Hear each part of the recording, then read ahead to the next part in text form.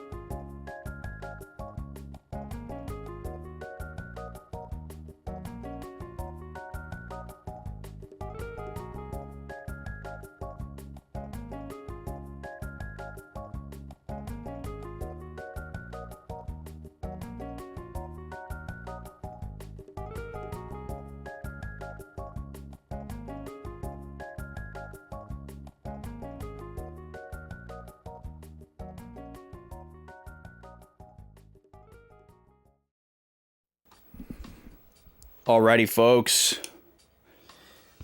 It is Thursday, and I am feeling good. How are y'all doing out there? I'm excited. Feel decently rested, which is always a surprise. Very rare. Very rare that I feel rested. And ironic that it's on a day where I woke up earlier than I would have liked. And earlier than I was supposed to. But sometimes it goes that way. Where you, like, wake up early and you just have some kind of, like, jolt. Where your body is like, you are ready. You are ready for today. Whether you think so or not. But usually what ends up happening is I'll have like a great first half of the day where it's like, wow, I didn't even sleep a full night and I feel amazing. And then like in the late afternoon, I'll hit like a wall where it's like, oh my God, I want to go to bed, but it's like 7 p.m. Help. But I think I'm okay. And I'll be offline before then, so if I do hit that wall, you all won't have to experience it with me. I've just cracked open my caffeine for the day. So that'll help me as well. Let's get swapped over, shall we? No time to waste. We've got a lot to do today, I'm quite sure. So, let's pause the music and go right here.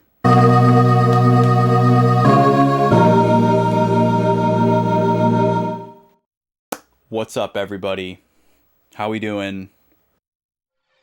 Welcome in. I did what I said I was going to do, and I watched a PS2 teardown video to see what it would take to open up the PS2 and clean it. It doesn't look that bad. It doesn't look that bad. It looks pretty doable. It looks like most of the really dusty areas you can get to without doing too much disassembly. You basically have to you have to get basically the entire assembly out of the case, but you can fairly reasonably do that. I need to turn my speakers down just a little bit. There we go. Because like some newer consoles, the components are so jam-packed together that the case itself is like a big part of housing all the different components. But in the older consoles, the console is like this big assembled chunk of like, you know, heat shields and boards and like things coming off of ribbon cables sometimes. And that just kind of drops into like a couple of pieces of plastic and then it closes. Like that's pretty much how the older consoles go together. SNES is like that. N64 is like that. GameCube is pretty much like that. It's a little more complicated, which, you know, same console generation as the PS2, so that makes sense. PS1 is very straightforward. But the PS2 seems pretty reasonable. It seems a lot more reasonable than a PS3 Slim was going to look. And plus, I'm not going in there to clean the laser on the PS2. I'm going in to clean everything else. But I do want to see about replacing my laser, because I think it's starting to go. About like, I don't know, 5 to 10% of the time, it doesn't read discs. It could just be dirty. I need to do some more research on like what the average lifespan of those lasers are. But I do know that replacements exist. But I don't know what it would take to do the replacement. If that's a really complicated job, I might just find somebody that I can send it to and be like, hey, replace the laser, recap it, clean it, you know, whatever, and just have somebody else who really knows what they're doing do it and, you know, give somebody some business or whatever. I was looking for my yellow notepad. I was like, where are my notes? We don't do the yellow pad anymore. I've been buried in my Suikoden VODs. Okay. So we're going to do a recap of everything that happened last week. On Friday. We did get quite a bit of story content. So that was exciting. Let's see, we've got about 3 full pages of notes from last Friday. And another page and a half from the Thursday preceding. So let's take a look here. We'll go all the way back to a week ago. Instead of just going back to the previous stream, we'll go to both of the streams from last week. So we had the big fight at the fight gauntlet at Orban, where we did 3 fights in a row. We fought against Islud and then Ygraf, who kind of revealed himself to be newly aligned with Glabados Church. Alma's been kidnapped. We don't understand why Ygraf is interested in Alma. We defeat him. He teleports away. And then outside he fuses with Ares, the stone that he was carrying. That was the Orban Zodiac stone. Which is weird because the stone that we thought that they were searching for was Virgo. Virgo was the Zodiac stone that was used to prove Ovelia's status as like as you know, like her royal claim to the throne or whatever. So maybe Virgo is the red stone, and we just haven't been explicitly told that, because we were told that Islud knows that we have a stone and is trying to get it from us, but we have 2 stones.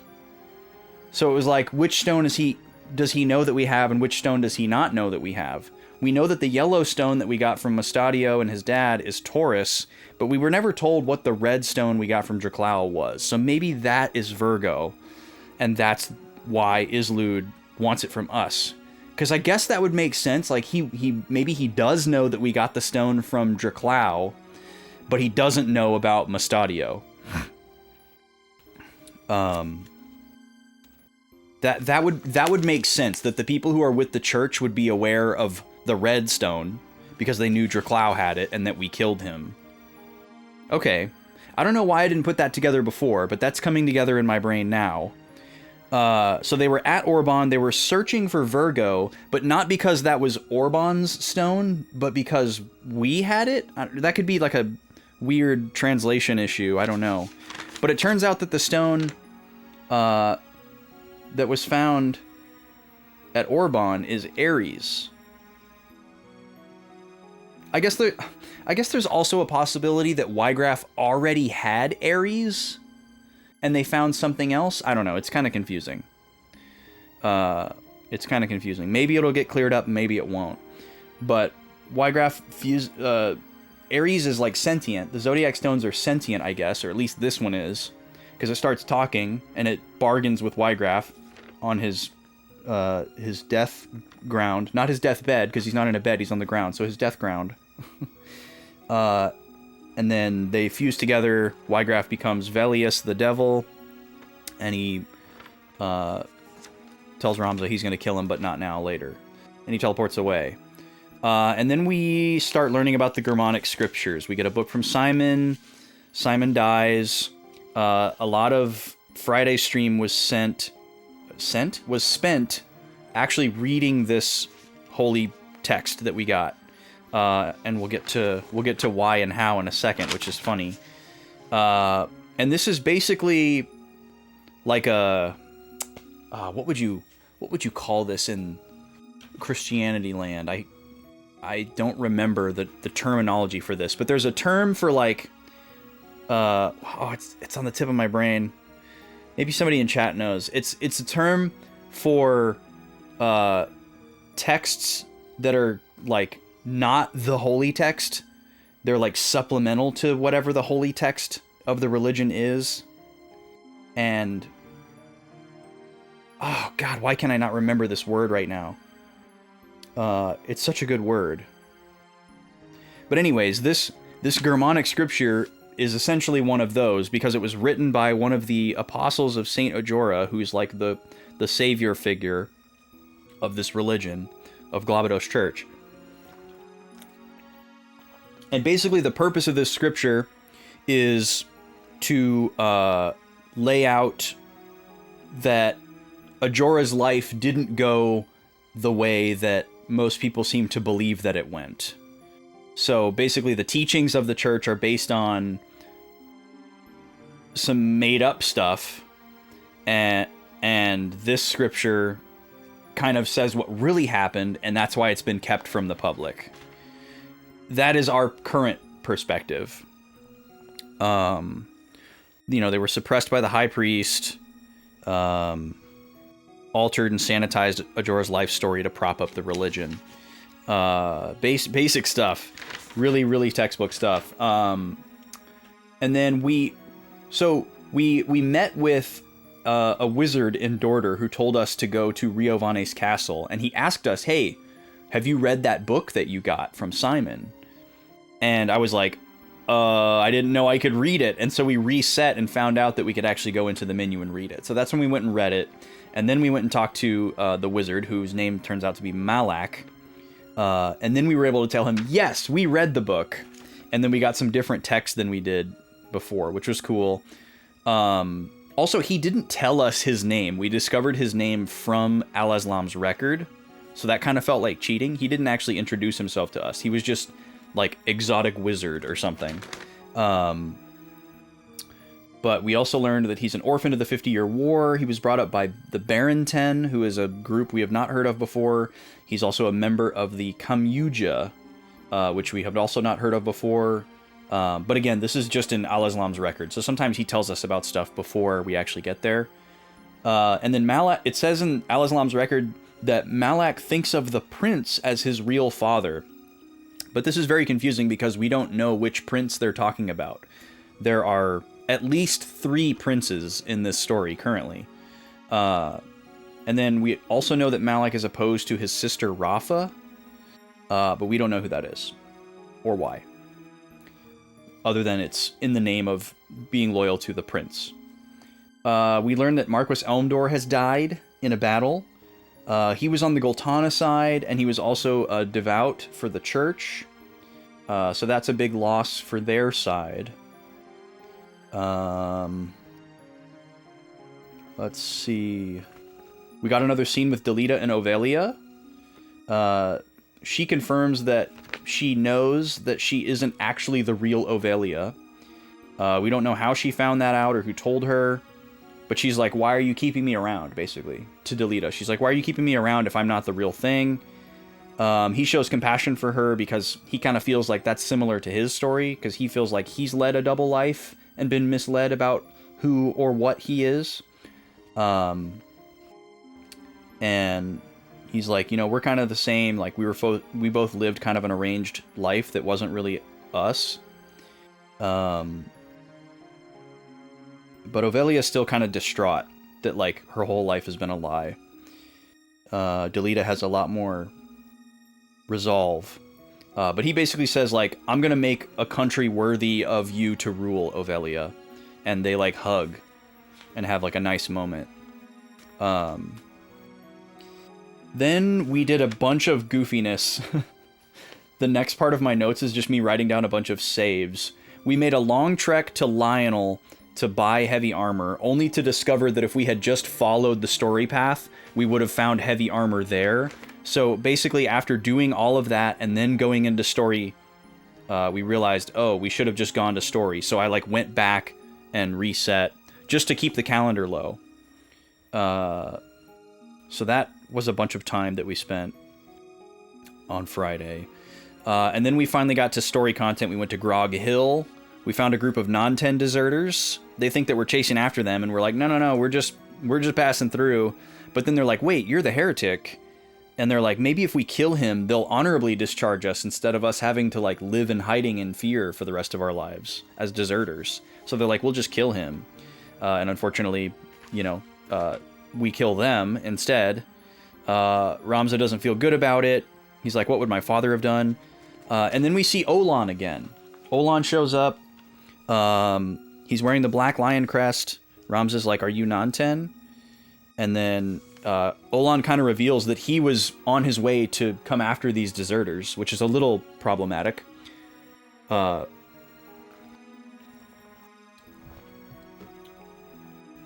he knows about us being a heretic. He's not interested.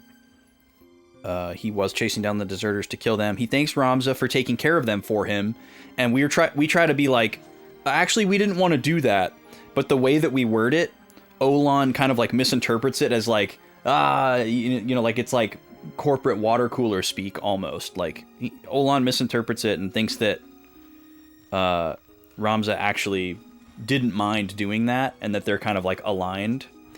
But it's also framed in such a way where we don't know if Olan intentionally misinterprets what Ramza said or if it just happened that way. So Ramza's trying to get to know Olan. He asks him why he fights.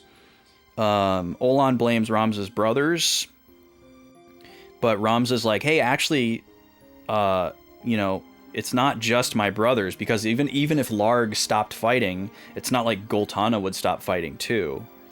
Again, Ramza showing that he has a lot more awareness and consciousness for what's going on. And then Ramza asks Olan to reach Orlandu for him. And apparently Balbaness was friends with Orlandu. And Olan's like, yeah, I can do that for you because that's my father-in-law. So he is married to Orlandu's daughter. Pretty cool. And then Olan's like, yeah, I know that the church is up to something, but there's no proof of what they're actually trying to do. He doesn't necessarily believe what we tell him, but he knows that they're the opposition one way or the other, basically. And he swears himself to us as an ally.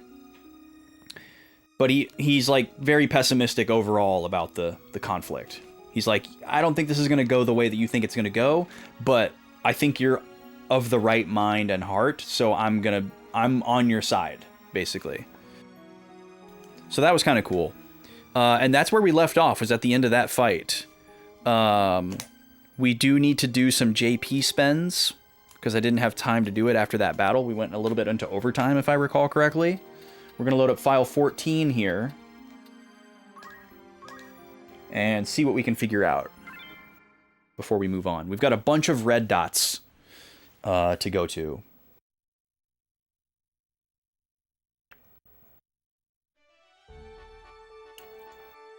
Three, to be exact.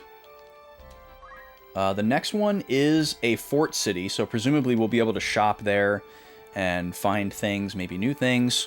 Then another rando with probably some story content, and then Riovanni's castle is our final destination here. That's where we're supposed to meet Malak, and I have a feeling this is going to be the end of the chapter, but we'll see. If these end up connecting together, that would be really great for traversal. Anyways, let's go into our formation screen here and see what we can do here.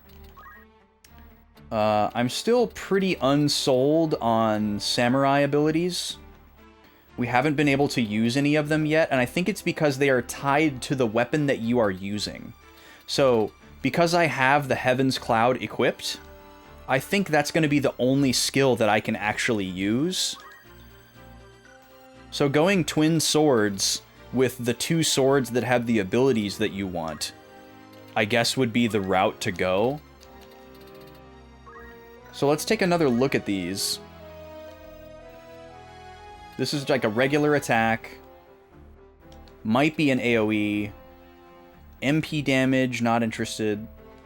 This restores HP, very, very possibly good. And this is an attack that might do slow and damage, or maybe just slow. I don't know. And then this one adds Protect and Shell, which is wild. But again, these seem to be tied to specific swords. So I'm going to learn Heaven's Cloud and assume that I'm going to be able to use it. Do I have another katana in my inventory? I'm guessing I probably sold them all. Because I didn't realize what I was doing. Yeah, I sold them all. So we'll have to take a look at that the next time we hit a shop that has samurai swords. We saved up a bunch of money to get new armor. We also have a new gun for Roberto. we went out of our way to steal this gun, only to be rewarded with 2 more of them in the same battle. So he now has 2 more attack power with his gun. Gun Priest is kind of our long-term play with Roberto here. He's going to stay Priest until he can learn all of the Priest skills, and then probably just switch back to Bard with White Magic. So let's see what we want to get here. Wall seems like a pretty good value. I'm guessing this is Protect 1 and Shell 1. Yeah, no reason to believe why it would be any better. But just having those both combined seems pretty great. Regen is probably what we would go for next. Re-raise is obviously super high value. We'll probably take Re-raise before we take Protect 2, Shell 2. And Holy sounds fun, but we probably won't use it all that much. Probably much more likely to just shoot people with our gun than try to hit them with Holy. So I'm going to take Wall. That could come in handy very soon. And that's going to be it for him. Matsuo is a Geomancer. We're just kind of goofing around with Geomancer. We're just going to go down the list with these.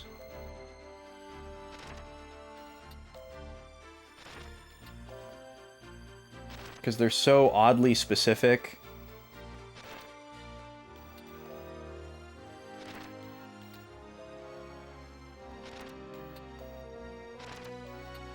But basically, these abilities just look at the tile that you're standing on, and it decides if you have a skill that relates to that type of floor tile. But there's so many different ones. So for the sake of my own sanity, I'm just going to go down the list, just to keep it simple. Matsuo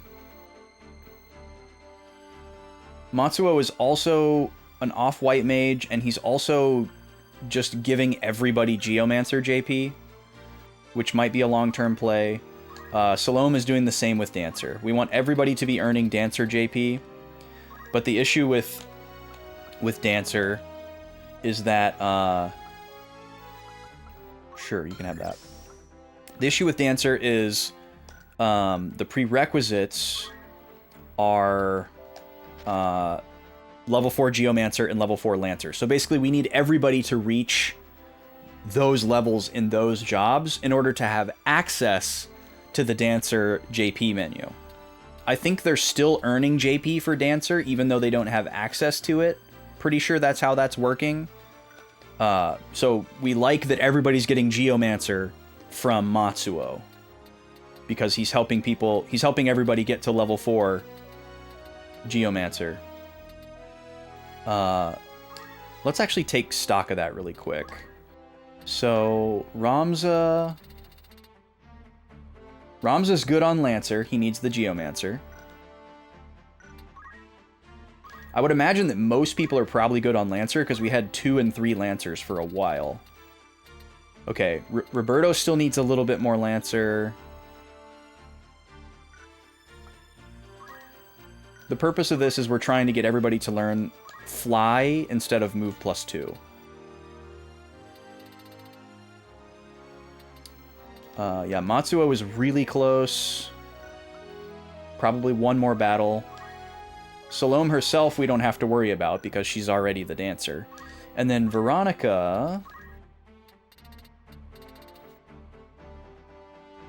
needs another level as Lancer as well. So we will need a little bit more Lancer JP for Veronica and Roberto if we actually want to get it on everyone. So what we could probably do is once everybody hits level 4 Geomancer, Matsuo can just flex to Lancer. Or if we start really liking Geomancer, we could flip Veronica over to Lancer. Or I guess if she ends up learning all of the monk skills, then we could flip her over to Lancer. Okay, she has the ability to learn Chakra or Revive right now. I want her to take Chakra first, but I have a feeling we're going to wish that she had Revive. Another character that can bring people back to life is really important.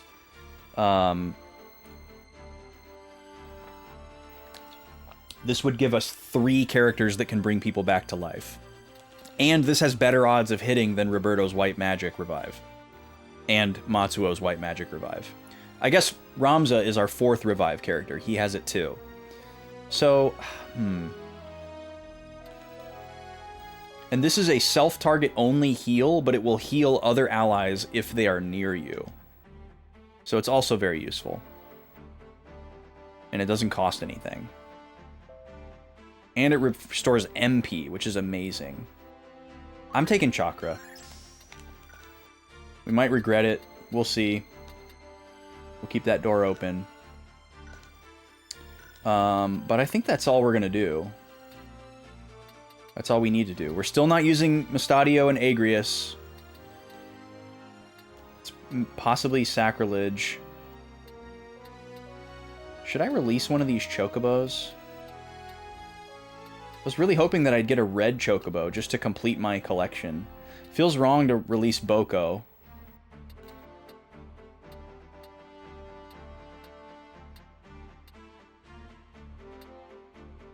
This black chocobo is technically better. Well, he's stronger. Slightly less HP, but that's probably just the level difference. So yeah, I'm gonna... Let's see. Choco Attack, Chocoball, Choco Asuna. Yeah, same. And the yellow ones are the ones that can cure. Alright, I'm gonna let Yukonor go.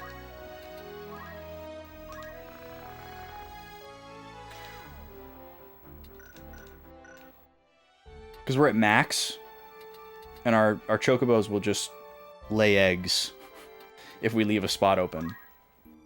So I'm hoping I can just get a random red one. I don't actually know how many colors of chocobo are in this game, but I'm pretty sure that red exists. Okay, so we're gonna call this what's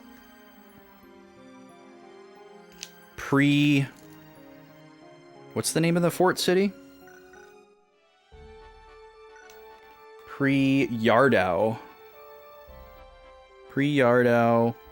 JP spends. So this is a city. It might not be a battle. It might just be a scene. But we'll see. It's probably a battle. I feel like all of these are going to be battles.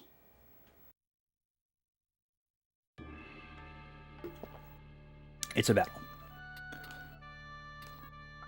Okay, so Matsuo up front. Oh, that's a hole. Here we go. The Fab Five.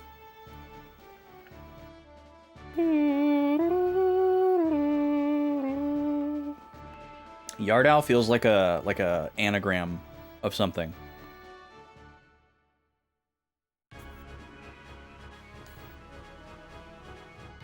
Oh, is that Malak? Oh, no, but that's Malak. You know what you're saying? You're the one who doesn't. Oh, it's Rafa. We're not tools. Tools for murder. If we stay there, we'll be used as tools till we die. Come on, Malak, let's escape together. Sorry for saying escape. Who helped us when we lost our parents in the war? If Grand Duke hadn't saved us, we'd have starved. Yo, what's up, Frogsy? How you doing? Okay, I'm already ready to write down some notes here. Today is day 17.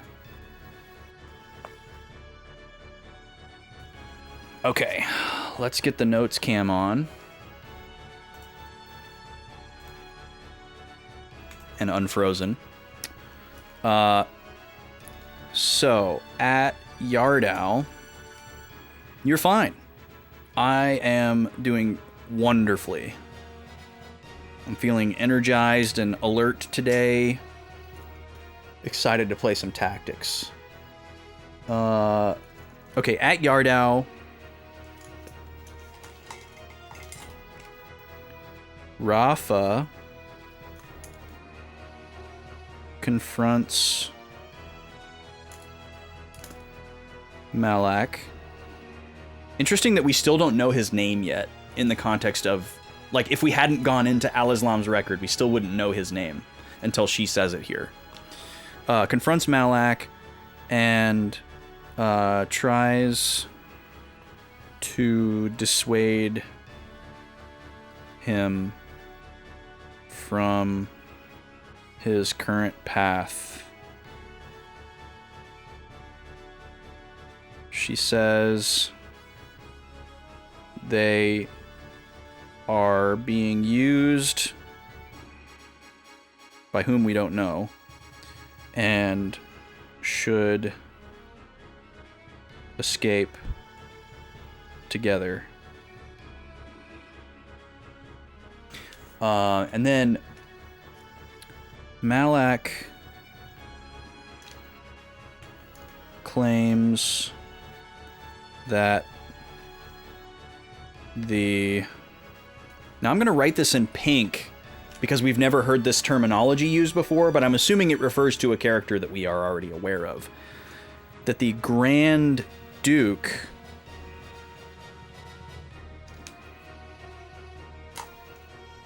saved them and implies he serves out of debt and loyalty.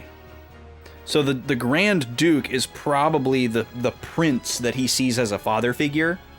We know that he's an orphan. He doesn't actually think that this person is his father. But the Grand Duke sounds like a presumptuous title that someone like Dysidarg or Larg would give to themselves. Maybe it's just a very big person who happens to be a duke. That's a great theory too, you know? We'll hold on to that. Oh, my tea is... Excuse me. My tea is almost gone already. Sag. Okay. He cared about us. Now you're returning the favor with vengeance? You've been deceived. Barrington took advantage of war and burned the village. Why? To get the family skills only our family knows. Oh. Okay. Rafa claims the Barrington specifically targeted their family for their unique skills. So somehow their magical prowess is genetic or hereditary or some type of like secret oral tradition or something. He burned a village to get my heaven skill and your hell skill. Ooh, so there's like a little yin-yang balance moment here. Camera's frozen. That USB cable is like lost in the mail. It's taken a long time to get here. So I still have my Freezy camera. Okay. So I want to write this down. Rafa has... Oop, not going to write the whole thing in blue marker. Rafa has... we don't get to write in purple very often, so I'm going to write in purple. Heaven skill. And Malak has hell. Spooky hell skill. He killed our parents, don't you see? Come on. Slapped his own sister. That's ridiculous. You know what he did.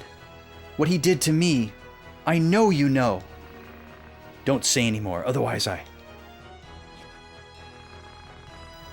So here you are, Malak. He'll be here soon. I know. It's all set. Malak. Here he comes. Heretic Ramza. Rafa! Help!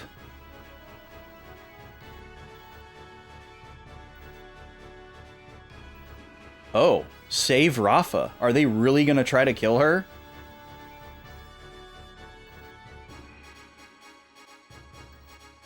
Masahiro. Great ninja name. Nice dodge, Rafa. Samson. Not the best name for a ninja.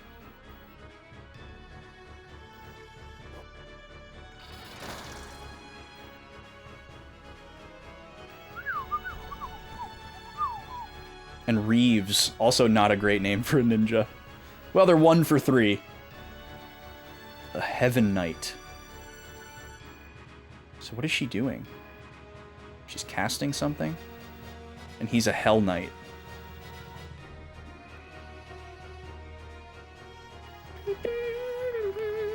You're that man! You're supposed to be waiting at Riovane's castle. That was what Grand Duke said. I'll prove we can beat you without the Shrine Knights.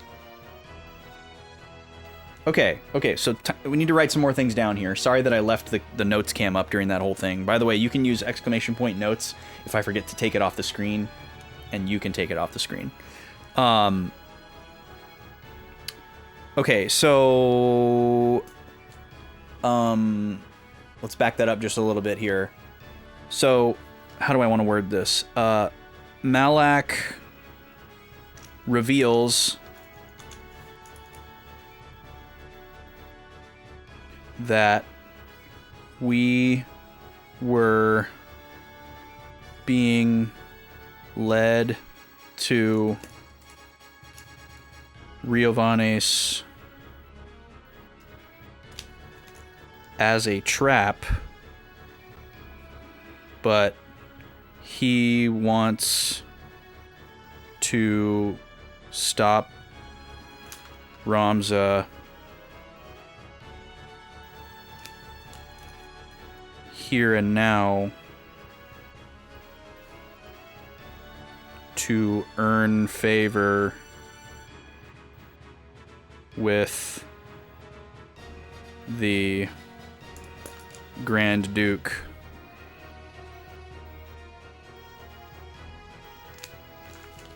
Kind of a weird plot. Like a weird move for him to make is what I mean by plot, not like the overall plot.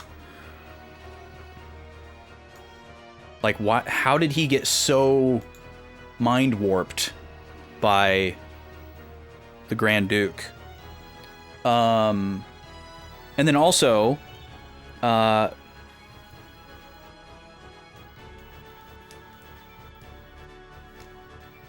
Malak and his forces are trying to prevent... Maybe they're not trying to kill Rafa, but they're trying to prevent Rafa from escaping.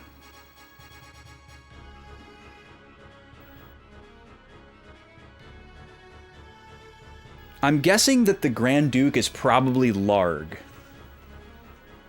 That is my guess. Okay, Ramza's first up. Who gets to go? Ramza, Veronica, Roberto, Matsuo, Salome. Everybody gets to go. We have not fought them before, no. This is the first time, actually, that we've even seen Rafa. We technically didn't know either of their names before this scene in the context of the game, but there's a like a compendium built into the game that's written by a character, and you can go and read about people after you meet him, or after you meet them, or after they're mentioned in the story even, if you haven't met them. There's a lot of people in there that we haven't ever actually met in the game, or even seen.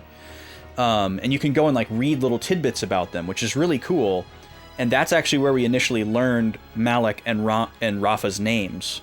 We met Malak last week, but his name was just Exotic Wizard, and he told us to go to Riovane's castle. And we were like, okay, sure. But he was definitely suspicious. And then when I was going into the record after that to look for something else, I saw a name that I didn't recognize, and it was Malak, and it ended up being that guy, even though he hadn't actually introduced himself to us at that point.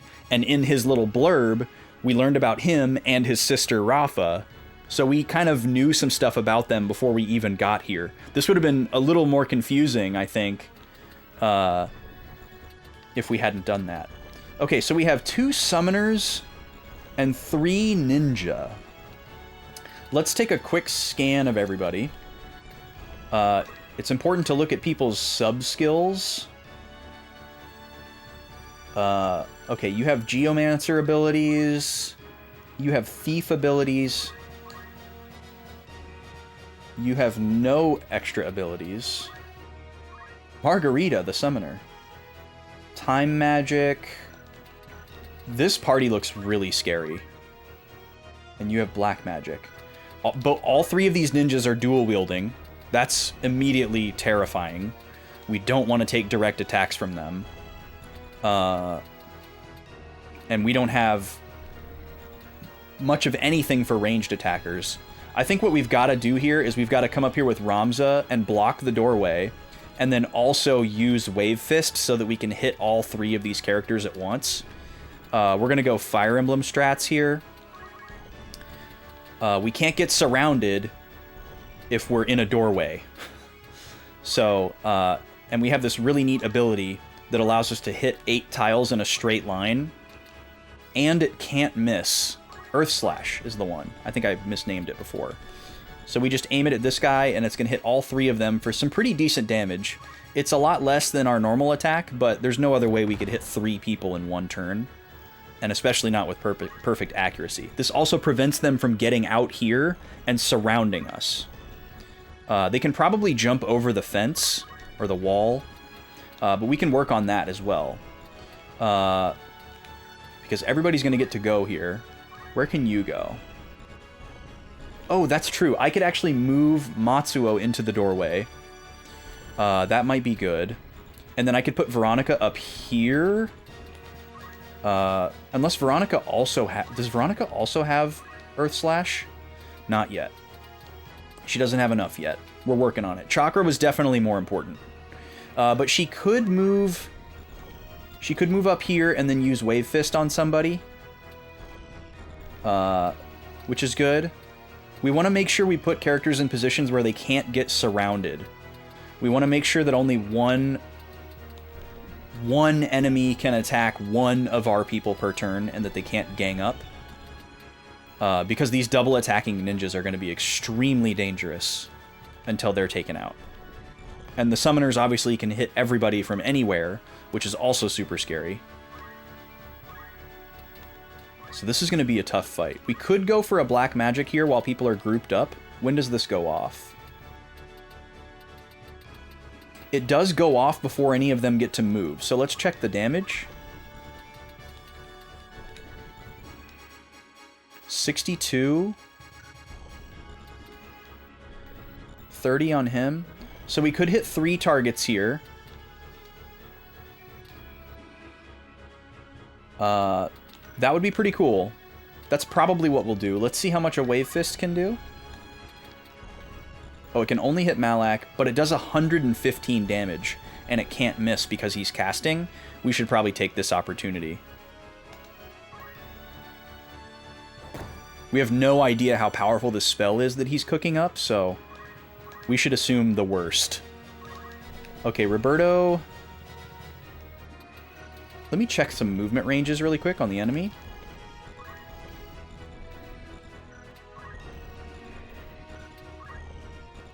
Okay. I kind of want to send Roberto into the corner over here, but then he's kind of alone. He couldn't technically get surrounded, but he could get trapped. Because if somebody moved here, he's basically stuck. He can't jump this high. And him being immobilized would be very bad.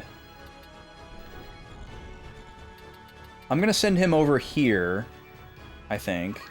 But what am I going to have him do? I guess I'll just have him start singing. Or maybe I just leave him right where he is. I could even move him to like a further away, safer position. Let's try that. We don't want him to be too far away because in the event we need to use white magic, we'd like for him to only be one movement turn away. But with this door block strategy, I think this is okay. And we can accomplish that. So we're going to go ahead and go for the speed song. This is kind of our typical opening gambit here. We try to increase everybody's speed. I think I'm going to put Matsuo in the doorway here. Matsuo is going to be our doorstop. And then we'll see what kind of geomancy we can do. We can't do any. Okay. So unfortunately, he's just going to have to sit here. He can't attack anybody. But that's okay. We'll just have him wait. And then Salome, I'm also going to have just start dancing. And we're going to go with slow dance. So this basically helps buff our other buff. We'll try to slow them down while simultaneously trying to speed ourselves up. And between the two... Oh! Oh! How many times does that hit? Holy crap! That was 6 hits. So does it like... Okay, so you select five tiles and it hits them all a random number of times? So she just happened to hit that one guy 4 times and he died on the 3rd hit? That was wild. Well, one of the ninjas is taken out, so... Love that. Alright, the summoners are summoning. Very scary. Well, I guess they could be doing time magic. Or black magic. Oh, that's a bummer. Matsuo got double hit and missed his counterattack. Okay, here's Rama. This is gonna hurt. But this is our first time seeing that, so that's pretty cool. Matsuo's health is very low now. We need this to hit everybody.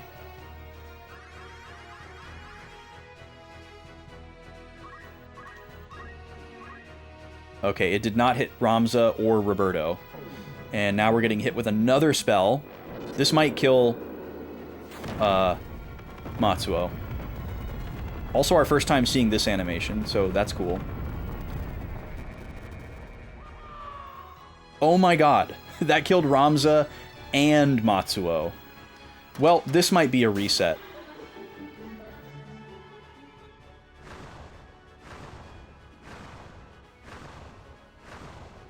Okay, we got a good slow dance there. So that's good. That's something. We might be able to bounce back from this, but it's going to be very difficult.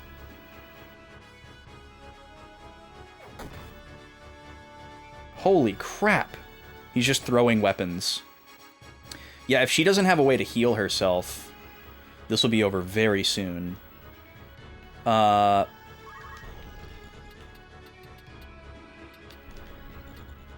And now that our door block is not functional... Yeah, the summoners are almost more dangerous than the ninja.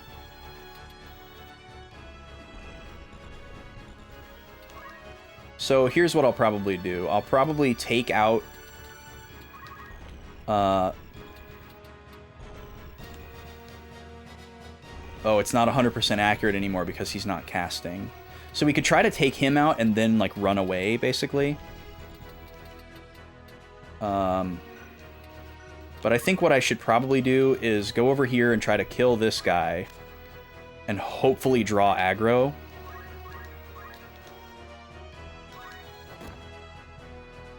Wait, I thought you only had 61 HP. Why didn't you die? Okay, we're gonna switch dances with Salome.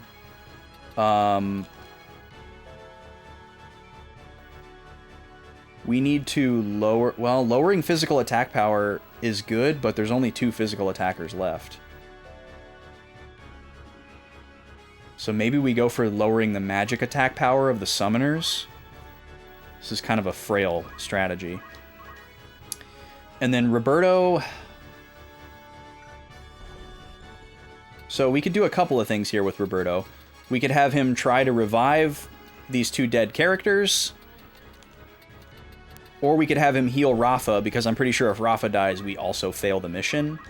Whereas technically we have a couple of turns to revive our buddies here.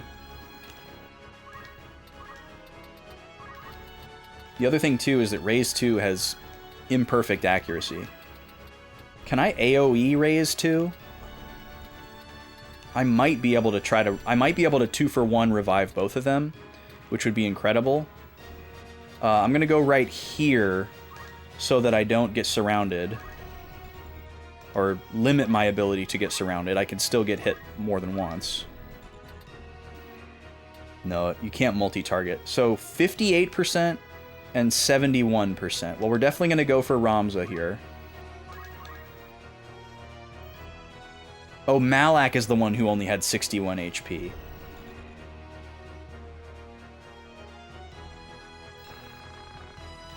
Oh, he gets to go right away this time. This is a very scary ability.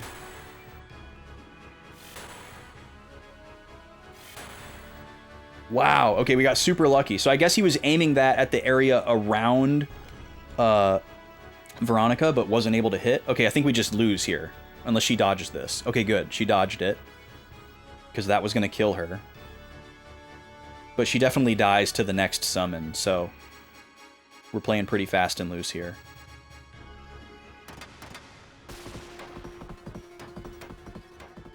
Oh, that beat!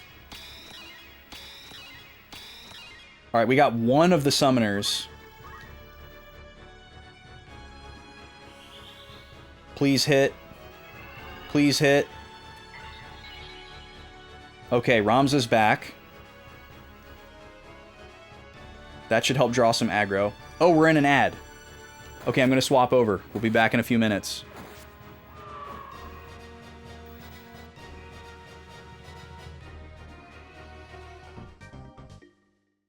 Free for all!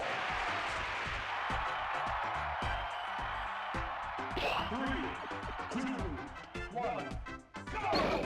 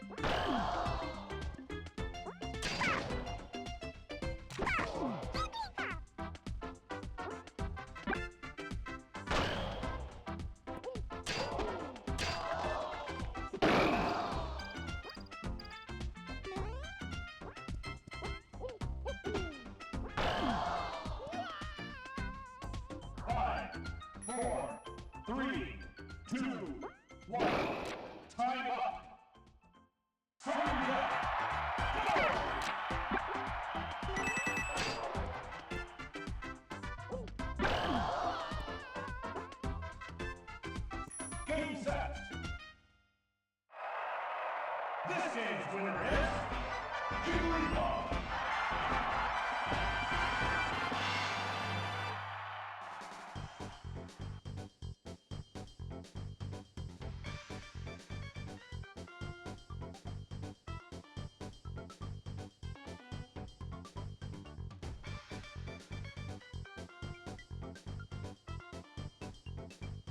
Welcome back from the ads, folks. Kiki, thank you for the 23 months of Prime. Would you like a spin?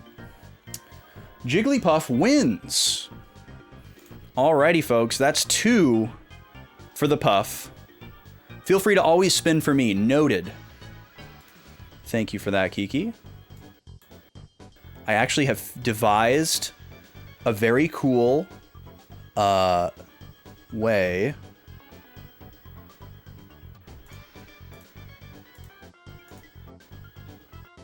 to note this.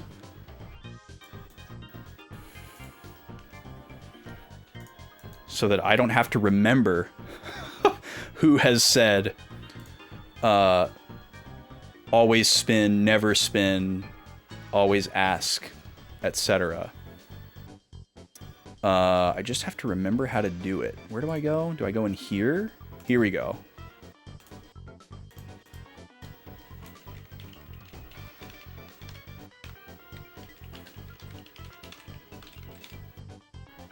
Boom. Now I will see a little icon next to your name and the thing that I use for chat that will let me know to always spin for you. Let's go do that right now before we come back. Where'd I put the roaming mic? 1 second.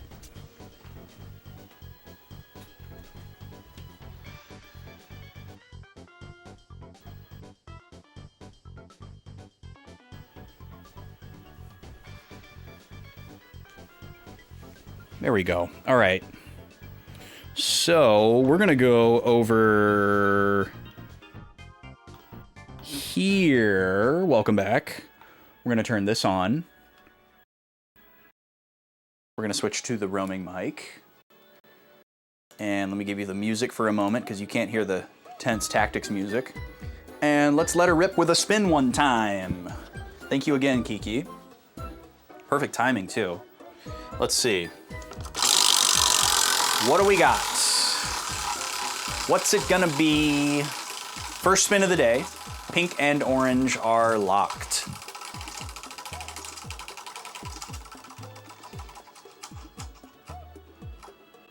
And we've got an orange. All right.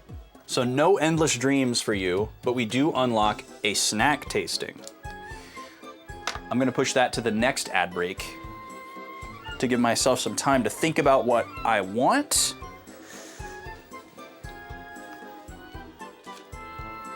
But don't let me forget. That Snipperclip song is so weirdly catchy. Okay, let's get back to tactics. We're in quite the pickle here.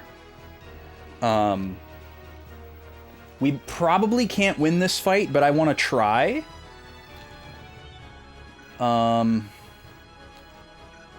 We did manage to get Ramza revived.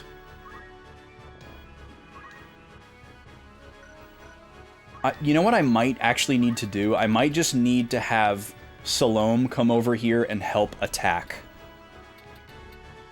The biggest concern here actually is that Rafa just dies to a summon spell. But we should be okay for now because Margarita is using Moogle, which is going to heal her allies. And Doris's turn is a ways away. So hopefully Rafa doesn't just like run into the fray and get herself killed. And then Veronica can use Chakra on her.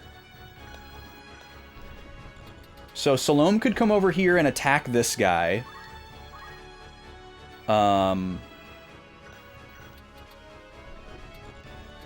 Or she could just continue dancing. We could switch her to Wisnibus, but I don't know how much that's going to help us. Polka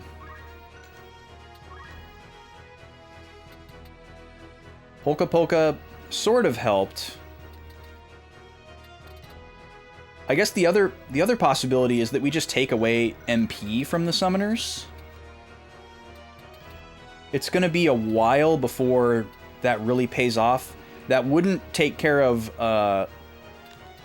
Malak, because his ability apparently doesn't cost MP, which is probably good considering how unpredictable it is for his sake. So yeah, I'm gonna go for Witch Hunt. I feel like that's better than Wiznibus.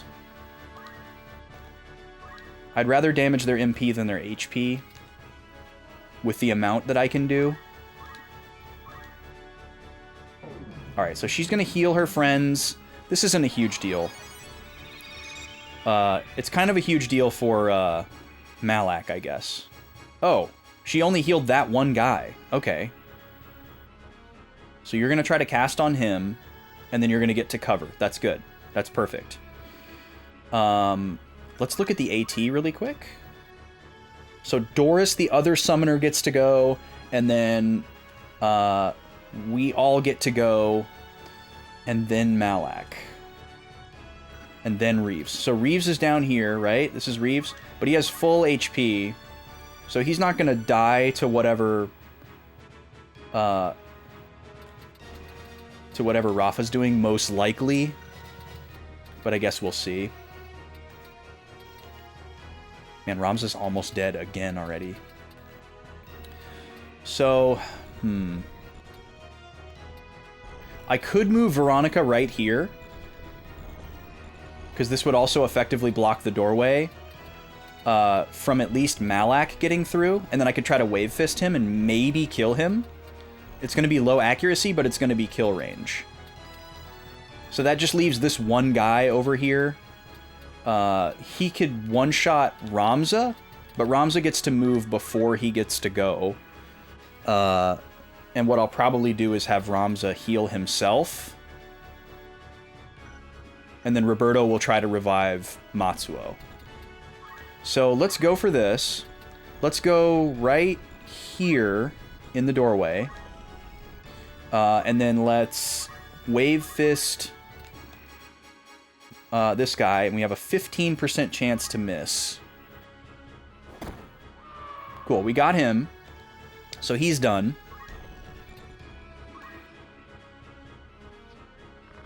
Damn, I hate retreating like this.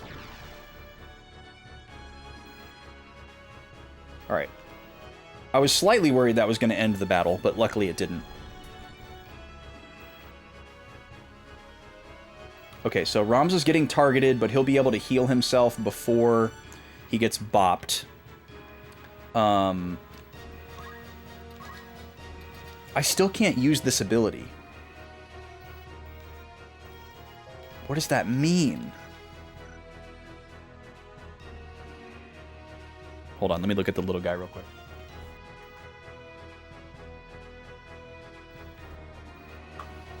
I can hear him doing something, and I just wanted to see what he was doing. He's got a hold of one of his toys, and he's just flailing it about.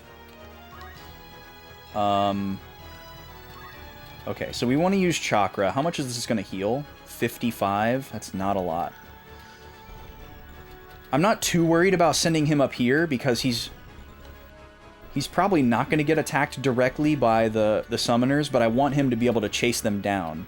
Definitely more worried about him getting attacked by this guy. However, if I don't leave Ramza down here, I don't know who's going to take care of this guy, because Roberto and Salome ain't it. I guess we have to hope that that Rafa can do it. Although, can we move all the way over there? Oh, man, if only we could stand right here. Then we could heal the two of us together. I think Chakra is an AoE. Maybe it's not. Yeah, it is an AoE. That's too bad. But nobody else needs healing besides her, and I can't get to her, so...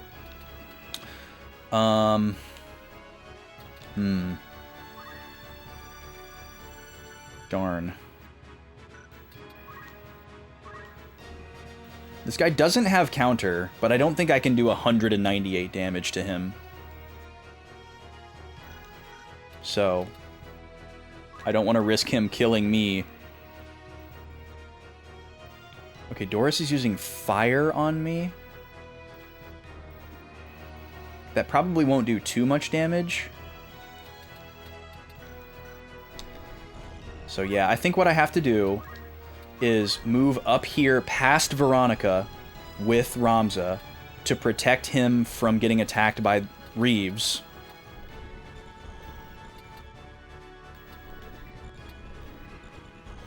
And I'll stand next to her so she can at least get hit by her own fire. And then he's just going to heal himself.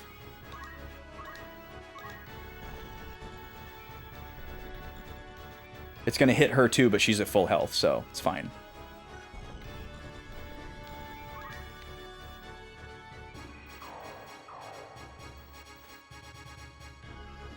She does get 27 MP back, though. That's kind of annoying. Okay, Roberto, what's your probability from here on a raise to? 58%. Hopefully that increases if I move him right here, because it's going to cost me a lot to move there. We might die to this guy's attack. Still 58%? That blows. What about raise 1? 65%. I mean, he's protected, at least from the ninja. Is that worth it? So we can have a full heal for 58%, or for 7% more accuracy, we get half of a heal. I think we have to just go for the full raise too, and pray.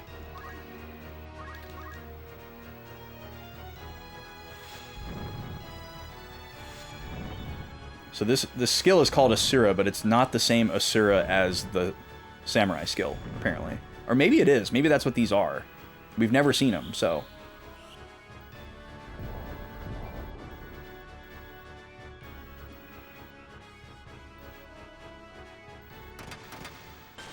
Alright, this feels silly. I should have just gone for Wisnibus in retrospect.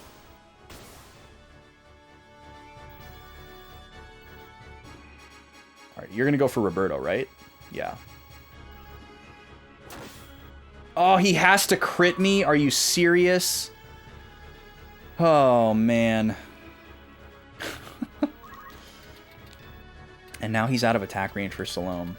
We technically haven't lost this battle yet, but it's gonna be rough.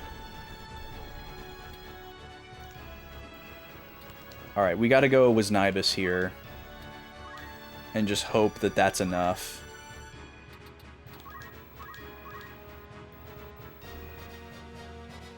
Yeah, you need to stay where you are. Okay. Now, Ramza could Earth Slash them and let Veronica do Chakra on him. That might be the play. But if she moves, she lets him in up here. We also have to worry about Matsuo dying. Roberto is probably fine. We can probably just finish the battle with Roberto dead. But we also don't know if the ninja is going to aggro to Rafa. He might just go for her. So let's think about this. Veronica, Ramza, Salome, Rafa. So pretty much everybody gets to go before the ninja gets to go.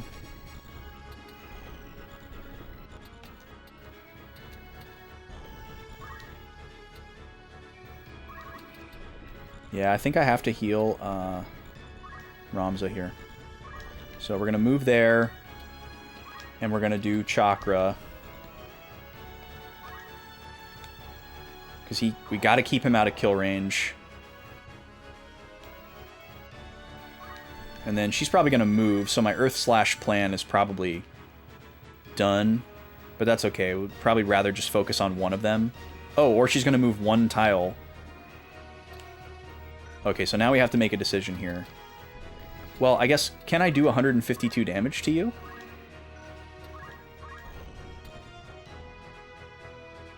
maybe... Yeah. I think this is worth it. We get rid of the one that hasn't gone yet. What are you preparing? You're preparing Shiva. That's a little scary. Because that'll probably do like 100 damage or more to Ramza. And there's pretty much nothing I can do to stop that.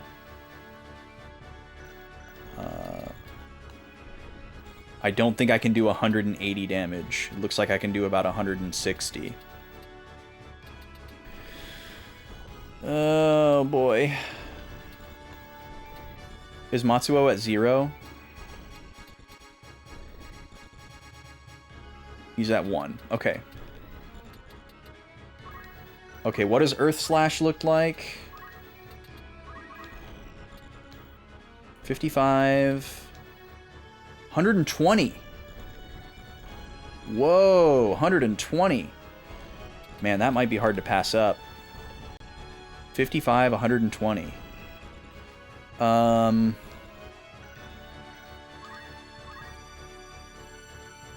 it still doesn't stop me from getting hit by Shiva. So I either have to Chakra again. Because I'm assuming that Shiva will kill me. Or I have to just go for the kill on this summoner to avoid future summons. But if Ramza dies, I lose my ability to revive. And then I basically would have to win this battle before Matsuo dies, and I don't think I can do that. This sucks. So I think I have to heal Ramza again this turn. And forego taking out someone. Or I just play risky and assume that Shiva won't kill me so that I can take out this other summoner. Let's just do it.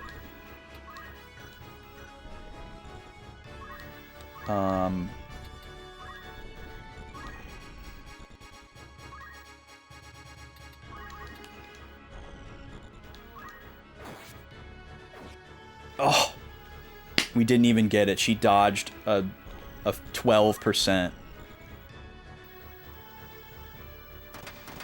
Well, I think we're toast now. Unless Shiva doesn't kill. But that's really unfortunate.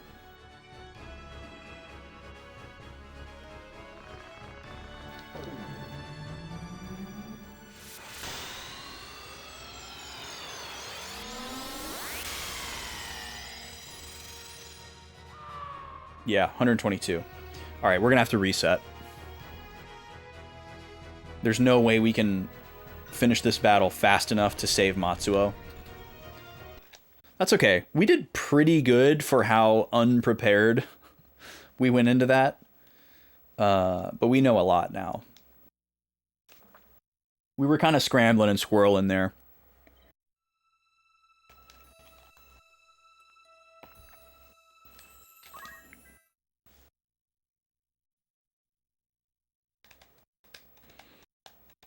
But yeah, this is a really dangerous fight. The summoners are super strong, and the ninja are super strong. We also got super lucky with Rafa's attack taking one of them out right away, and we might not get so lucky this time around. So we might have to more properly face the full cast of 3 ninja. I'm going to open a prediction here. I missed it on the first ad break. But if you'd like to make a wager on whether or not Jigglypuff or Mario is going to win, you got two minutes to get your points in. I'm going to move my formation around a little bit now that I know what we're looking at.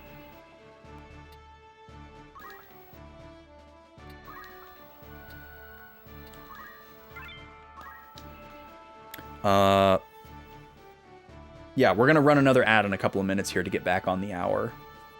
That's what I was going to say. Also, quick housekeeping and plugs while we're mashing through this cutscene again.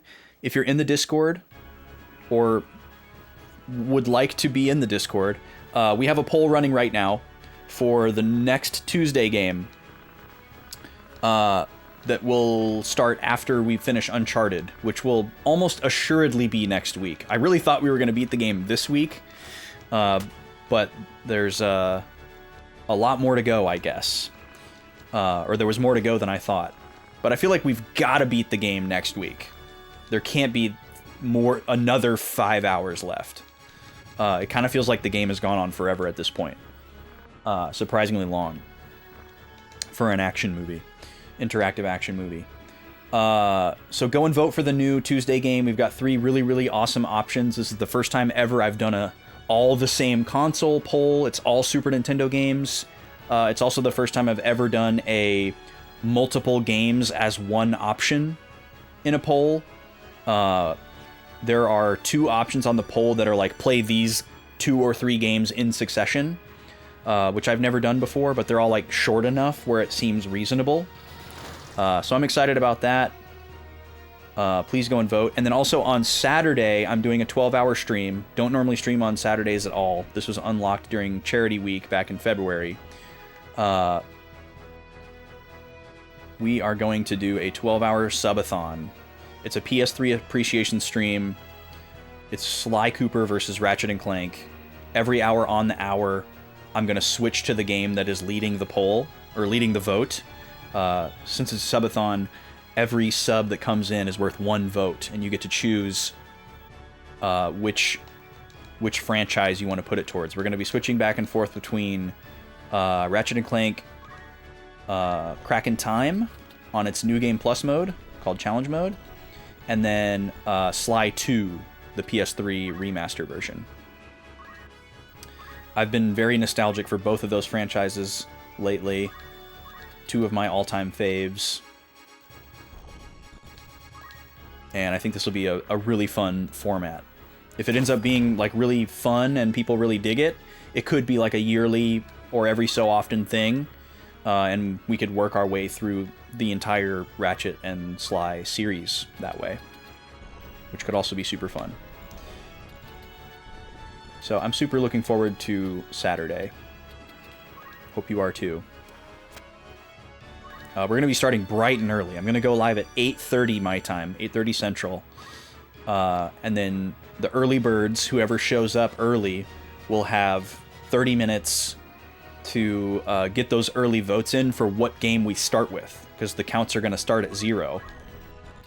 I have no predisposition about which of the 2 games we're going to start with. So whoever shows up early gets to influence that. And then the 12-hour timer will start at 9 a.m. and we'll go till 9 p.m.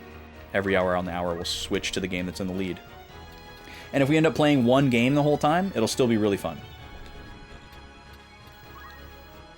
But I'm sure y'all will make it interesting. All right, Berto, let's start singing, my guy. Let's do a speed song. Matsuo.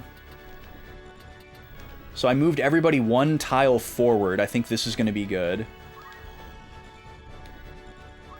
This is a little dangerous for Matsuo. Oh, but we get Elemental. Hold on. We have a chance to petrify all 3 of these guys. Excuse me. It looks like it's not possible to petrify Malak. But maybe we just hit him with this so we can do 30 damage, and then we have Salome do a Wisnibus because he'll be in kill range? That could be pretty spicy.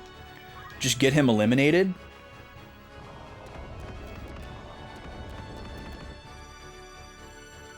Oh, we got a Petrify on the ninja as well.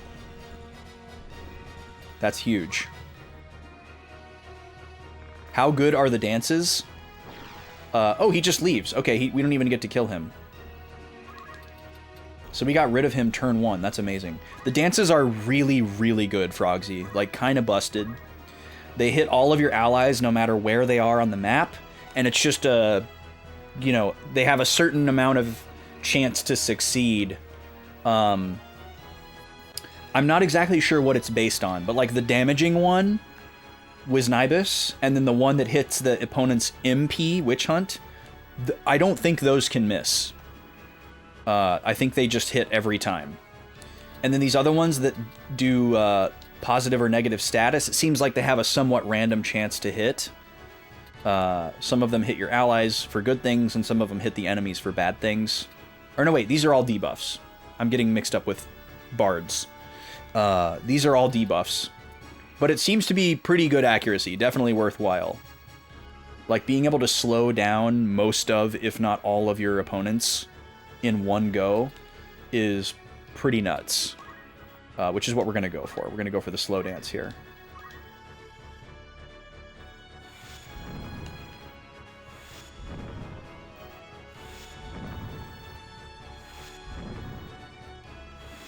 Come on. She got one hit. Guess that's better than none. Alright, let's see what Sylvia's doing here. Going for a summon. And Jean... How about you, Jean? Jean's thinking. Thinking real hard. Also going for a summon. Boyle. What a name for a ninja. Alright, so Matsuo is going to get double hit here. Okay, his counterattack hit. That's good. But I think he's going to die to the other ninja. Well, actually, he's probably just going to die to this summon.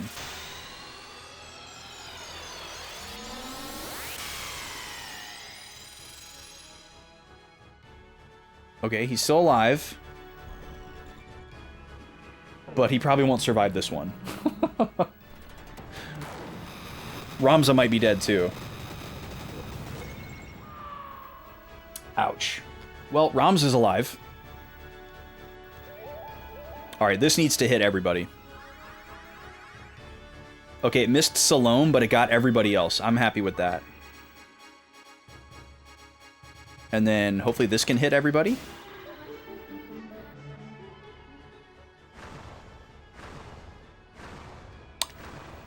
Okay. Or no one. That's a bummer. Loggins? Kenny Loggins, the ninja? He's gonna throw something. Oof. Ramza, hang on, buddy. Hang on.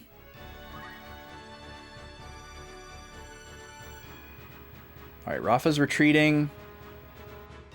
Okay, what do we got for AT here? Ramza, Veronica, Roberto, Salome. Okay, everybody gets to go. That's good. Let's see here. I can definitely take this guy out. This guy's petrified. I can take this guy out as well. Unfortunately, I can't take them both out with an Earth Slash. It won't do enough damage. But Veronica should be able to take out the one that I don't take out, and then we're just left with the two summoners.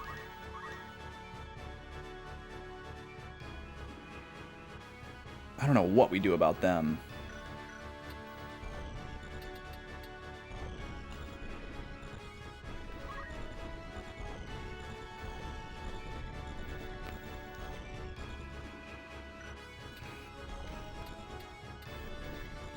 And Ramza's health is so low.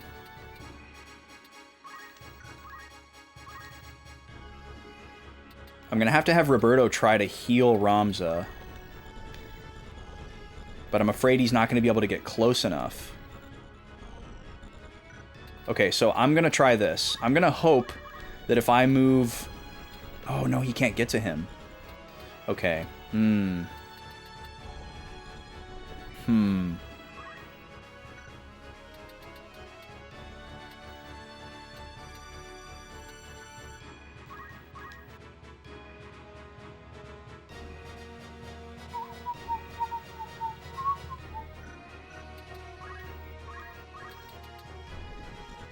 Okay, Ramza wouldn't even be able to do Earth Slash anyways.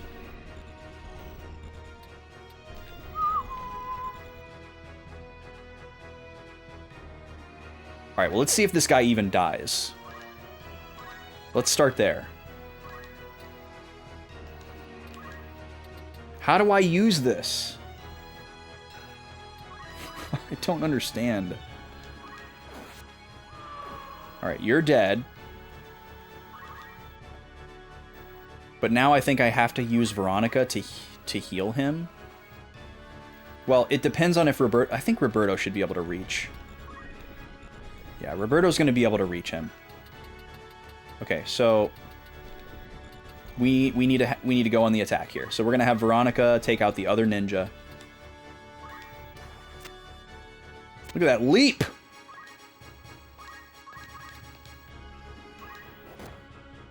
Wait, no! Oh, 1 HP short. That sucks. Okay, Roberto is coming into the doorway here.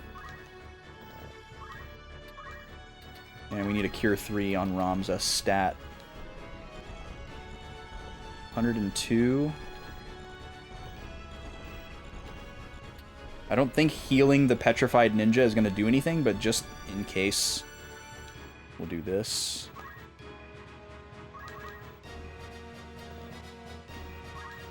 I think I want to stick to Slow Dance for Salome. To try and slow down the remaining characters.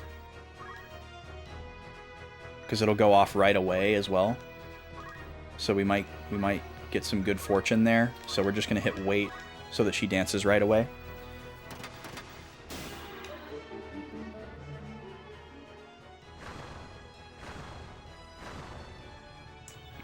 Darn.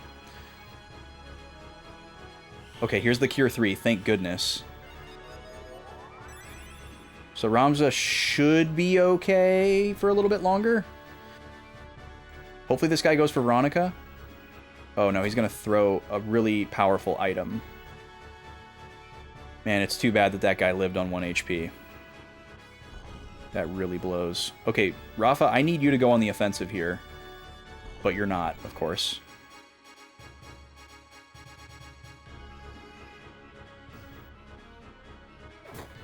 Okay. Oh, she saw the kill. I was going to say, if we could counter, that would have been massive, but our HP was too low.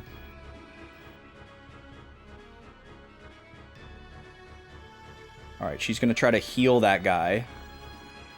Oh, she's going to successfully heal this guy. God, it's a disaster that we didn't kill him. I should have used Wave Fist.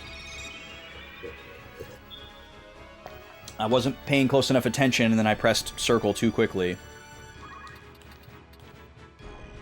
So now I have to waste another turn killing this guy that I could be using to start damaging the summoner. But we have to get rid of this guy. Alright, let me do my due diligence here. Okay, 100% accuracy. Good. Get out of here. Okay, and then Roberto's going to have to go for the revive on Ramza. Or no, he should probably go for it on Matsuo.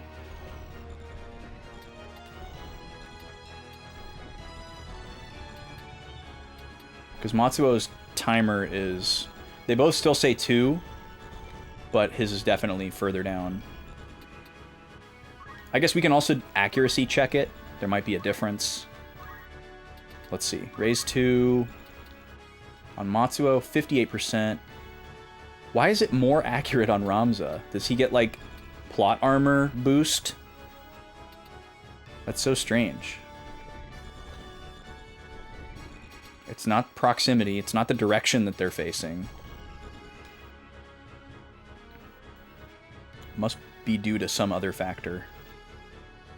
All right, well, let's get Ramza up because Ramza can more easily revive Matsuo. All right, we get another slow dance here. Can we please hit both of the summoners? Okay, we're gonna switch her song now. I can't quite get close enough to attack, but I should start to move in.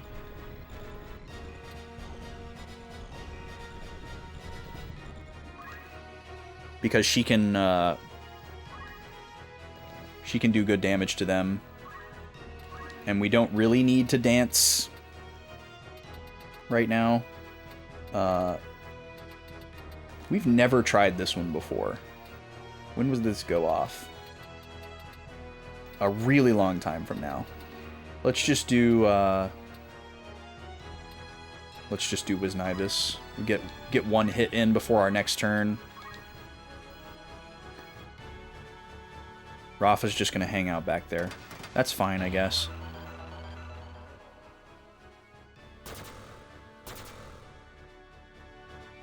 At least the summoners can't hit her. Alright, come on, Roberto. Yes. Okay, Ramza's back. Just in time. 162. 166. Alright, so we're going to go after this lady.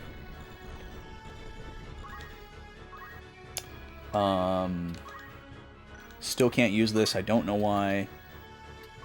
Let's do some comparisons here. 54 damage, 82%. 45 damage, 100%.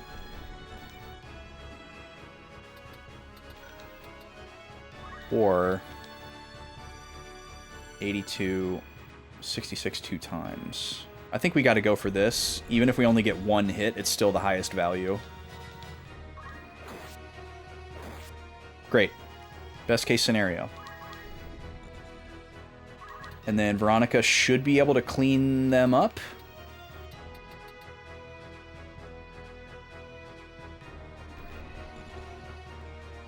Matsuo's still at 1. Okay. This is looking good. Please kill. Cool, we got the crit. Alright, it's just one summoner now.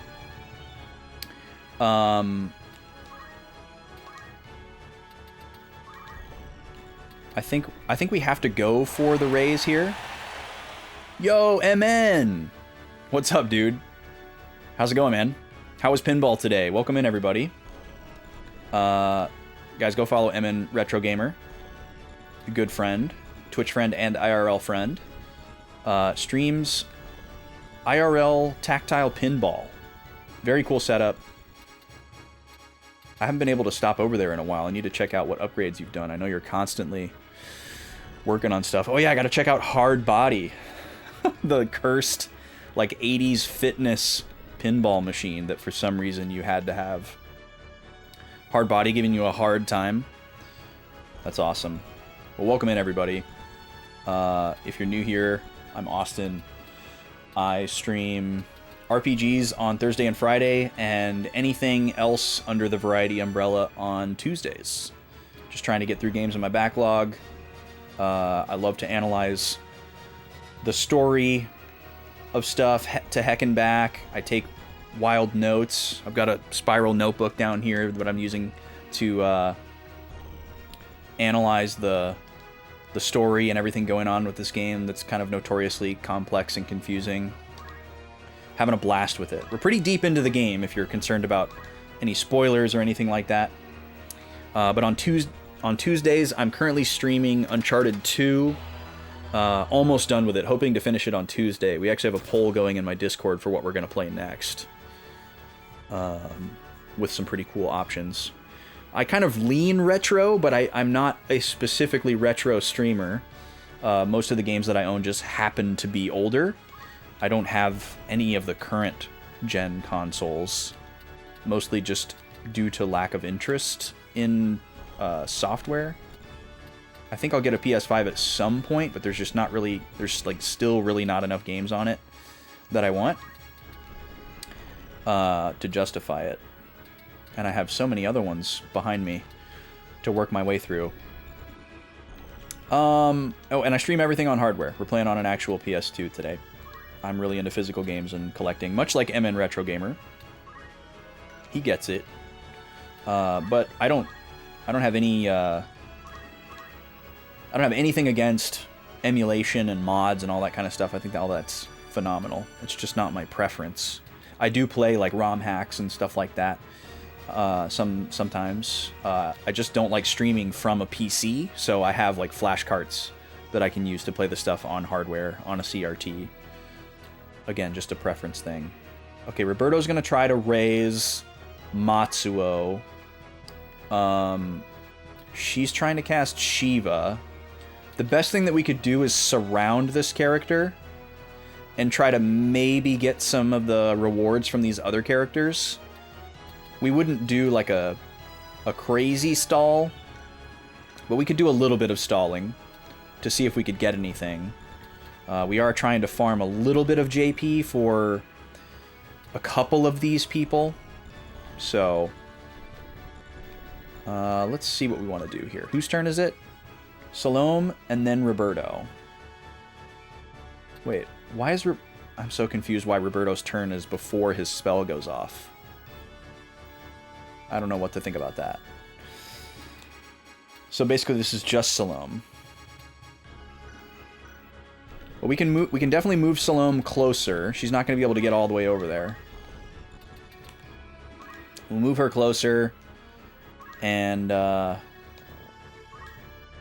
don't know that we want to change her off of Wiznibus. I guess Witch Hunt would be good. We could deplete her MP. That would help us potentially stall. Because I think one of them can heal themselves. I don't remember if it's this one or the other one. But if they can heal themselves, or just keep summoning, that would jeopardize us. Okay, so Roberto is casting Cure 2, but it's giving me a turn as well. This is so strange. I've never seen this happen before. I guess I'm just going to hit wait so that he uses Cure 2. I wonder why it did that. I guess it has something to do with my speed being boosted. Okay, Matsuo is back. Excellent. Yo, what's up, SNES? Coming in with the knowledge. Alright, she's going to hit us with a Shiva here. It's okay, SNES. It's okay, just a small mechanical thing.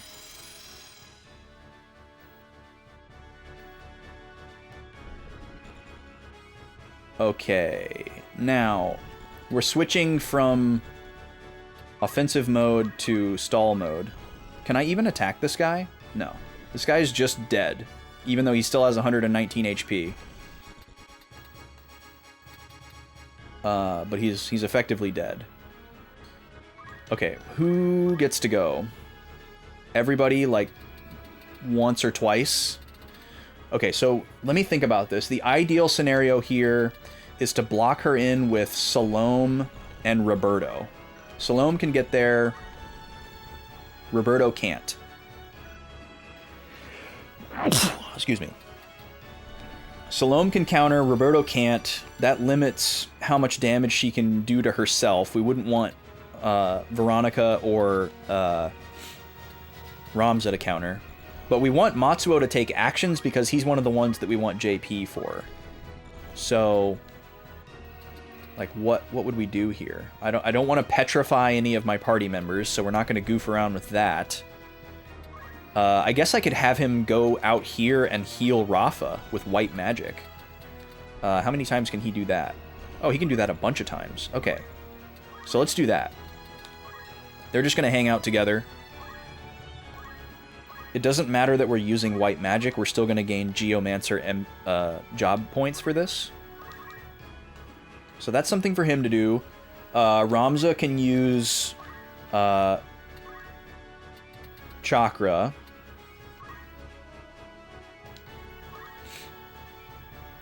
We want to not move if we can afford it, because then we get our next turn faster. Okay, Veronica, you can also use Chakra.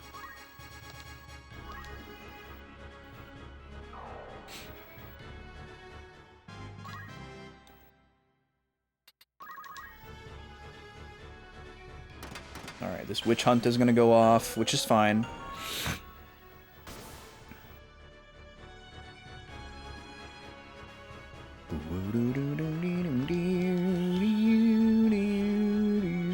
Hopefully Rafa just stays here. She might change her AI when she has more HP and start going after the enemy. But we'll see. Alright, Roberto needs to move closer to the summoner. But he can't quite get there. And then I guess he can just start singing something to farm JP. What would we go for? What is this, attack power? That could work. The thing with Life Song is I think we still get the effect and therefore the JP yield, even if everybody has full HP, but We'll go with Angel Song anyways, because we definitely restore a bunch of MP. Stay away from the summoner! I was thinking about that too, Soccer. Welcome in. Legendary soundbite. Alright, Kenny Loggins turned into a crystal. Let's check the AT again. Just want to make sure Sylvia doesn't take the crystal away from me. Ramza, Veronica, Salome. Ah, this is unfortunate. We're not going to be able to trap her, unfortunately. So she's probably going to move to somewhere where it's going to be harder to trap her, where we'd have to trap her with 3 characters. Let's see, this guy was a ninja. I don't think it really matters who picks up this crystal. Could be Veronica or Ramza. Guess we'll do Ramza. Give the summoner a big hug and make them your friend. You know, honestly, I wish I could. Which one of these would we want for Ramza? I thought I already had Shuriken and Ball for him, so I don't want to take those. I don't really care about any of these skills, honestly.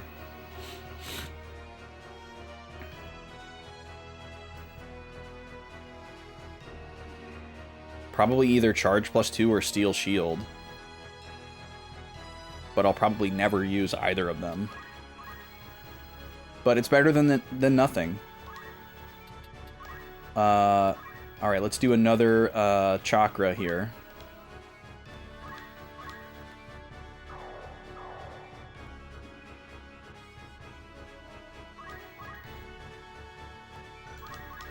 And then Veronica.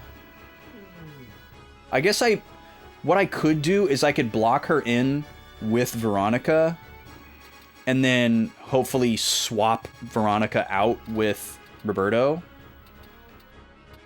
I don't think it's ever going to work out that way, though, because they're always going to be in the wrong spot of the turn order. Well, hold on. Let's see. After her next turn... Yeah, after the next turn, we can do it. So if she lives that long, which, you know, we'll heal her if we have to, I guess, to get what we want.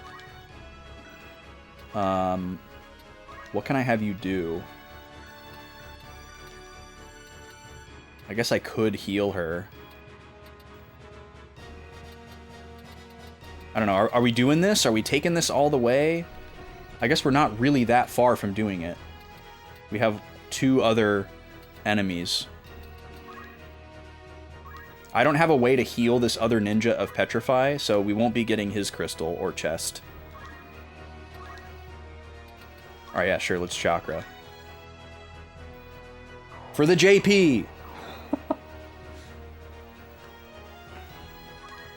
We'll try to take this one all the way.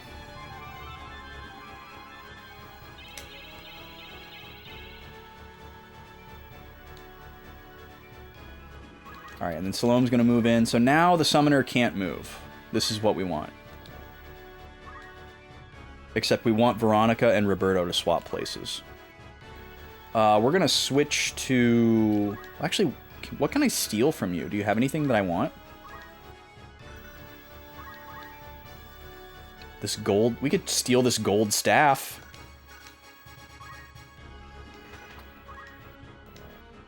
Why not? What kind of odds are we looking at here? 37%. We got time.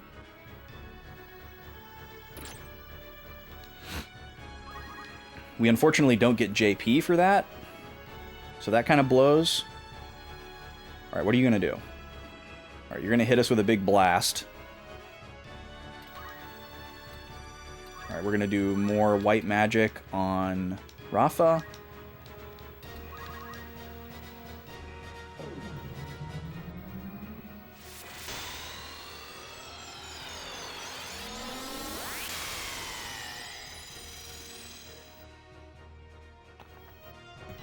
It seems like that does more damage than the less number of targets that hits. But hard to say with certainty. Okay, Roberto is not going to move on this turn.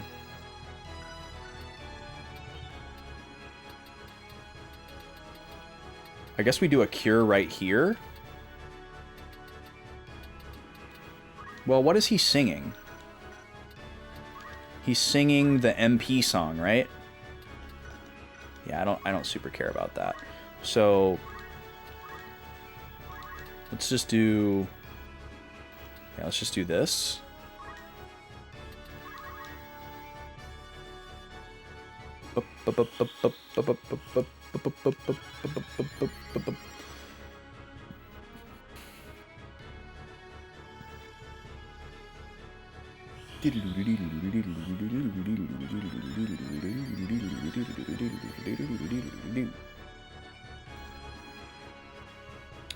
Okay, Ramza, what are you doing? Chakra for the JP? I don't know if we're ever going to find out how to use samurai skills.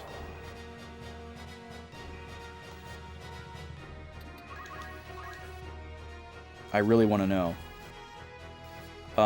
Okay, Veronica's going to move away because Roberto gets another turn before Sylvia. So, we're going to get Veronica out of here.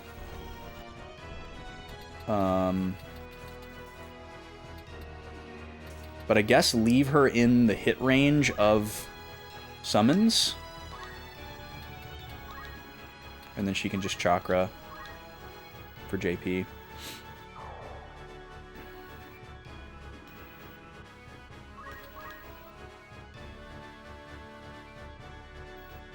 And then Roberto can now be the trapper. So this will just keep her alive more consistently. Let's do Life Song, actually. I want to find out if Life Song still gives me JP when everybody has full health. Okay, I think we can heal Rafa one more time. Yeah. And then we'll have to get a little creative. Salome, you are going to try to steal this staff. Got it! Nice. Now she can't physically attack. Well, yeah, she can. She can just punch. She's going to do one more summon here, and then she'll probably be out of MP.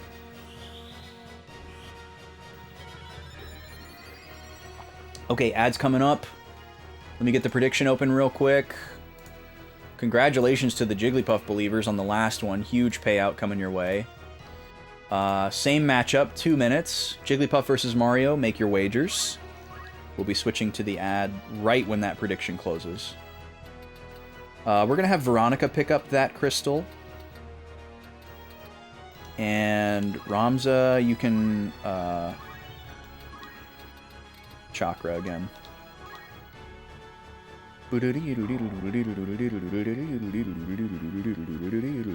I forgot to do the 1 o'clock ad, so we're still on the 30. But I'll get it before the lunch hour.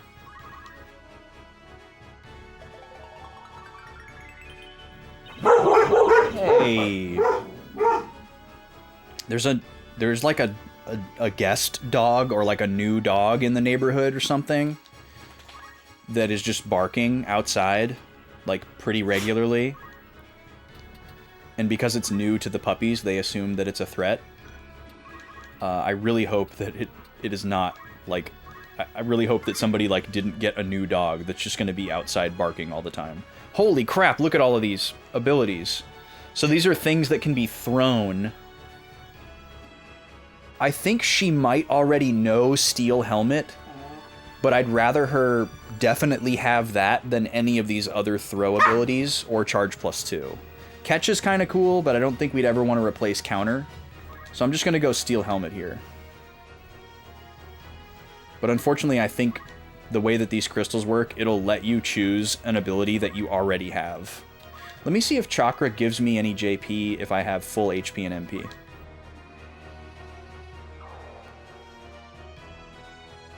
It does not. Ooh, lost my coaster.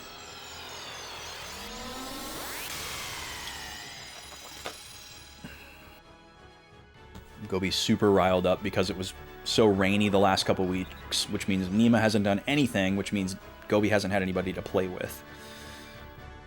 Okay, no more summons coming from the summoner. We're waiting on one more corpse to expire. Roberto, you can just keep singing.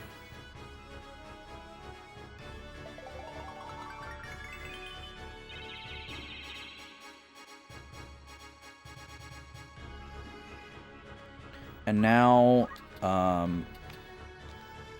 Matsuo would need to do something else. Okay, we can do this. I don't want to petrify her, but don't move is fine.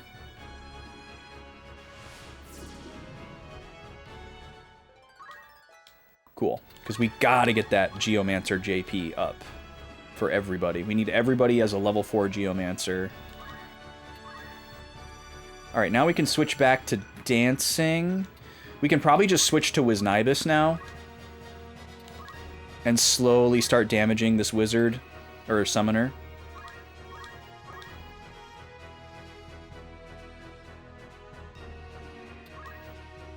Okay, we know that we can't do chakra. Oh, the ad is starting. Alright, switching over. Good luck to the predictors.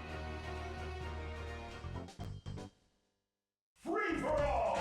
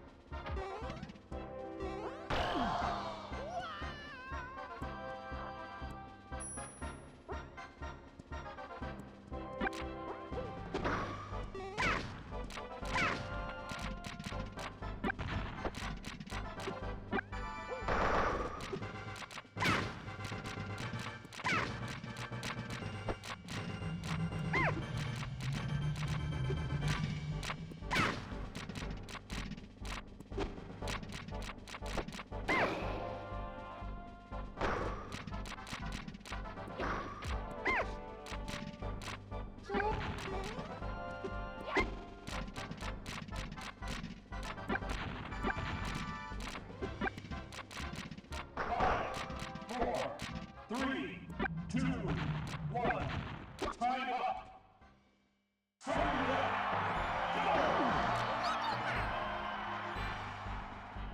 Game set. This game's winner is Dialog.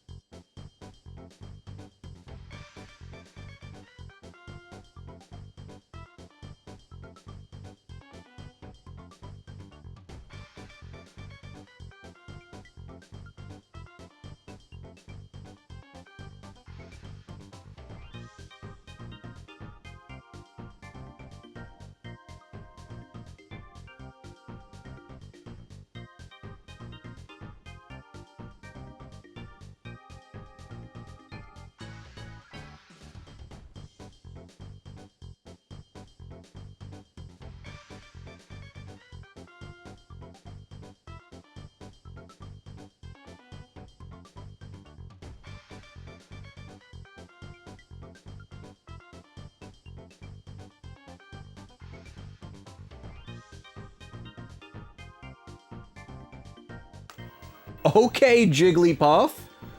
Okay. Y'all, what is happening? Is this the Cinderella story?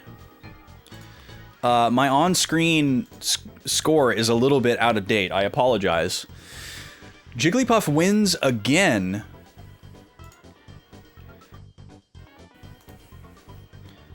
The score is now 4-3 after 7 rounds.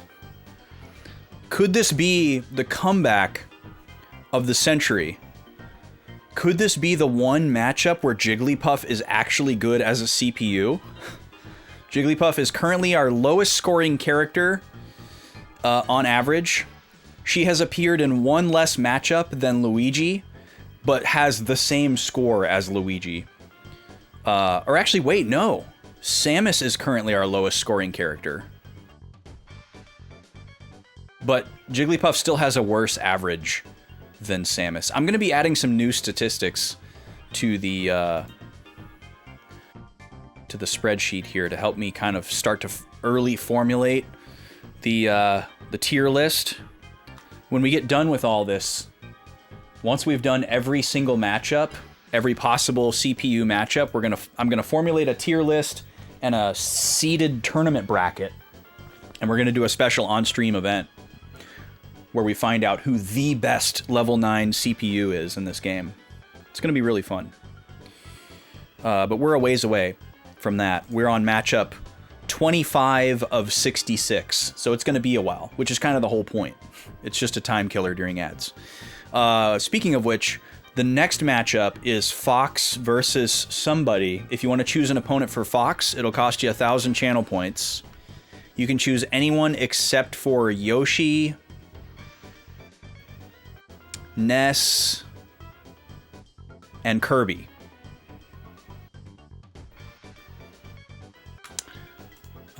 Just so you're aware. And if someone snipes you, you can just choose anybody for the matchup after that. All right, let's get back to tactics. Back to our Sylvester Stallone strat here. How can we farm JP for Ramza? It's not imperative that we do. We could probably pretty safely Wave Fist Veronica.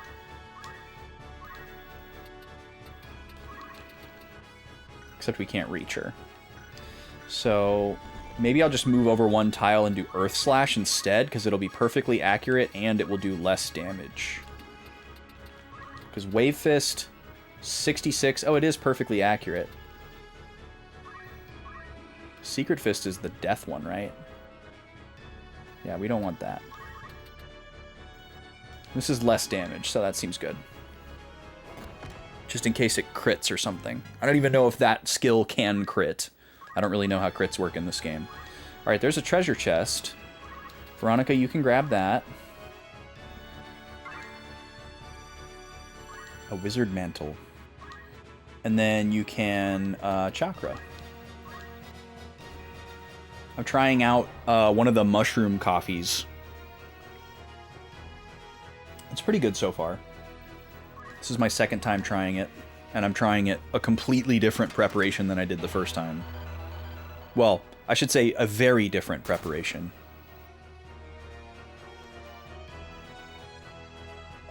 Alright, all the other enemy corpses have expired, so the only thing that we're waiting on here is just farming JP. We could just sit here and basically wait for Wiznibus to take her out, but it will take a very long time. And I don't think it's worth it.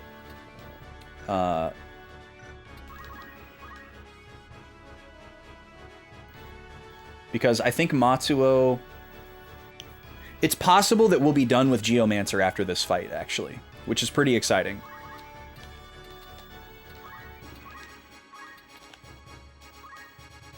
And then we could switch him over to Lancer, and then he could help get everybody to where they need to be on Lancer. We're trying to open up everybody's job tree to have access to Dancer, so that they can start learning Dancer skills. We're interested in only one in particular for everybody, which is an ability called Fly, which basically makes it so that height doesn't affect your movement range. It seems really, really good. Currently, we have everybody using one called Move +2, which makes you just move farther. I think it would kind of be a net neutral, but I think situationally, the ignorance of height will probably be better.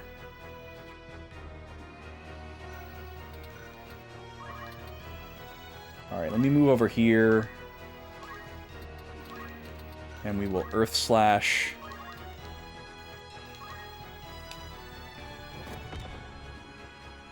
So, oh, there they go again. This is going to be happening a lot. I'm not happy about it.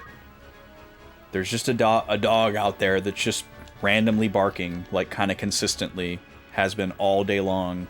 And it's very close by, but the way that sound bounces around in my neighborhood, it's hard to tell which direction it's actually coming from. Sometimes it sounds like one side, sometimes it sounds like the other, sometimes it sounds like a third. I don't think Ramza can counter this. So yeah, I guess I can just have them alternate attacking each other and then healing each other.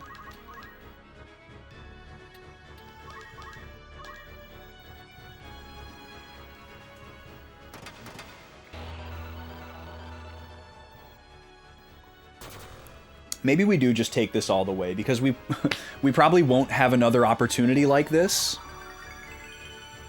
where we're in just like a perfect scenario to keep everything going.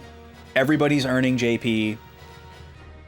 There's basically nothing that can happen that prevents us from continuing to do this. So we're basically just going to take as many actions as we possibly can until Salome's dancing takes out the summoner. And as a consequence, we're going to get a ton of actions.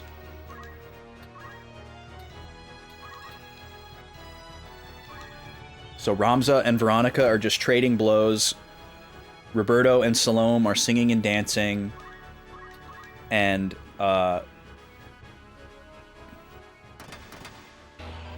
Matsuo is attacking the guest character.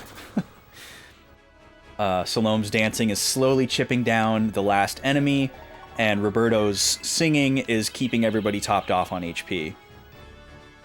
So it's pretty perfect. And then we have the last enemy character trapped in such a way that she won't counter kill herself by attacking us.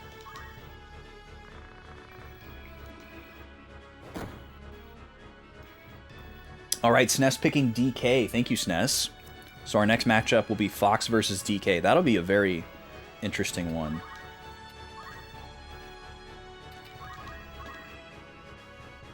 Get that set up here. SNES, you ever try mushroom coffee?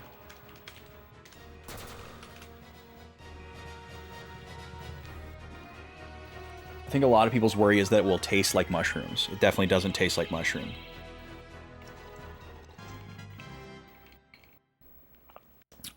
Oh, B has. Nice. Yeah, this is my first time trying it. I've wanted to try it for a while.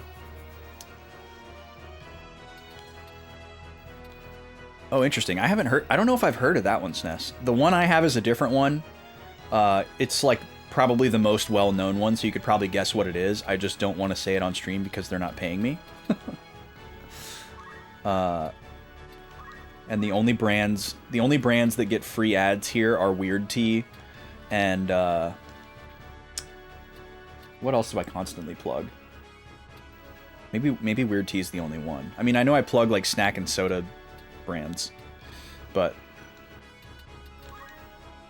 Weird Tea is like my only major brand loyalty on stream, besides like Nintendo, I guess. What am I doing here? Wave Fist? Yeah. But yeah, I wanted to try this one because somebody that I follow had a sponsorship with them, so I got a discount and like a special bundle, and then, you know, obviously it's nice knowing that they get a little kickback as well. And then also the frother that we bought, the cheap one that we bought on Amazon, died, and we needed another one. And the bundle for this came with a frother. And so I was like, oh, this is perfect. This is perfect timing. And the new frother is amazing.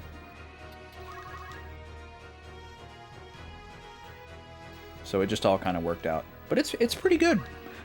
This time I mixed it with one of my maca powders that I have. I have a maca powder that's kind of like it's also kind of like a coffee replacement / hot cocoa clone. And I think where a lot of people get tripped up with the mushroom coffee and the coffee replacement products is the marketing makes it seem like it's supposed to taste like coffee and like fool you into thinking that it's coffee. But that's not really the goal. The goal is just for it to be the like morning ritual or like daily hot drink ritual that you have to try to replace that aspect of coffee. They're usually not caffeinated, or they're like lightly caffeinated with like tea or whatever. This one's made with chai, the mushroom powder. And I guess cacao technically has a little bit of caffeine in it too. But it's not like a cup of coffee, in my opinion. So I think a lot of people get tripped up because it doesn't really taste like coffee. None of the coffee replacements really taste like coffee or even trying to taste like coffee. And they're also not as caffeinated as coffee. They're just trying to replace like the ritual.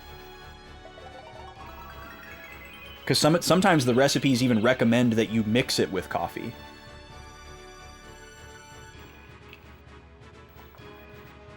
As a way to like boost your coffee and make it like more nutritious or something. Okay, we'll switch to chakra here for one turn because our attacks are hurting each other a lot.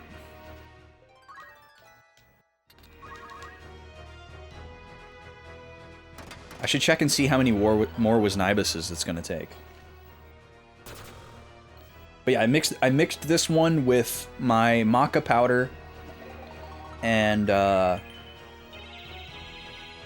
some milk, and it's completely unsweetened. I wanted to try it completely unsweetened, so no sugar at all, and it's still pretty good. Still pretty good. You can definitely tell that it's unsweetened, no doubt about that. But it's not like super bitter. It's just like slightly bitter. But there's some sweet notes to be felt, despite the lack of sugar.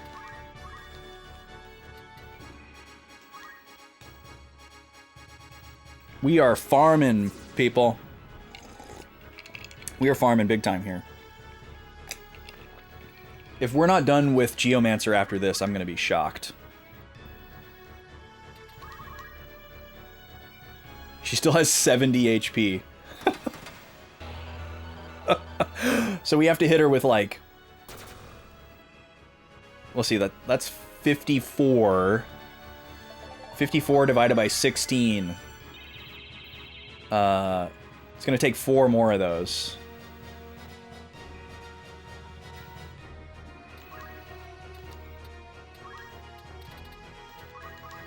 Which means a bunch more actions for everybody else. If I didn't have a way for everybody to get JP, I wouldn't want to take this all the way, but because I do, and because we have like a very clear path, we're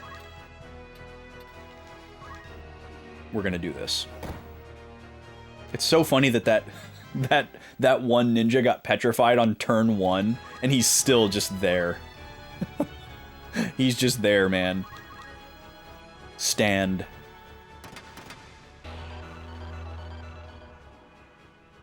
Plus, this will probably perfectly time out to take us to the lunch hour, and then we can get to more story content after the lunch hour.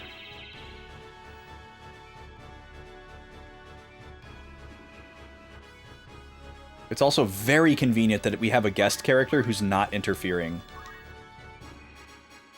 I can't believe Don't Move hasn't hit her yet, though. Maybe it's not possible? I wonder why he's getting so little EXP from that. I mean, I don't mind. I don't really want to gain EXP while I'm doing this. I really only want JP.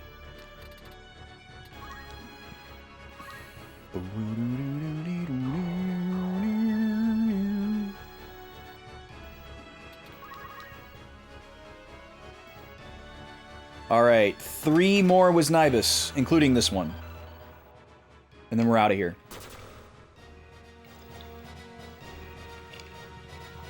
I could choose to heal this summoner and make this last even longer, but I'm not going to. We could technically keep this going forever. We have an ability that restores MP, and we could just keep healing this summoner. You know, like if we could program a macro, if this was on an emulator or something and we could program a macro, we could literally just make this go forever. But it's very much like diminishing returns because we can only gain JP for the currently equipped jobs. So at a certain point, we would just max out all of the currently equipped jobs, and we wouldn't be earning anything other than just really, really, really small incremental experience. And it totally wouldn't be worth it. But I guess if you did the math to figure out like how long it would take to max out, you could just run the macro for that long.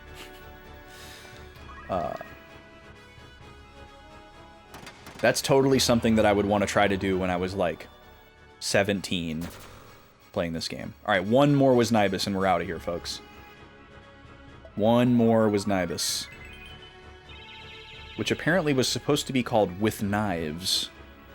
Interesting trivia from chat last week. But I feel like Knife Dance would make a lot more sense. Which I think someone said it was what it was called in War of the Lions. I think it's called Knife Dance.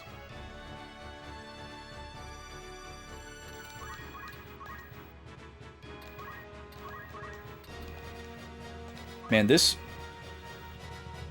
game really needs cursor memory. Cursor memory would be so nice. I feel like Tactics Advance had it, but I don't remember with certainty.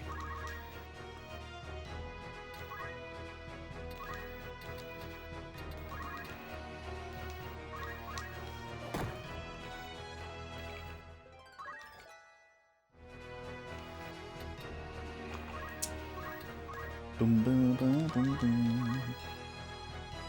All right, Sylvia, what are you going to do with your last turn? Nothing. This is it. We're free from our grind prison.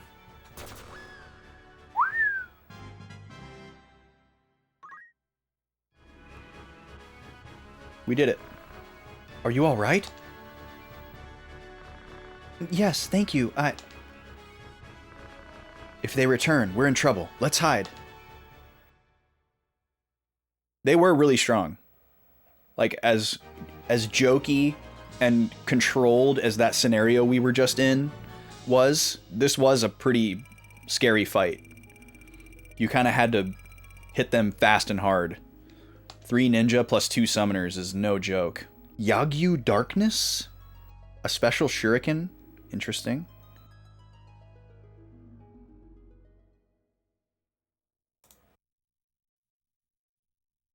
Alright, are we gonna get another scene here? We are. Cool song. Barrington only wants one thing, to be the king. Wait, Barrington is a person? Okay, this is huge. So far, everything that has ended in 10 has been a group of people.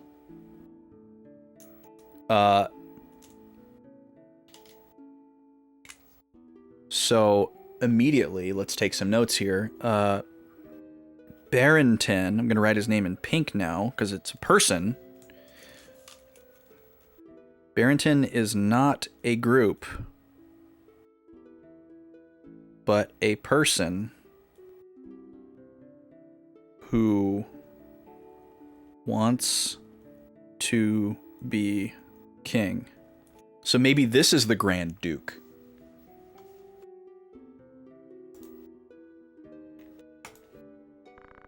They call him Weapon King for making strong weapons and training many wizards. There is one who incites the Grand Duke that is of the royal family.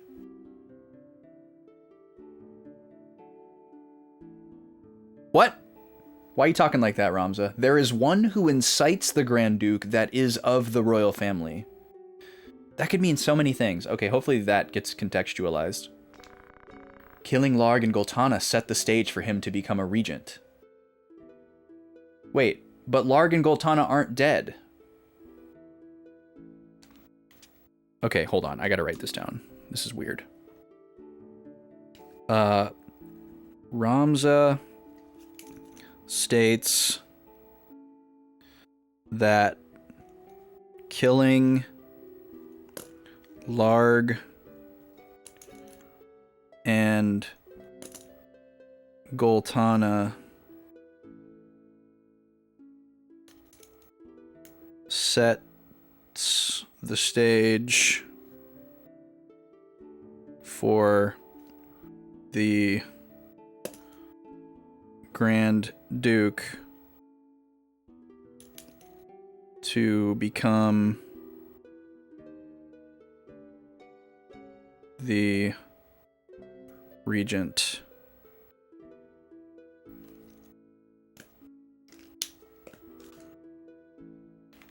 Okay, so this could just be like a miswording. We'll see. Why do you keep fighting being branded a heretic? I think I know why, but nobody'll thank you for beating him. I'm not fighting for thanks.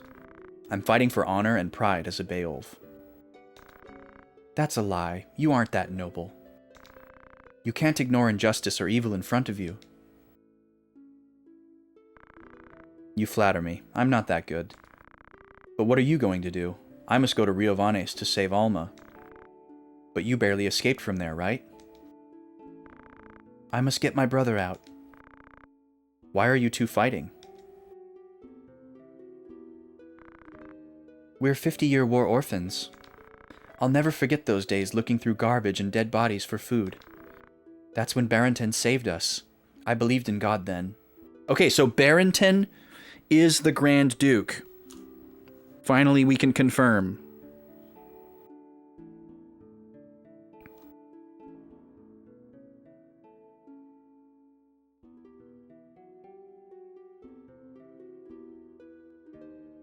Right? It seems... Yes, yes. Okay, Barrington is the Grand Duke. Barrington is the Grand Duke. Okay, I was kind of assuming that, but it wasn't confirmed, so... Barrington built orphanages for the war orphans, but he provided training to gifted children to be professional assassins. You must be those children. We, Galtanas, have secret skills of the family. My heaven skill and my brother's hell skill. These two skills differ from magic. Barrington wanted them, but the family elder refused him, so he burned the village. He decided if he couldn't have them, he'd erase them from this world. He probably was excited when he found us among the orphans. You tried to escape when you found out the truth. We yearned for him to be like our real father, but even then...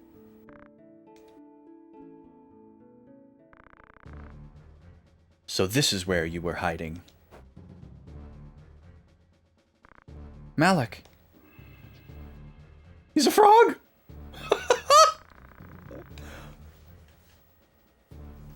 Incredible. This is going in the screenshot folder.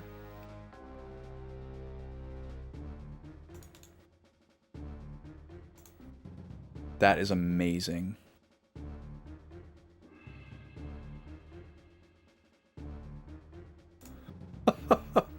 And this music too, where he's like, I have you just where I want you.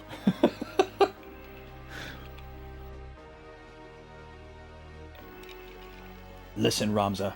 Hurry to Riovanes Castle, or your sister will be dead. If you touch Alma, I'll show no mercy. Rafa, you're coming too. Resist, and Ramza's sister will die because of you.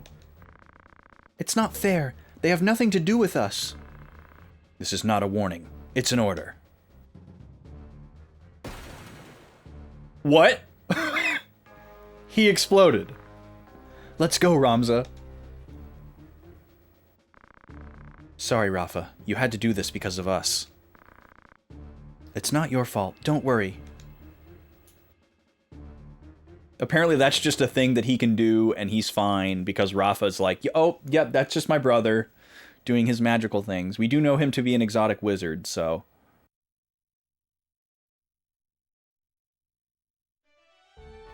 Okay, it's time for the lunch hour. So this is going to be where we stop. Let me catch up on some notes really quick before we break away.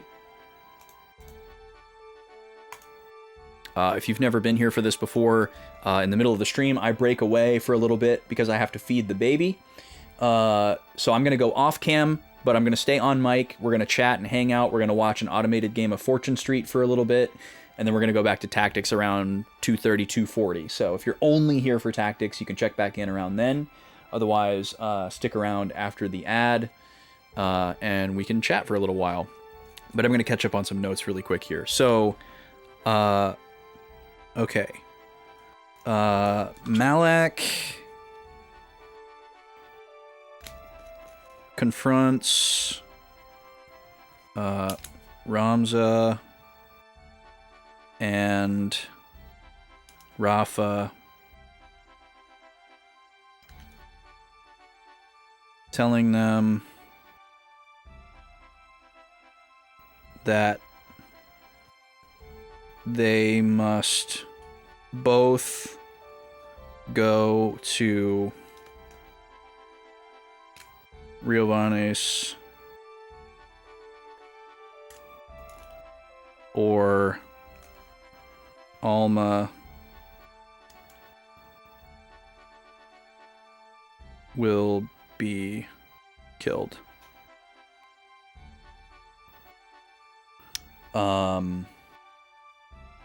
And then I guess I'll also just say Rafa explains further her and Malak's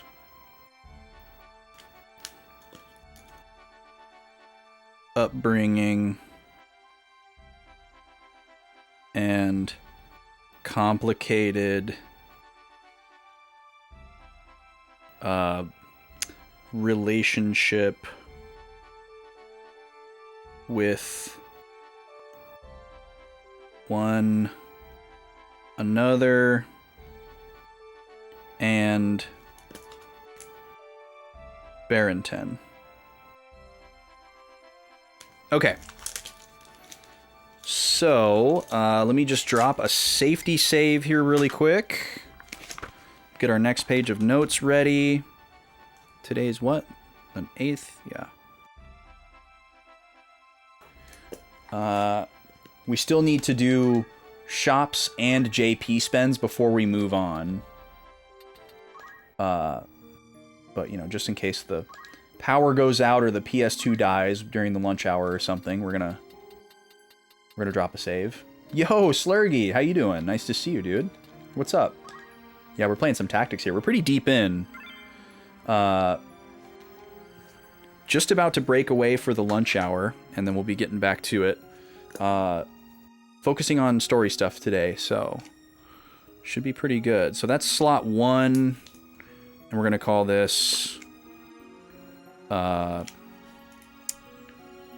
Yardau, pre-shop, and JP spend.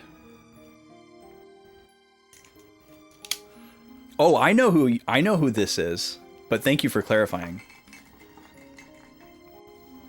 Great to see you, man. Hope you've been well since VGMCon. I'm glad that we got a chance to hang out and chat for a little bit at the event. Yes, I remember. But thank you for clarifying. I always feel like I have to clarify who I am too.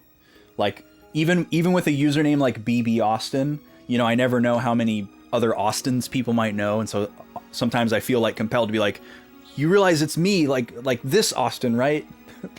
Like Backlog Boys Austin, or Dabber Austin, or VGMCon Austin, and usually people are like, yeah, I know it's you. But sometimes people are like, oh! So it's like, okay, good thing I said something. Okay, we're gonna break away for out to lunch here. I'm gonna switch us over to an automated game of Fortune Street while I feed the little guy. and maybe grab a snack for myself, and we should be back with tactics in about 30-35 minutes. But I'll still be on mic the whole time during the break if we want to chat about stuff. I'll just be off cam. I'm going to run an ad really quick, and see you in a few minutes.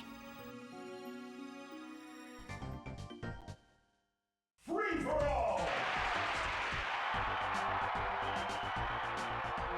3, 2, 1, go!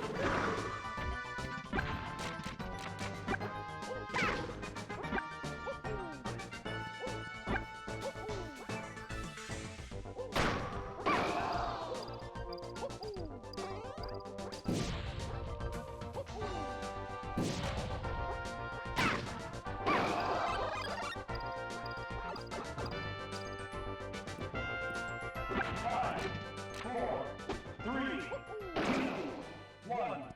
Time up. This game's winner is Mario.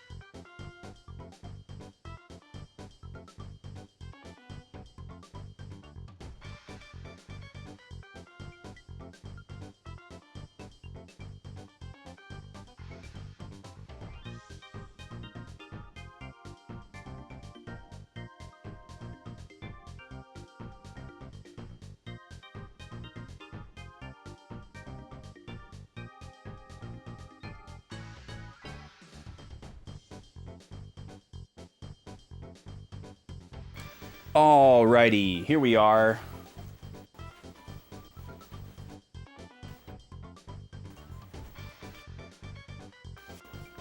Let's see. All right, Mario wins this round, but this has become an exciting matchup suddenly. Jigglypuff is trying to claw it back. 3-5 after 8 rounds. Still 3 more to go.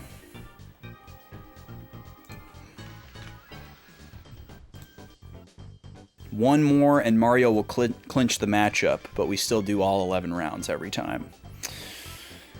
Okay. We're all updated there. Get it updated on screen. There we go. And now we can switch over to Fortune Street. Welcome to the lunch hour. We're going to select 4 random characters here. Let's do... how about a Goofy Goober theme? We'll go Birdo, Platypunk,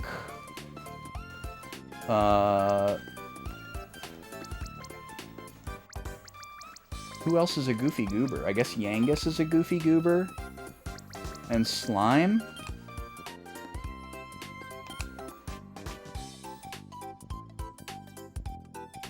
And what level do we want to go to? What song do we want to listen to for a long time?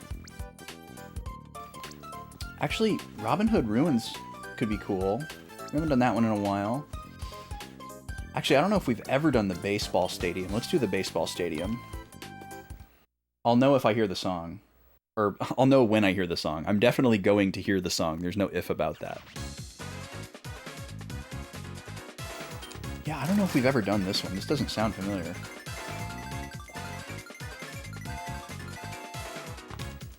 So if you have no idea what's going on right now, don't worry at all. This is just something for us to look at and be visually and auditorily stimulated by while I'm not playing the game and we're taking a break here. This is a rare game that can play itself, which is why it was chosen for this. There's a mode that allows the computer to play for you temporarily, kind of like auto battle in an RPG. And you can basically tell the computer, hey, I'm back, I would like to resume control. But obviously you can just never do that and let the computer play for you for the entire game. And interestingly, the mode is called Out for Lunch. So I guess the implication is this is a pretty long game, and games can take a while, so you might need to leave to go to the bathroom or eat something. And so that your co-competitors can keep playing, you can set yourself as out to lunch for a turn or 10, and let the CPU play for you. So we just set everybody to out to lunch, and then I can put the Wii Remote down, and we're all set. Alright, Birdo's the last one, and now we're all set. What's also interesting about this is that every single character has their own AI personality. So they're all programmed to like focus on different aspects of the gameplay in a way that's supposed to fit the personality of their character. So like, you know, Wario might focus on getting as much money as possible, but take reckless risks in order to get there. And then a character like Bowser might have a personality that's focused on doing things that specifically harm the other player, but with throwing caution to the wind in a way that might also harm him. You know, things like that. Or like a character like a Slime who's just like really dumb, does seemingly random actions. And no two of them are the same. It's not like Mario Kart where it's like, okay, this is a small character, and then there's a medium character, and then there's a heavy character. And they're kind of all the same and just aesthetic beyond that point. As far as I can tell, there's not a lot of resources for this game. As far as I can tell, every single one of these characters has their own unique AI personality. It's pretty cool. It's interesting that that much care was put into it for what is a digital board game. little guy really seems to want this blanket to cover his face, and I guess I'm fine with that if that's what he wants. I usually put it on the top of his head to prevent him from looking up, because I don't want him to be able to turn around and look at the screens. Usually when I put it on the top of his head, he pulls it off. And I keep trying to put it on top of his head so that he can see, but then he just immediately pulls it down over his eyes. So if that's what he wants, I'm fine with it. If you can't see anything, you can't see the screens. So mission accomplished. And he can still eat and breathe, so... He's going absolutely nuts right now. He has so much energy. His legs are going wild.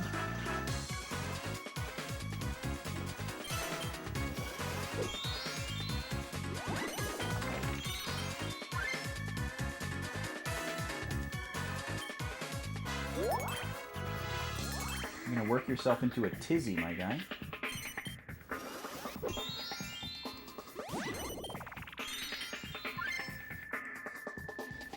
There you go.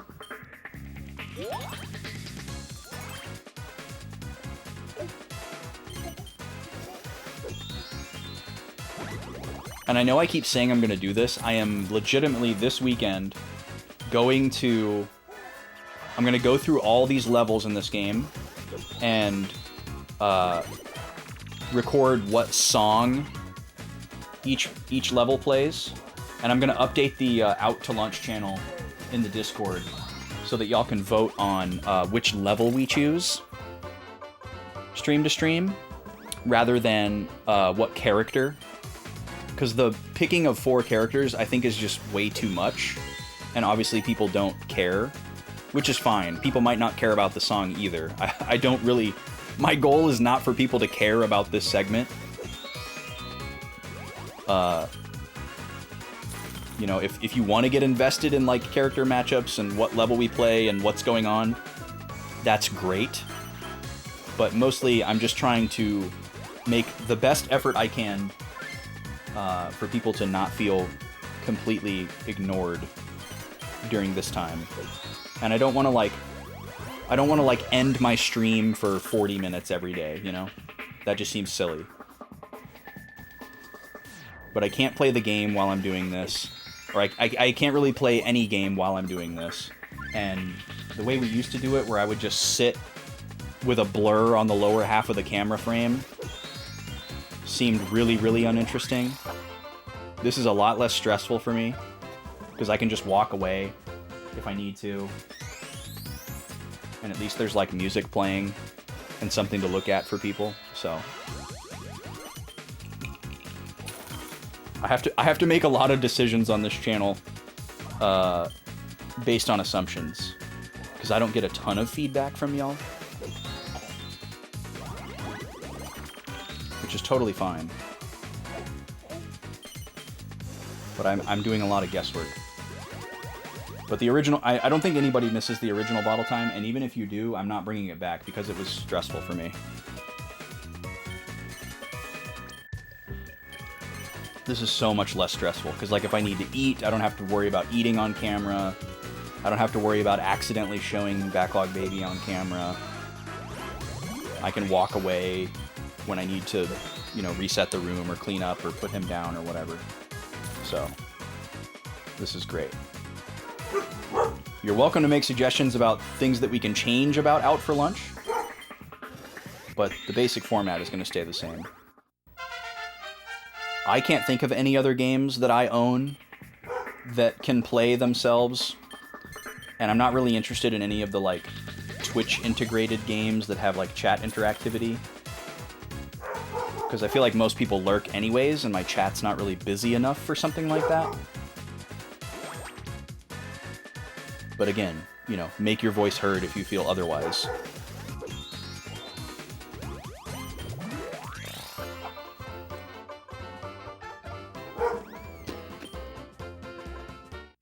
That dog is barking outside again, so that my puppies are naturally barking back.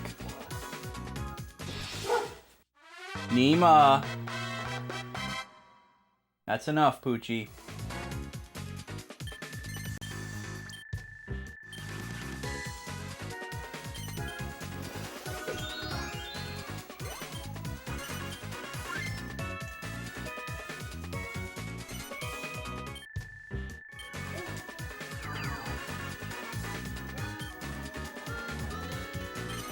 you doing there, little guy? Huh?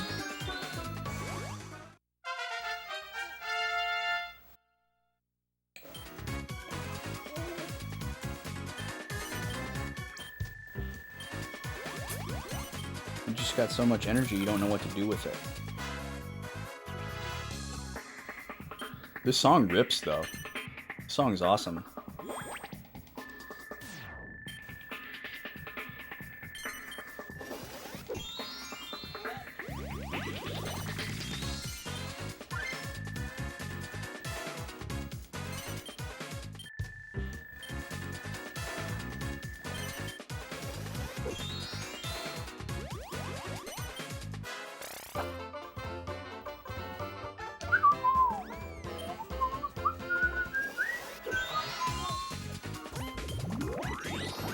Dang, that was a really cool fortune card.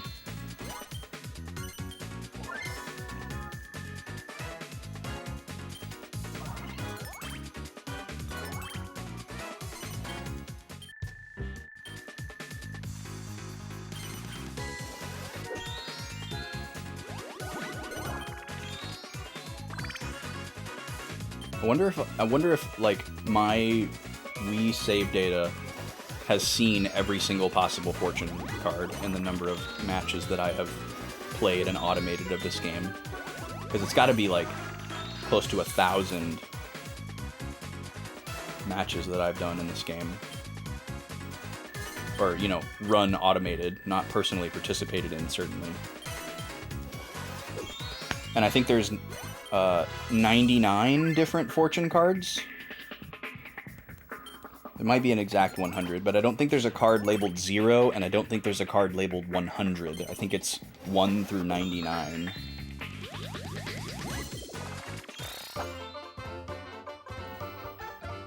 What are you doing, little guy? That hurts. He's like moving 2 of his fingers back and forth across the back of my hand, and it's like scratching me with his little fingernails. Is that your little protest? Now that your initial jitters have calmed down? That doesn't feel super good, little guy. It's kind of funny, so I'm letting you get away with it, but it does not feel good. Alright, he stopped.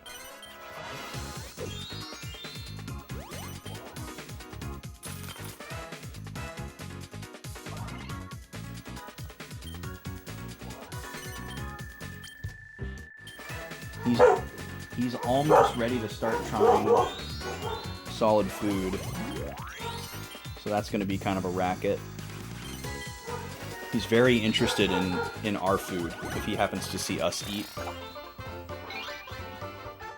Sometimes I will eat at the same time that I feed him because of what I've got going on for the day, which happened this morning.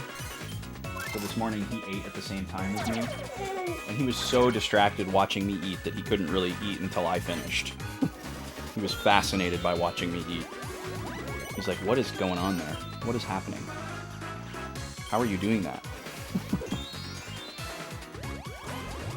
Because like the food that I eat probably looks more to him like toys than what he perceives as food. So, you know, it could very well to him look like I'm putting toys in my mouth and they're just not coming back out.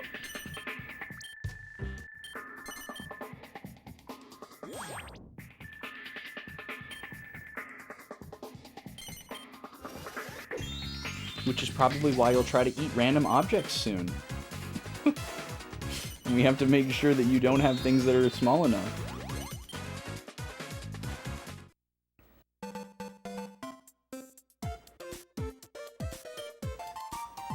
I wonder if that could be a contributing factor to why babies put toys in their mouth. Like, obviously it's not the only reason. You know, they're like exploring and they're learning about a bunch of different like stimuli. But like they see you putting stuff in your mouth that are essentially objects, right? Like your food are kind of like little objects. So maybe they're also kind of like imitating you.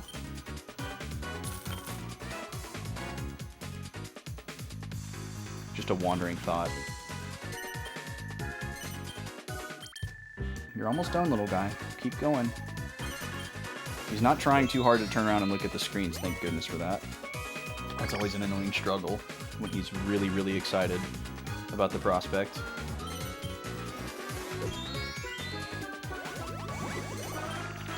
He also stopped his leg fury. Nima is so mad that there is a dog barking. I think she's jealous because she wants to bark too, because I always tell her not to.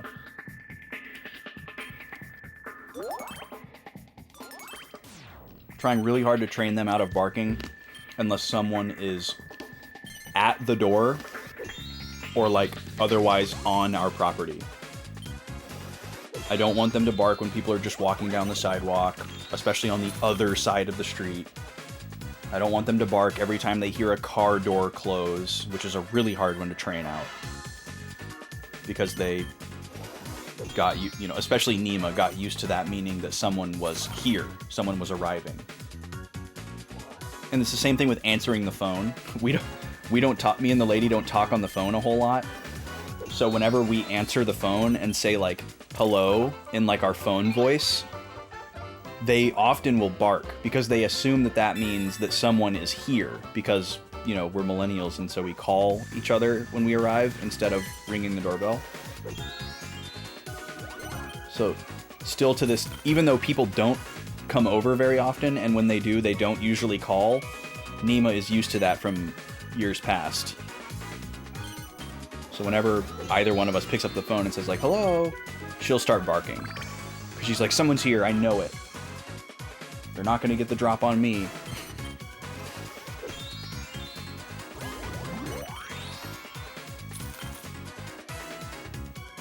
It's a hard balance to strike. I want them to be good guard dogs, but I want them to be selective and not super annoying. And not wake up Backlog Baby whenever he's sleeping. Which luckily hasn't really been a problem. There's a lot of times where they'll bark while he's sleeping and he's completely unfazed. But, you know, I think he'll become more sensitive to being woken up by sound as he gets a little bit older, so. We're trying to work on that. Puppies have gotten a lot better about it, but they're still struggling. What do you think, little man? You're almost done. Can you do a little bit more? Can you finish this one? You didn't finish your last one. So it'd be cool if you could finish this one. Yeah, are you getting frustrated with me? Because I'm wanting you to finish?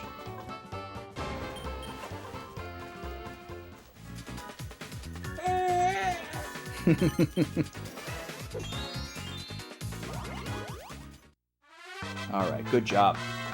Good job. You went all the way to the end. Alright, let me go get him reset really quick. And reset the room. And we'll go back over to tactics. I'll see you in a few minutes.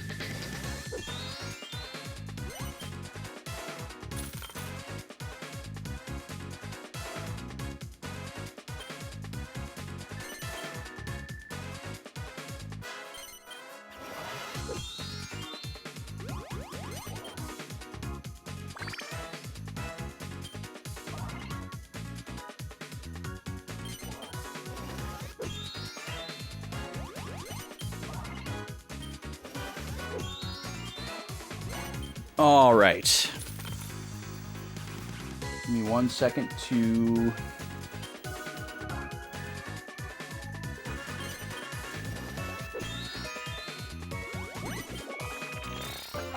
There we go. Sorry, just crushing a banana and some vitamins real quick. And then we'll get back to it.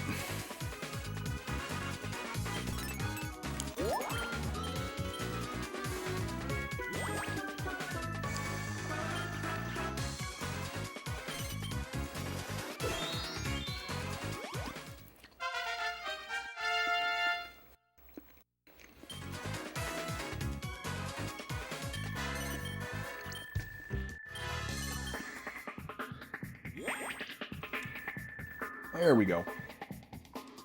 Okay.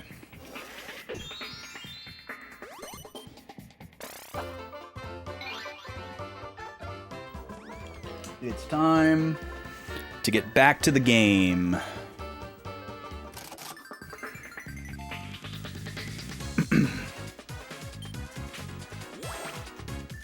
This song is so fun.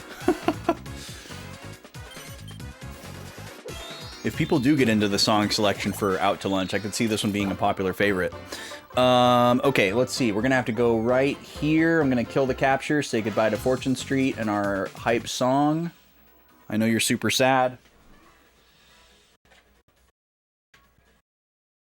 There we go.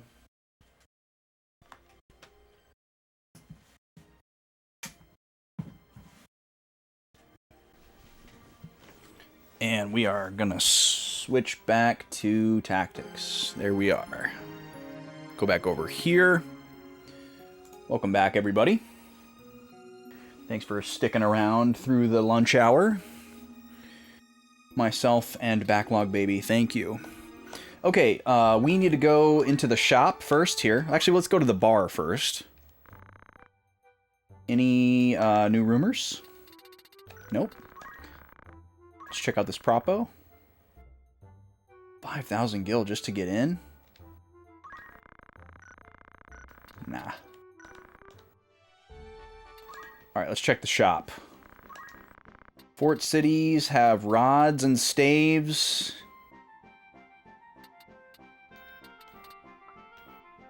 Ooh, golden hairpin. Cancels silence. That is quite expensive. Let's see. It's like a better version of the Holy Miter, though. Like, way better. So we do want to buy probably at least 2 of these. One for Roberto. And then one for, I don't know, reserves. We're up to date on the power sleeve. Oh, wow, Rafa is in my party. Cool. What a cool sprite. I'm sure she's not going to be with us long term, though. And I can't bring myself to use guest characters. Speed +1? Holy moly. This is huge. It probably is worthwhile to give up move +1 and jump +1 to have speed +1 just all the time. This seems like it's kind of game breaking. Because we could basically skip the speed dance that we normally open the battle with and just basically move to the next step in that process. I have enough for 5 pairs of these. I think that's the move. Like, just clearly and empirically, that's the move. That would require me to do some fundraising for the golden hairpin, but I think we can do it. There's nothing here that we need for weapons. So this is the gold rod that we just stole. I don't know if we'll ever need it. But I guess we could sell all of our other ones, maybe? It doesn't have any additional effects. But it's still good. Alright. So first things first, We're going to buy 5 pairs of sprint shoes. Don't look back. Boston, 1981 or something. And then we're going to go into the fitting room. Or actually, no. I get confused in the fitting room because I forget that I'm not in this screen. So let's just go in here.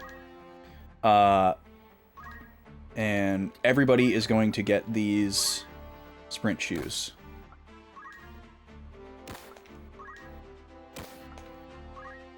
Oprah mode.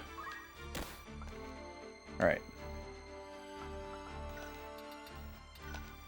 And while we're in here, I want to look at Rafa here.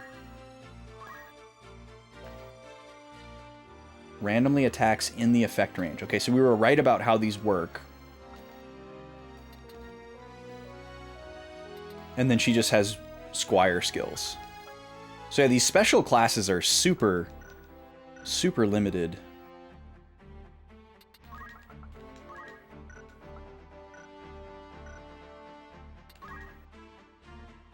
But you can just, you know, you can start classing them into other stuff and try to combine it. Or just, I guess you could just have, like, you know, some other random character that has the cool guest sprite. But with a Brave of 31, definitely not worth investing in long term. At least Mustadio and Agrius are balanced, and Agrius has really strong physical attack.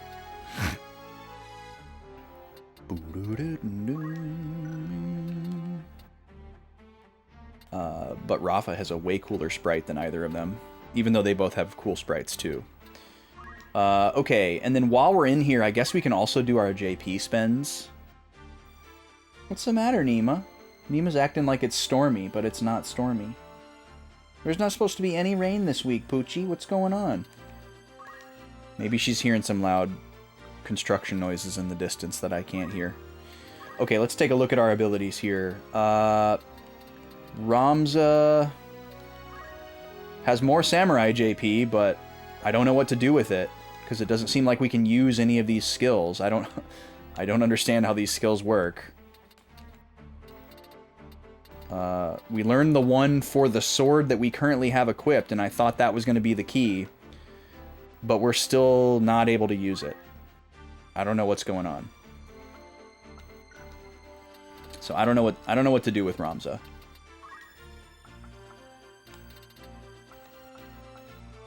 He needs to be in some kind of class that can wear armor and 2 swords.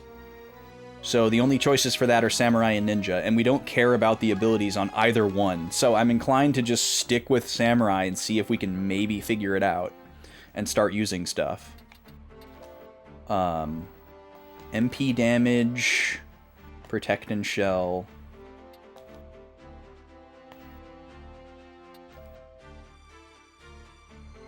I mean, this would be massive if we could start using this. I just don't know how these work. It's like you have to charge it up in some way. I don't know. It's also possible that that one that I just learned is like the next best sword, and so we could have 2 different swords equipped and then therefore use that sword. It's also possible, I guess, that I need to only have 1 sword. Maybe the 2 swords somehow cancels out my ability to use the skill. You know? I don't know. We could save scum and try it out, I guess. Let's keep going for a second. Not get sidetracked. Alright, new priest skills for Roberto. We said we wanted to focus on wall. We got wall. And then next in line after wall is probably region. And then I think we'll save up for re-raise next.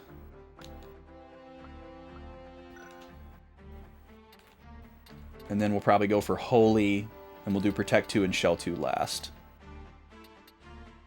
And then we'll switch him back over to Bard.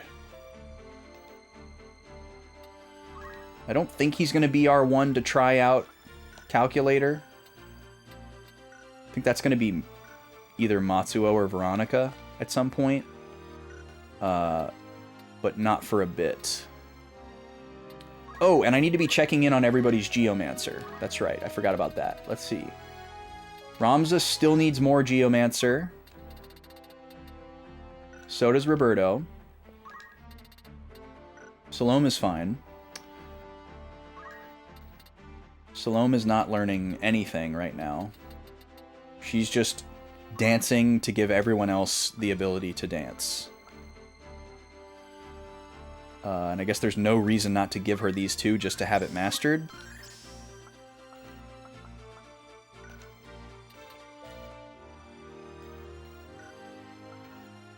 Alright, Veronica... I think Veronica can finally get Earth Slash. Yes. Okay, this is a great... This is really great. The question is, do we give her Revive instead? That might be the smart defensive play, is to give her Revive instead. So that we have one more character who can consistently bring back people who die, especially Roberto. If he dies. I think we gotta do it. As much as I want another Earth Slash user, I think we gotta do it. And then how are we doing on Geomancer for her? Oh, she's got a long way to go. She's still at level 2 Geomancer. Okay. I guess we have... I thought for sure we were going to be done with Geomancer after that last battle, but apparently we've still got a long way to go. Matsuo's at level 4. And we can get our next skill. But it's going to be a while. We need everybody to be level 4. And then we can switch him over to Lancer and do the same thing with Lancer. And he's basically racing with Veronica. Veronica, we're trying to get her all the monk skills. Which essentially... the only other one she needs is Earth Slash. So I guess... once she learns Earth Slash... we can switch her over to Lancer. Or we could double up on Geomancer. To try to get everybody's Geomancer done faster. Man, this is a rough day for dog barking. I think Nima's actually stressed out about the dog barking. Nima, lay down. Hey, come here. Nima, come here.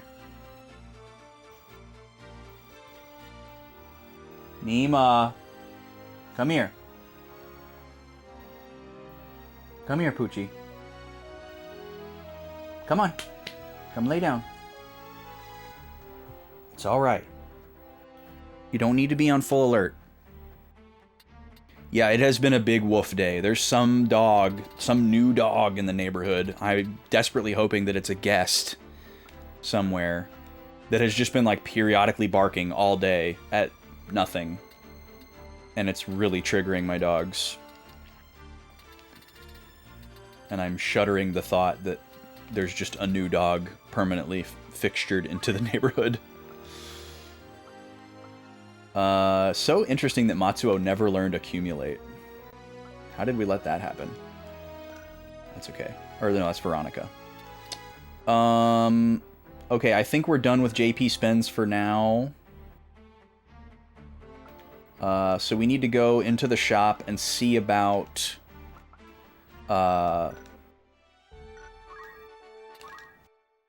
this new armor that we found. What was it? The golden hairpin. Okay. So we definitely want one for Roberto, because look at that increase. Salome doesn't necessarily need it. She doesn't use MP. And 24 HP is mostly negligible. I'm also pretty sure that she can still dance even if she's silenced. But Roberto can't sing or use white magic if he's silenced. So it's really important for him to have it. I don't know if Geomancer can be silenced. But this isn't worth it either. Matsuo's not going to be an off-white mage forever. So he doesn't need 50 MP. So yeah, I guess we just need one of these, which we can just barely afford. So I'm just going to buy it. And if I need money for something else, I'll start selling. I have plenty of things I can sell, but until that point comes, I'll just keep what I have. Alright, so Roberto gets a nice bump and can no longer be silenced. Alright, let's save again. They're very reactive to other dogs barking. Yeah, I mean, it's a pretty impossible impulse to train out. Especially at their age. Okay, so this is save slot 2. And we will call this pre-Yu-Gi-Oh! Yu-Gi-Oh? The Yu-Gi-Oh! Woods? Time to duel? Yu-Gi-Oh! Pre-Yu-Gi-Oh! Shops, equips, and JP spends. The reason I write down all these saves and a description of them is because if I ever need to go back for like a soft lock or something, I want to know which one is which. How old are my dogs? Here, I'll hit you with the commands.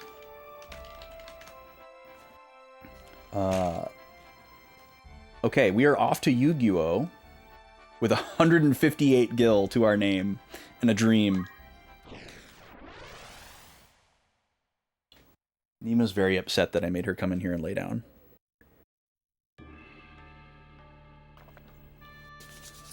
So yeah, Nima will be 8 in June. And Gobi's 4. She turned 4 in January.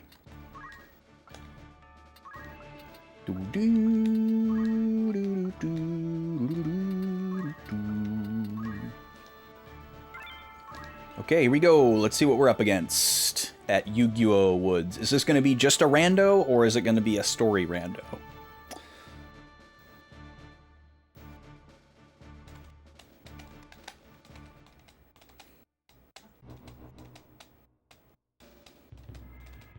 Ooh, we got monsties. And some time mages with float. Those who died in the war haven't been able to rest. Return to the future life once again with your affection left in this life. What? The future life once again? I guess that's probably a weird translation. Like, future maybe got mixed up with next. Really, really weird wording there. Alright, so this is just going to be a straight up rando. So everybody has float. Luckily, that doesn't matter for any of our strategies. There are a lot of them, though. Time travelers. Veronica, Ramza, Roberto. So Rafa is just with me in this fight. That's kind of cool. A true guest character. Barbara, Lucy, and Arcs. So Matsuo and Salome don't get to go. Nobody's really in line for an Earth Slash. So I think what we'll do is probably just hold formation as much as we can and try to get some buffs going.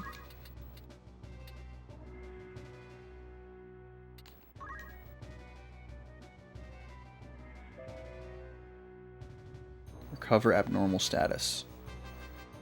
Oh, this recovers Petrify. This is, I think, the only thing that we've seen so far that removes Petrify. Maybe Asuna does, and I'm getting it mixed up with Stop. It's wild how many abnormal statuses there are in this game.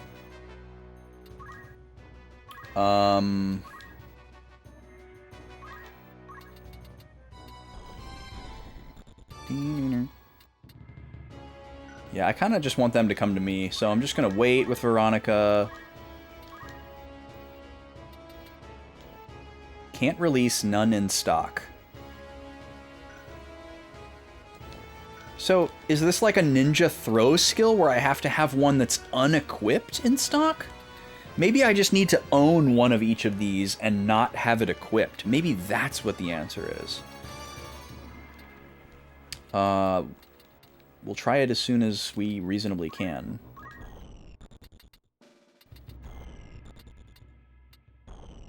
Alright, there's nobody directly in front of me, but if I move one tile to the left or right, I can hit one person. So I think that's worth it.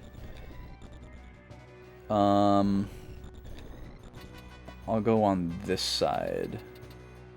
And we'll hit this phantom. Unless the other one has less HP. Let me see. 150 versus 178. Okay, maybe we should hit this one. Alright, so I'll stand right in front of Matsuo.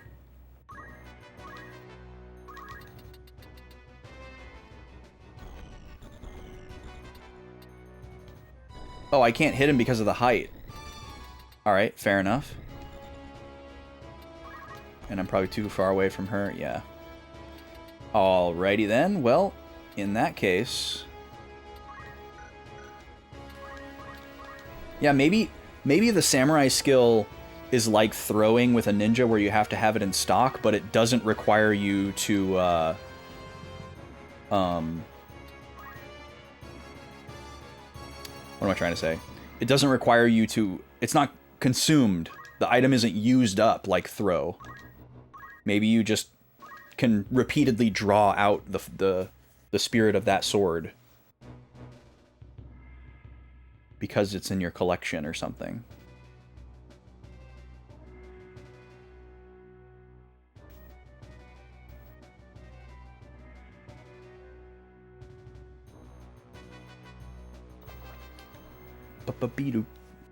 Probably trying to hit us with slow there, which is a bummer.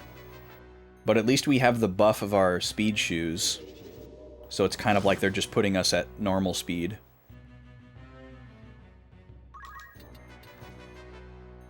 Alright, we're definitely going to go after you. 30 HP with a chance to stop. Or... Yeah, we'll take 112. So the thing with axes is they have a really wide damage range. They don't have low accuracy, per se, but it's kind of like an accuracy check. Where there's a really wide damage roll. Salome... Normally we would do slow dance, but I think I'm going to go Wiznibus all the way for this fight. Because there's just so many targets and they can move around so much. Okay, you're going to slow down Rafa. That's fine. Did you ever play Yu-Gi-Oh back in the day, Frogsy? I actually had a pretty strong Yu-Gi-Oh phase for a while. Pretty much exclusively the card game. I got into the card game super hardcore for pretty much the entirety of 6th grade. It was like at just the right time where we thought we were a little too cool for Pokemon. And we thought Yu-Gi-Oh was a little bit edgier. But then it kind of backfired because most people only knew the TV show. Ah, she missed herself and then got us with Don't Move. That's unfortunate. But yeah, most people only knew the TV show, and we didn't really like the TV show. One, because it misrepresented the card game, because the actual card game didn't work anything like that in real life. So we resented it for that, and then also just because people thought the TV show was really childish, so they thought we were childish for liking the card game. And we were like, no, the show's not cool. The card game is cool. That sort of thing. Who has the status heal? Is it? Yeah, this will get rid of the Don't Move for him. So let me see what my odds are here on the Time Mage. And that's our fallback. 60, 85%. 50, 85%. Okay. So I'll just attack.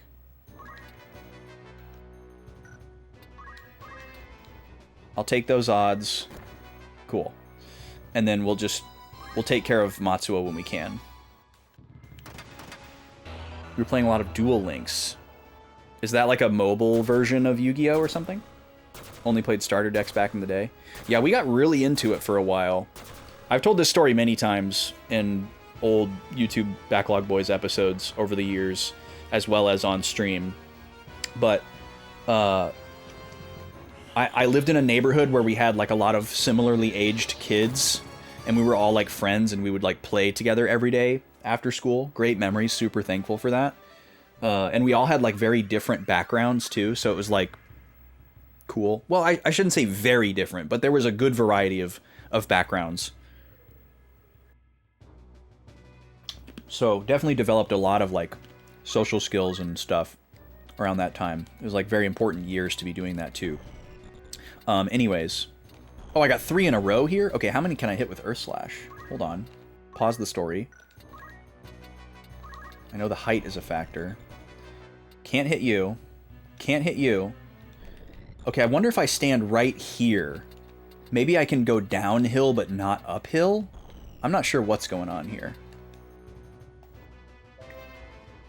It says it has a vertical effect of 2. Okay, so I can only hit if they're at... Well, yeah, 5.5 is 2.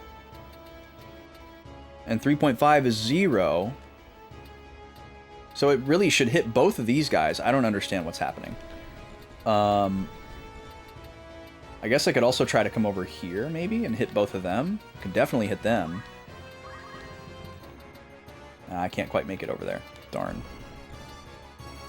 Okay, the other option is to take out this Time Mage. It's also possible that I could just take out this 132. If I can get to them. No, I can't.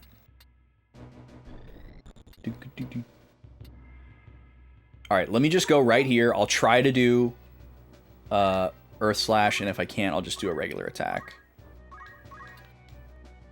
Okay, so can't hit this person with Earth Slash for some reason. Maybe it's because of float. Maybe Earth Slash is a ground... Oh, yeah, that makes perfect sense. How silly of me. Of course. Earth. My Final Fantasy brain didn't show up today, apparently. So we're just going to punch this ghost, because that makes sense. So anyways, I had the friends in the neighborhood. A couple of us got into the card game somehow. I don't remember exactly how it happened. What are you singing, Birdo?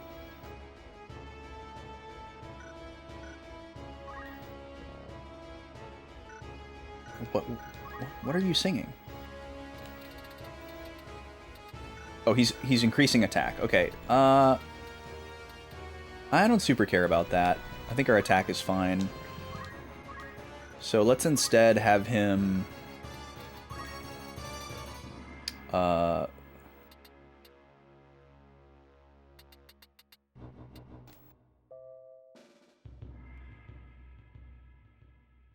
Various divine protection. Well, we could maybe get some regen and some protect and shell and haste. So this might be a good one to just start using more. And then Salome. We could probably have Salome just take out this this Time Mage. I think she could do it. Oh, but she can't get there. Darn. All right, we'll stick with Wisnibus then. Mobile but speed duel. 3 monsters, between 20 and 30 cards per deck, and 1 special skill. Yeah, that sounds like it would go super fast. But okay, anyways, I keep delaying this story. We got into the card game somehow, and then we found out that there was this independently owned card shop, trading card shop, that was in this same like little interconnected outlet mall as this big garden ridge, which if you don't know what a garden ridge is, it's like the meme way to describe it and the mean way to describe it would be like Home Depot but for moms. It's like it's like an outdoor-ish store that has like, imagine something like a Home Goods, if you know what a Home Goods is, but more for outside. So it's like planters and yard decorations and like outdoor furniture, you know, like porch core, I guess, type stuff. And myself and my closest friend, one of the neighbor kids that were into Yu-Gi-Oh, both of our moms loved to go to Garden Ridge. So basically we would convince them that they wanted to go to Garden Ridge on a Saturday, and that they should bring us along and drop us off at the cards shop. So they'd go to Garden Ridge for a couple hours, and we'd get to hang out in the card shop and like look at all the singles. And the father and son that owned the card shop were really good at the card game, and they would play with us and use really good cards against us, so that we were forced to learn how they worked and how to try to play around them and stuff. And they were super nice, and it's kind of weird to think about looking back. We were playing with we were playing cards with a guy that was like our father's age and then his father, but it felt very innocuous at the time. And nothing weird ever happened that I can recall. The moms would go to look for singles. I mean, maybe they were. Maybe they were hoping they would meet a cute guy at Garden Ridge. I don't know. I think if they met a cute guy at Garden Ridge, he was probably swinging the other way, but you never know. My mom would have been single at the time. My other friend's mom was not single at the time, but I guess that wouldn't stop her from looking. But no, they would go to Garden Ridge and look around at stuff and hang out, and we would go to the card shop and play around. And it was really fun. We did that a lot. We got really confident, and we entered into some tournaments. I think the best I ever did was like second place, but I was very proud of that. Okay, I need to get rid of Matsuo's status, so I guess I'm just gonna move back one, or maybe I'll move forward one and do that.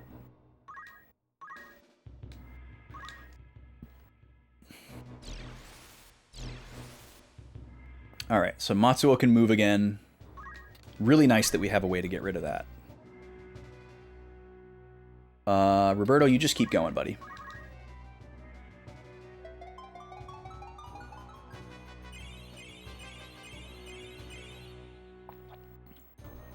This is kind of a fun one.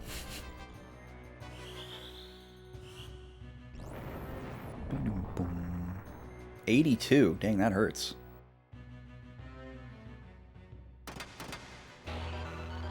But yeah, we only did that for like a year. But it was a good year. I remember like getting another friend into it and like splitting my cards into a secondary deck and teaching him how to play and making him play with me. It was a good time.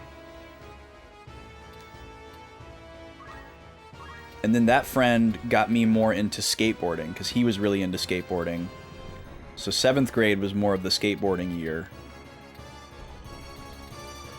Okay, who gets to go here? We got a couple of characters in kill range. Ramza, Salome, Matsuo. Which one's Barbara? Barbara's the other time mage, right? Yeah, okay. Not worried about her. So, this character's in kill range, this person's in kill range. Salome does need to be healed, but we're probably just going to have to hold out until Roberto can do it. I guess we could have Matsuo do it, but I'd rather not. I'd rather have him attack somebody.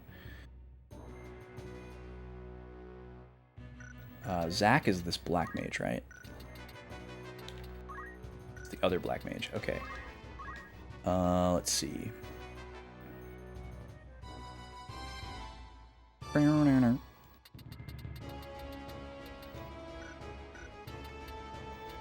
Okay. So, I'm tempted to do Spin Fist, but I'm afraid that it won't hit them. Okay, it's only one of them is a viable target. Well, at least I can tell that much. I guess another thing I could do is just heal. I could go stand next to Salome and heal the both of us, because we both need healing. That might be the best use of this action. Oh, it doesn't hit her? Just because of the height? That's so lame. Vertical 0. Wow, they have to be exactly on the same height as you. Well, I should have checked that. This is a very annoying, bumpy battlefield. Can I Wave Fist? Nope.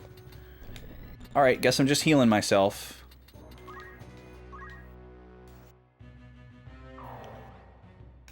Not worried about this battle, by any means. Should be way easier than the last one. Let's see. Salome can't quite reach this guy. Man, now that we have these speed shoes and we don't have a free move +1 from our boots, I'm almost tempted to pivot and have everybody go for move +3 instead of fly.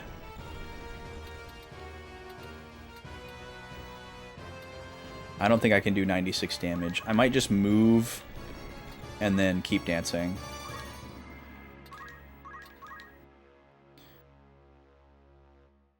It's going to take a while before everybody has fly.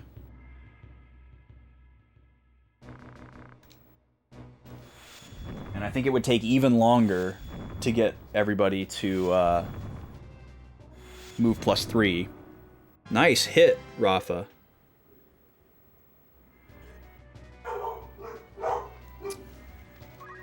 More barking. More borking. Okay, Matsuo, you need to take out one of these characters. I'm afraid he'll low roll and not kill the character that's got 96. So let me just take out the one that has 5 HP.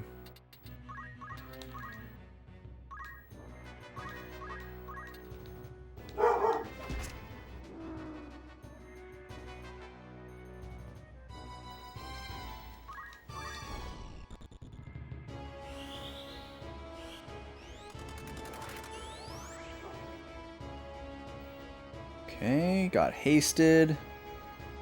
So they have a lot of characters hasted now. They're focusing on Rafa, so that's fine.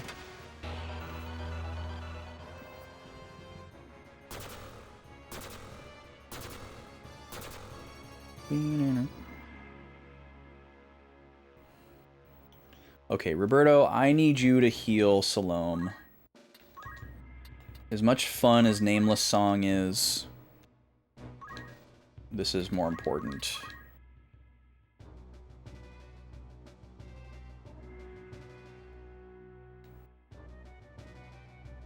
It's funny when the CPU takes a minute to think. I'm sure it's just a disk thing, but it's like accidental realism. That makes it seem like they're trying to humanize the CPU characters, like they're actually thinking. Alright, Matsuo is asleep. Veronica should be able to kill this guy, no problem. So let's do that. Farewell. I'm also not going to try to grind on this fight at all.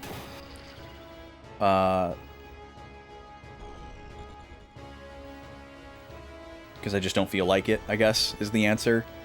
There's other reasons I could justify it as well, but I mostly just don't feel like it, since we did it on the last battle. And I'd like to get into the next battle and see what it is. Because it might be the end of the chapter.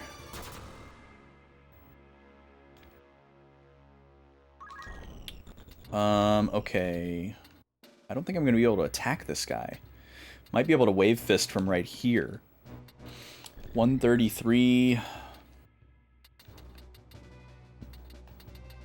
Yeah, let's do it. Let's go right here and try to Wave Fist.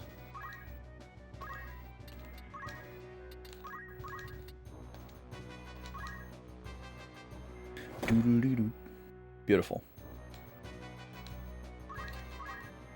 Doo-doo-doo-doo.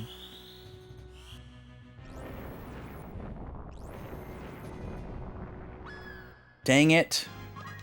Just before Roberto's able to get off his Cure 3, and now he's going to waste his turn. That's annoying.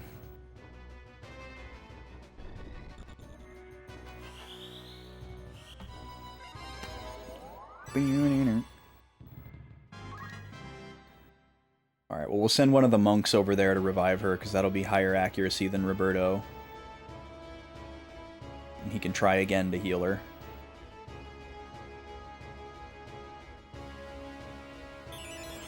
Wait, what? Why did a Phoenix Down do 130 damage to a Black Mage? What? What crazy tech is Rafa aware of that I'm not? Hey, Eris, how are you? What's going on? What are we looking at here? 64%? What's the AT? How long am I going to have to wait here? Clayton and Barbara. I would not have thought that these wizards were considered, like, undead. I don't know why she was able to kill this thing with a Phoenix Down. That was wild. I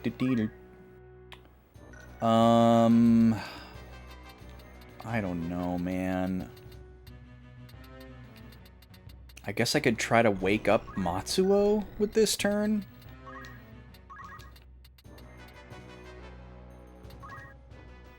That's a thing that I can do.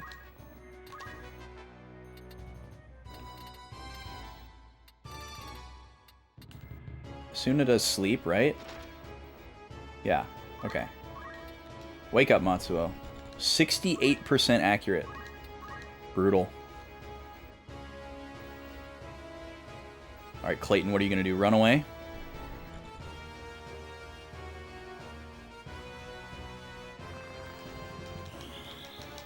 Carry us to the Fountain of Power. What an interesting incantation. Alright, cool. It worked. Thank God for that. This is a very pesky battle. A lot of status. Status is super annoying. Am I going to be able to attack you from here? Probably. But maybe I should go for this wizard instead. Yeah, because he's casting. Get him back the way he got us. Nerd. So yeah, the estimate that it shows for the axe attack must be an average. Because we high rolled there. And we've low rolled other times. Okay, Ramza, can you... you probably can't revive more than a height of 0. Yeah.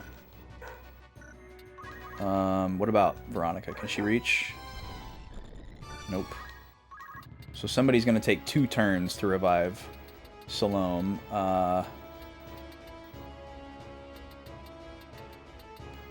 Well, actually, we can just kill this Time Mage because she's the last character. We're not going to try to stall here. We're just going to end it. Oh, my poor puppies. And my poor ears. And your poor ears as well, chat. Sorry for all the borks. Puppies are triggered. They're being trolled by some new dog.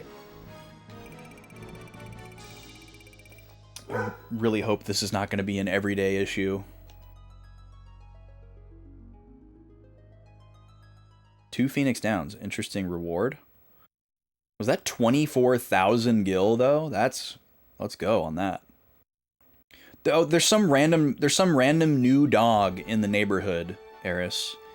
And I really hope that it's just like a guest, but there's just this random dog outside somewhere nearby, but I can't really tell what direction it's in because of how sound reflects in my neighborhood. And just every once in a while, just and, you know, my dogs can't help but bark back because they're like, that's a new sound. That's a new dog. Who is that? And there's like no other dogs in the neighborhood. So it's just really annoying. Okay, let's go to the formation screen. We didn't get very much JP in that fight, so I don't think much is going to happen here, but we'll take a look. No new samurai skill for Ramza. Geomancer's still not there yet. Roberto. Roberto is saving up for re-raise. Still needs more Geomancer.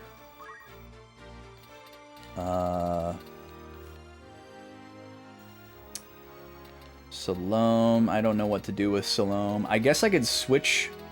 Well, no, I don't... No, we're not going to switch her to Thief. We're desperately hoping that she's continuing to earn Dancer JP for everybody, although we might be pivoting to want everybody to have Bard instead of Dancer. You hope the dog is okay? You had a neighbor who just left their dog outside all day and night? Yeah, it's hard to tell. Like, because sometimes that is the case. Sometimes the dog is barking just because it's bored or lonely. But there are some dogs that legitimately just compulsively bark. And it's like fun for them.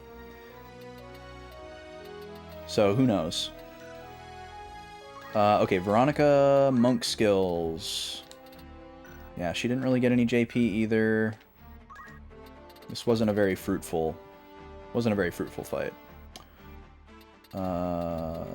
We got enough for one more Geomancer skill. We'll take it. Oh yeah, little dogs are kind of the worst. I'm the first to readily admit that I am pretty negatively predisposed towards little dogs. I'm kind of a little dog hater. There have been notable exceptions throughout my life. There have been little dogs that I have enjoyed and loved, but I'm definitely a big dog person, working dog person. Okay, let's save. And let's go to file 3. And we'll call this pre-Riovanes.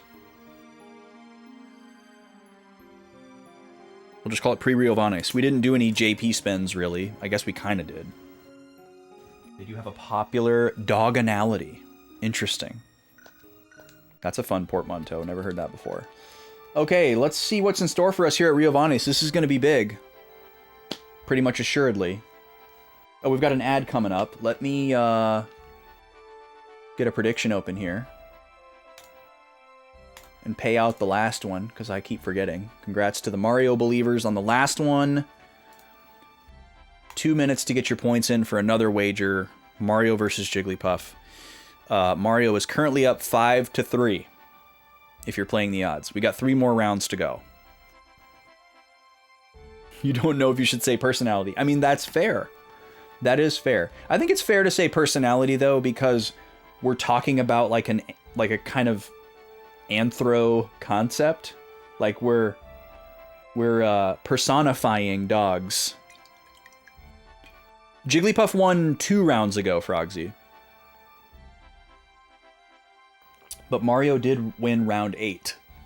Jigglypuff won round 7. Yeah, we all personify our animals we project. I'm hesitant to jump into this next scene and have people get stuck behind the ad. So I'm just going to wait for a second. Let me go into my Brave story, actually. I want to re-look at Malak and Rafa, because we might have some new entries here. Member of an elite assassination group, Kamuja, symboled by Barrington, became orphaned by the 50-Year War, saved and brought up as a magician by Barrington, but found out that the prince was behind the burning of a village. Okay, so the Barrington is a person who is also a prince and who is also a Grand Duke.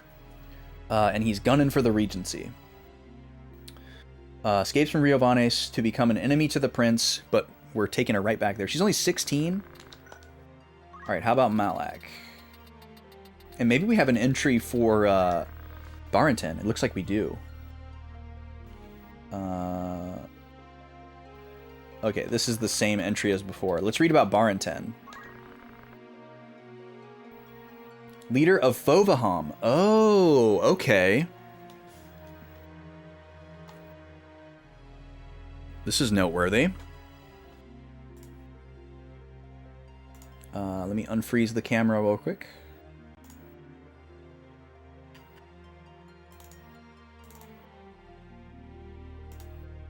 It might take until after we've beaten this game, but I promise we're going to fix this notes camera going forward.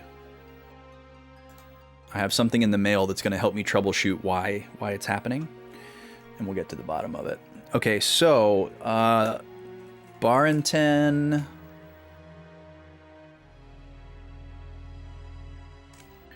is leader of Fovaham. Fovaham is one of the 7 kingdoms of Ivalice. Since the Grand Duke was not a warrior, he did not fight on the front lines during the 50-Year War. But under the Grand Duke, a group of mercenaries were assembled from many countries and fought in his name. Within his groups, a special unit specializing in assassinations exists, made up of orphans from the war. Like the name King Weapon implies, he doesn't only look strong. Dun dun dun. Okay. He is a mastermind of training and manipulating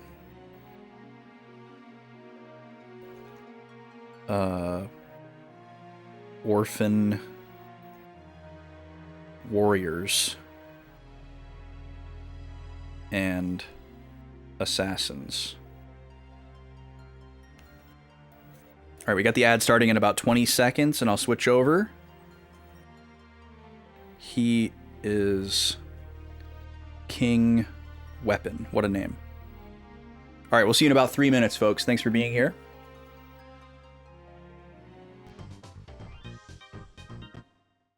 Free for all. 3, 2, 1, go!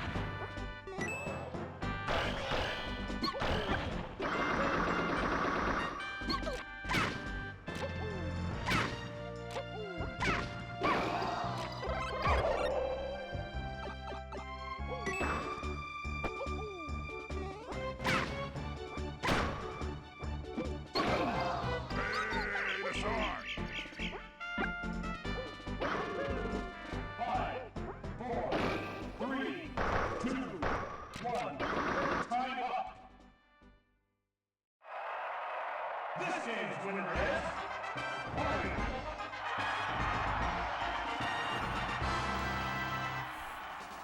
All right, that's another one for Mario.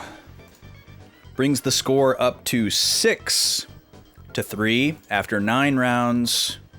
2 more to go before we switch over to Fox versus DK. You can still pick characters for the subsequent matchup if you would like. Nobody believed in the Red Plumber this time around, so sorry to the Jigglypuff believers. Your points go bye-bye. In the trash. Nobody even gets them. Okay, let's get back to tactics. Just gotta get my score updated here. There we go. All right. All right. So we finally got cleared up on who Baron 10 is. I'm sure we're, well, we might not meet Baron 10, but it seems like we might meet Baron 10 at the castle here. So, as a recap, we met Malak in Dorder, and he said, "Hey, you got that fancy scripture from Orban?" And we said, "Yeah." And he said, "Come to Rio Vanes and bring that with you, and you'll learn something." And we were like, "Okay." But then he also was like, "That's where your captured sister is. So bring her here if you want to get your captured sister back." And so we were like, "Okay." And then along the way, we ran into Malak again at Yardo, I believe it was. Or was it Grog? Doesn't matter. And finally, like, formally met him and his sister, and we learned that Malak is working with this Grand Duke / Prince / Baron 10, who he sees as his surrogate father, who took him in, but he's been basically manipulated because Baron 10 just wants to use him for his special magical abilities. So I guess we're coming here to get our sister back, but we're probably gonna be confronted with a bunch of other things. Islud could be here, Barrington's probably here, Malak is probably here. We don't know if they want this scripture from us, or if they just want the stone. They might offer us to trade for our sister. We might just have to fight them for it. We'll see what happens here. We've got a scene. Look at this. That rarely happens. Usually you just get pulled right into it. Not sure why they do that. I don't think I could have, like, canceled out of that or anything. But I have a strong feeling that this is going to be the end of Chapter 3. Whatever happens here. Is that Varmov? Welcome. How do you like our castle? It looks a little Spartan compared to Lysalia, but I like it. This castle's built for war. It's far more beautiful than one built for government. Ivalice has always been ruled by men with power. This war proved the royal family lost the power. Get to the point. It is Vormov. Okay, we haven't seen Vormov in a long time.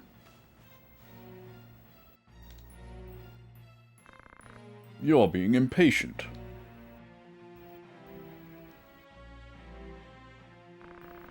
To be quite frank, can we work together? What do you mean? As I said, men with power rule Ivalice. So who has the power? Prince Lag of Hokoten? Or Prince Goltana of Nanten? Okay, hold on. Let's write some things down. Okay. So, at Rio Vanes Castle, we'll just say at Rio Vanes, Barenton is conversing with Vormov about the war and a potential alliance. Barrington wonders if Larg and the... Sorry, I'm going to be a little bit redundant here. Bear with me. Larg and the Hokuten, or Goltana and the Nanten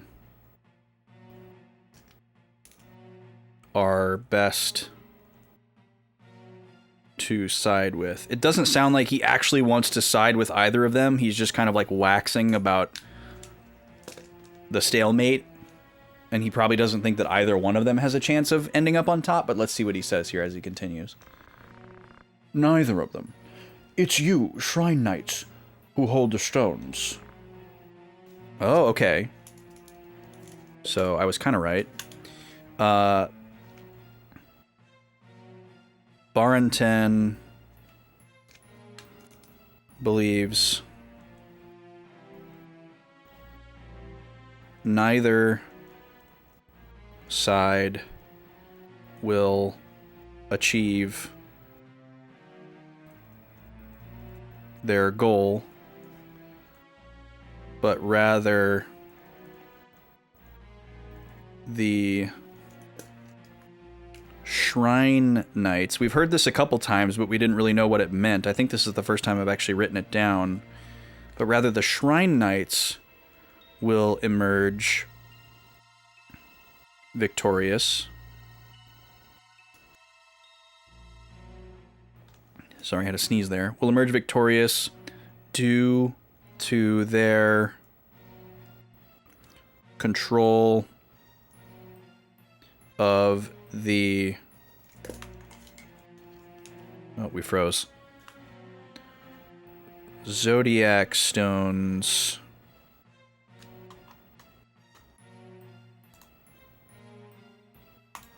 Oh, thanks, Frogsy. Seems fitting, right? So, okay. I'm gonna write down a quick question for my notes here, but I think I already know the answer. The Shrine Knights, can't spell, represent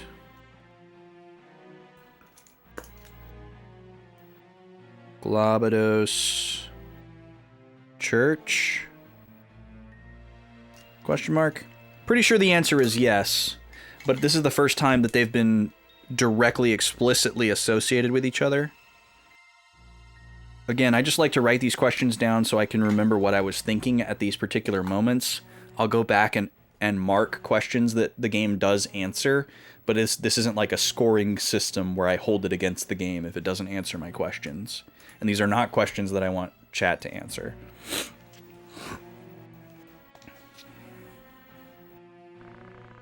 Holy stones have great magical power. According to ancient legend, a natural disaster in Mirande was caused by its power. Well, excuse me. I didn't expect a Grand Duke like yourself believed in such fairy tales. So you're saying you don't believe it? That's strange. They say Draclaw of Lionel died from problems with the stone. Okay, so I think I know what's happening here. I think Vormov was surprised that Barrington was aware of the stones, and he's trying to bluff and make it seem like it's not a real thing, but because he's apparently a representative of the Holy Knights, he knows that it's a very real thing. So let me try to condense that down into a thought here. Barrington knows of what happened with Draklau,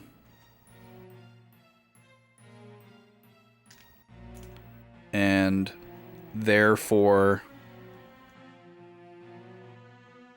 believes the stories about the stones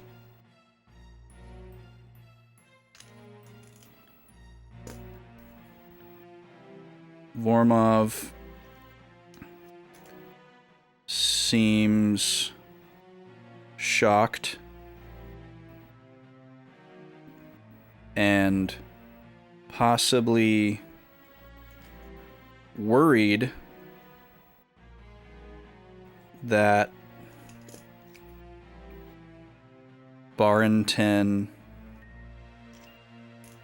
is looking into this and tries to cast doubt by discrediting the legend.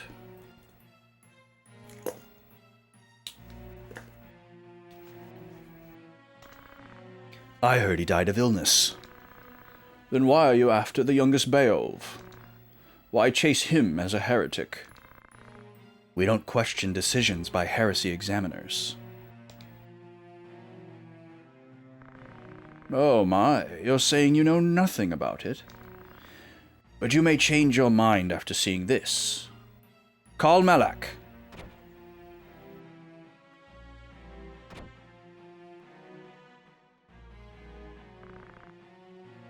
Father, I'm sorry. Oh, that's right. We knew that Islud was Vormov's son. I forgot about that. I see. We have Scorpio and Taurus. Wait, you do? I thought we had Taurus. Hold on. Okay. More notes, more notes, more notes.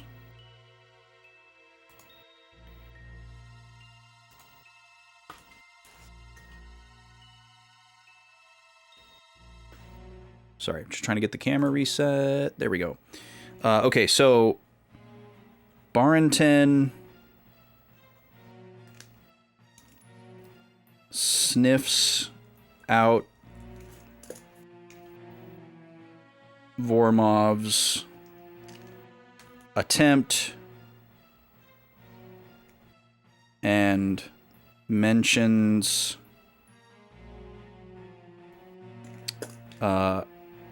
Ramza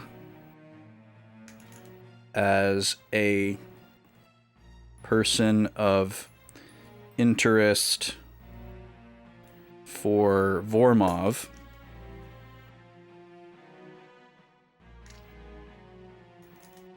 And his heretic label.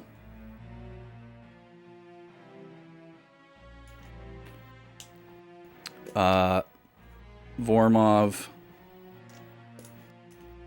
again gives an excuse, but Barrington calls in Malak, who is accompanied by Islud. And then I almost forgot, Barrington says they have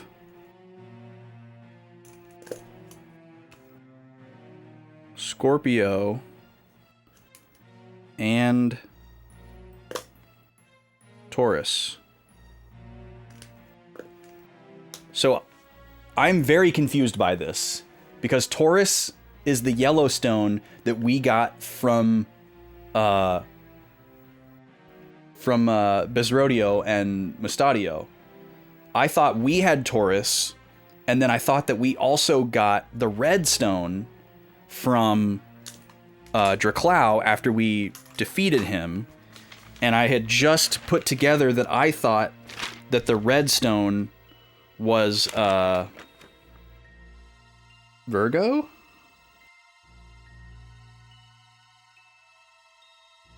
I think I forgot to write that down when I talked about it because I don't see it here. So now I'm really confused what stones we have, if any. Or maybe he's wrong. I don't know. We'll find out. Moron.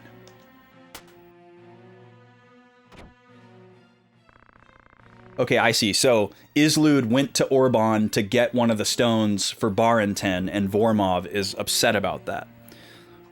Okay, so it is revealed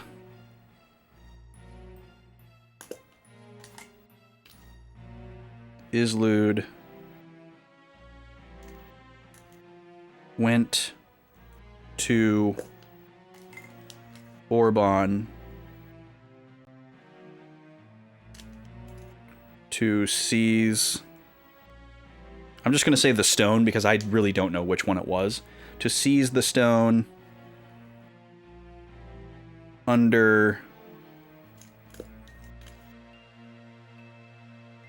Baranten's orders, and Vormov is very displeased. Thank you for the follow. Welcome in. I got a BRB for just a second. The little guy needs my help.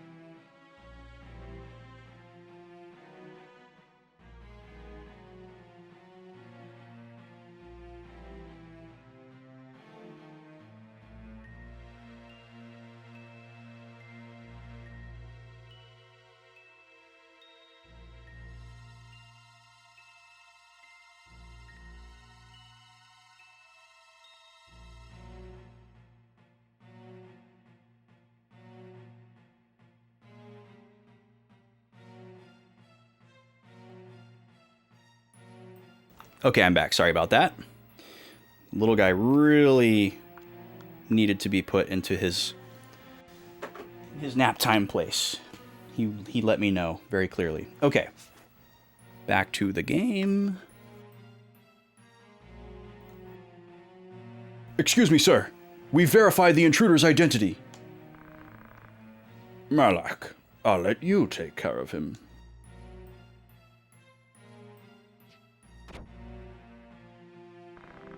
What do you want?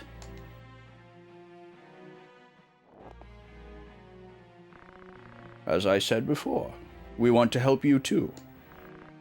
What if I refuse? The church's injustice will be exposed. That's all. You can't prove it just with the holy stones. Exactly. But how about with the Germanic scriptures? Dang, this guy is smart. He knows about everything. Okay, so Barrington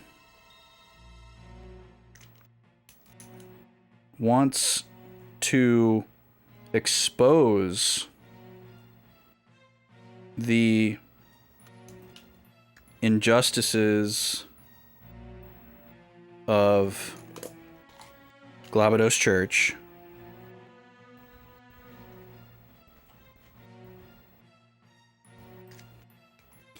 So this makes sense, right? He's making a play for king. So the church is going for the throne, basically. You know, they want to have like a papal state instead of a monarchy. So they're trying to bolster the public image of the religion with their like sanitized version of it, of like the Ajora legend and whatever, while Goltana and Larg are fighting over the throne. But this guy wants to be king as well. So we have like a fourth contender entering the ring, and he's basically like, oh, Larg and Goltana, they're just gonna like kill each other. They don't have what it takes. And then I'm gonna stop the church by exposing them with this scripture that we found that was recently uncovered. I don't know how he knows about this, but he knows that we have it, and he's got us on our way here. And that's why that's why they have Alma. So it's like all coming together here. So, okay. Barrington wants to expose the injustices of Glabados Church. And then Vormov says that the holy stones, oops, I wrote stone.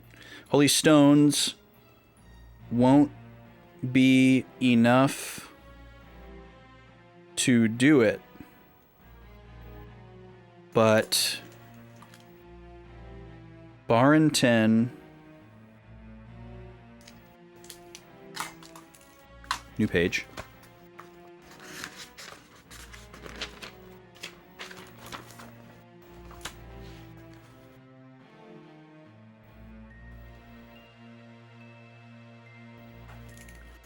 Knows about what is contained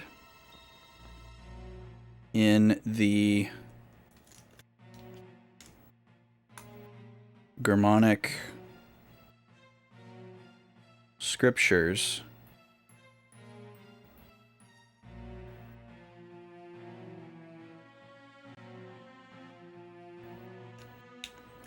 and presumably he also knows that we have them and that they're on their way here, but I'm going to wait for him to say that just in case he somehow doesn't know.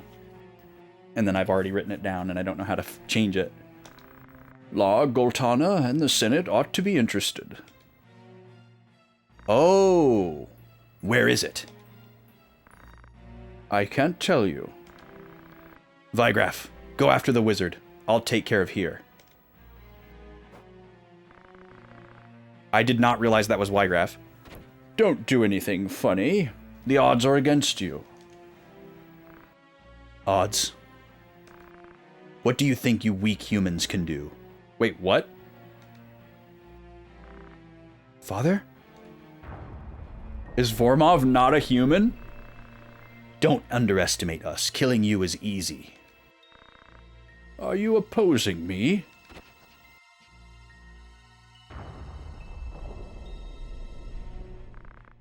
Want to fight? Fine. I'll show you the power of the Holy Stone. Oh.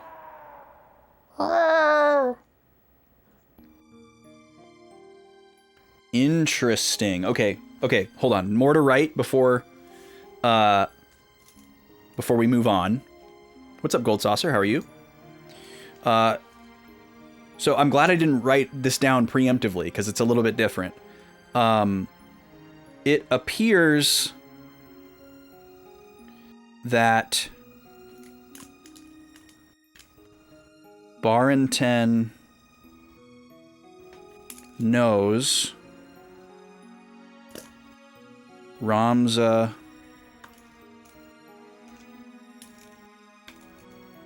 has... Oops, sorry. The scriptures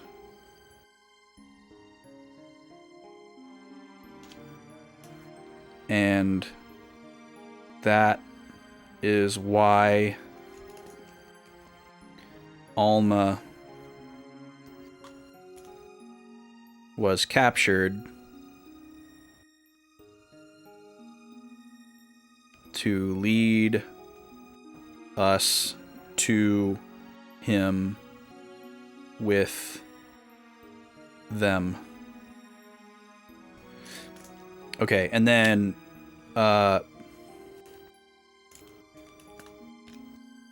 Vormov realizes the scope of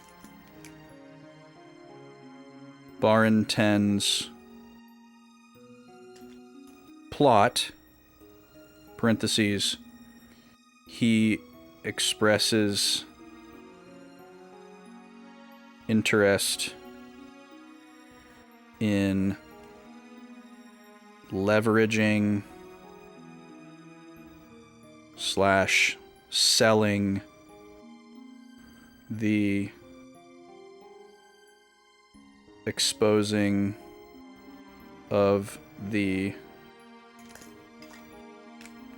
church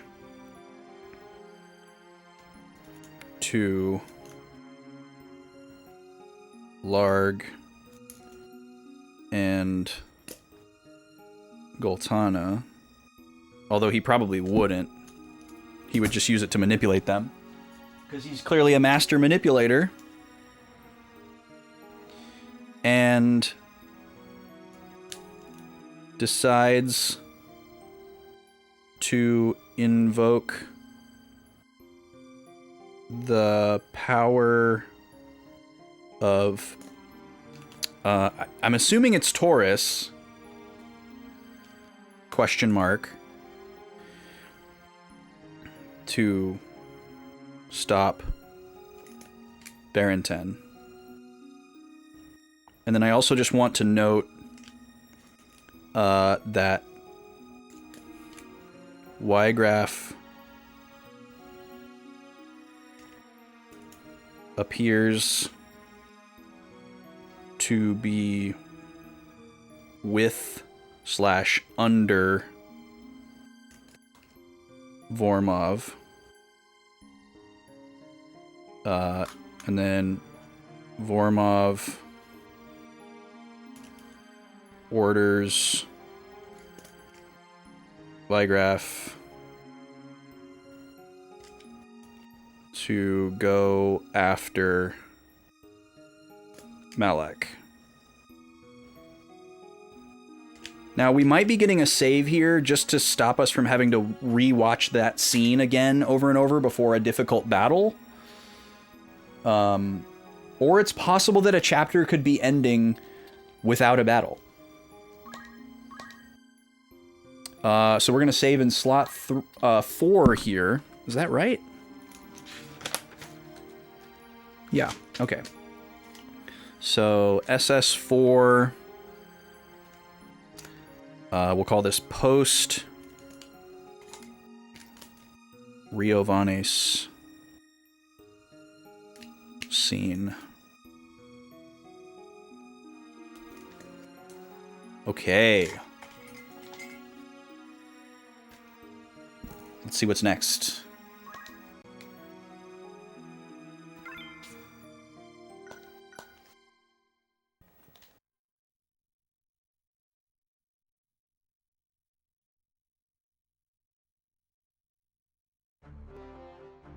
Oh, straight to the formation screen. Interesting. Okay. Well, there's not really anything that we can do here. We're already set. Like, we already set everything before we went into the last battle. So this menu pretty much exclusively exists for, you know, reconfiguring for whatever battle that we're headed into right now. So we're going to have to just go into the battle and see what we're up against and then maybe reset and pivot. So it's a good thing that this is here before the save. It's very generous. Because if we had to go back to the save before the cutscene, reconfigure, and then mash all the way through that cutscene before being able to retry the battle, that would really suck. So thanks, game designers. Let's see what it is. We have no idea. We're just going to assume that our current configuration is good enough. How did he do that? I gotta go check on the little guy real quick.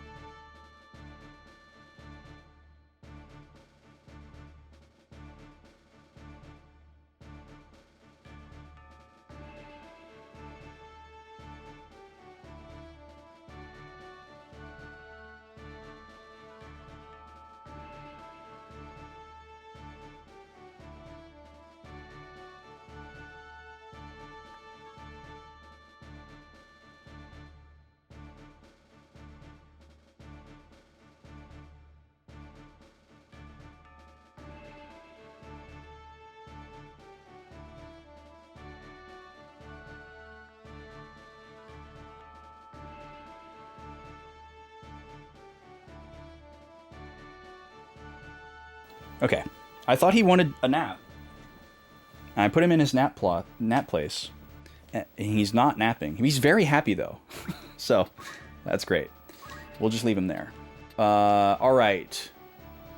Oh, this is a split one. Okay. Okay, let's swap.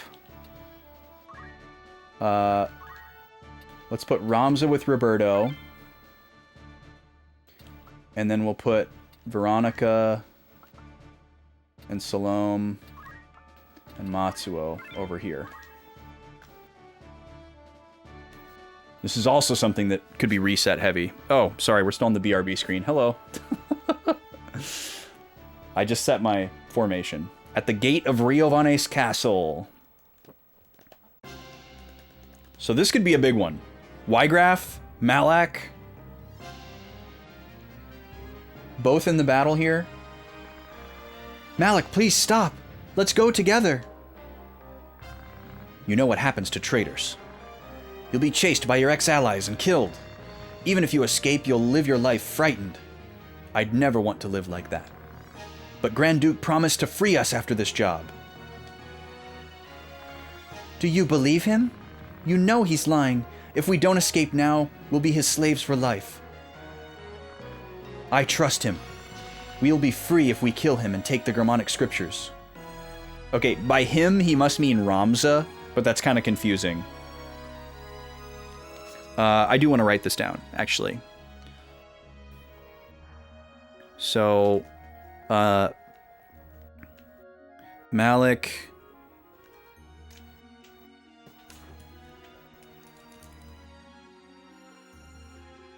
is fooled into believing that Barrington will free him if he kills Ramza and takes the Germanic scriptures.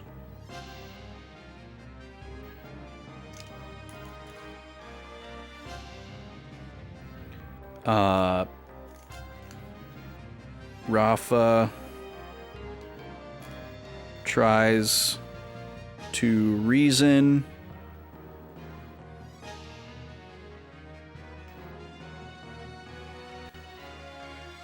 but Malak is too far gone.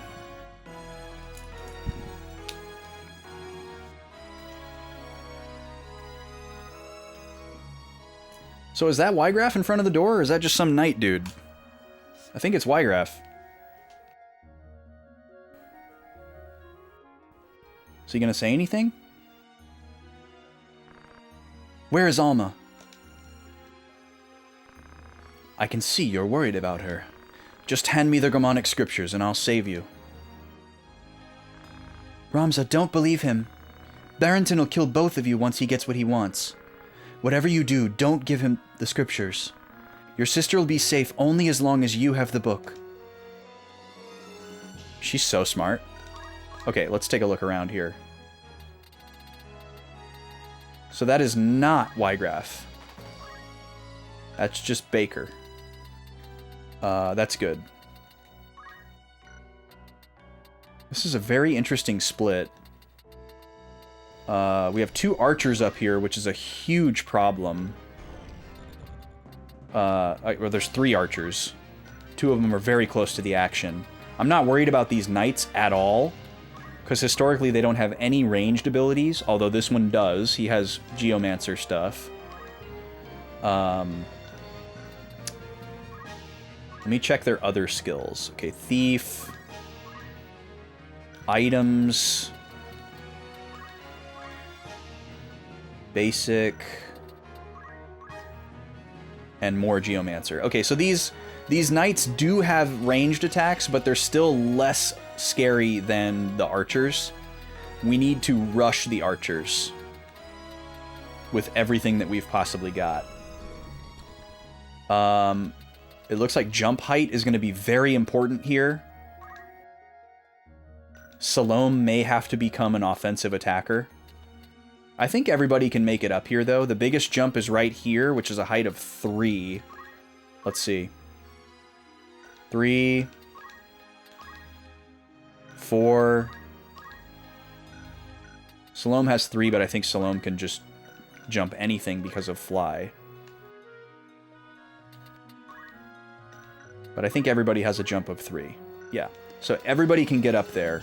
So yeah, we need to rush. We need to rush these archers, because they will make our life hell if we don't take care of them as soon as possible. Wait, what? Look at this guy. Hold on. There's just a sneaky little guy in here. Is he floating? He is floating. Candle on the water over there. What in the world? Okay, who gets to go? Ramzo, Roberto, Veronica. So I think I'm going to have Roberto try to do the random buff song.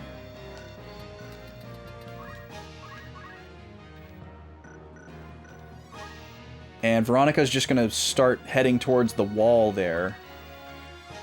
I think what I might actually do is Earth Slash this guy and then move.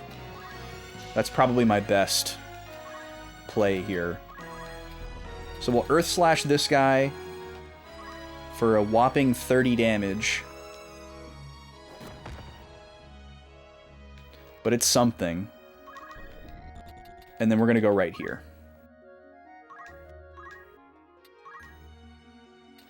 And then Roberto, I need Roberto to be somewhere where he can take cover from the archers. I don't know if right here is going to be that. I think because of how much height they have, they can just hit him from anywhere. But maybe if he's right up here, they can't hit him. I don't know. I really don't know the fine-tuning of archer skills. I'm going to assume that they can hit him from anywhere. So let me move him right here. And let's start singing. We're going to go straight for Nameless Song. We're going to try to get some random buffs on the allies. I think this is the play.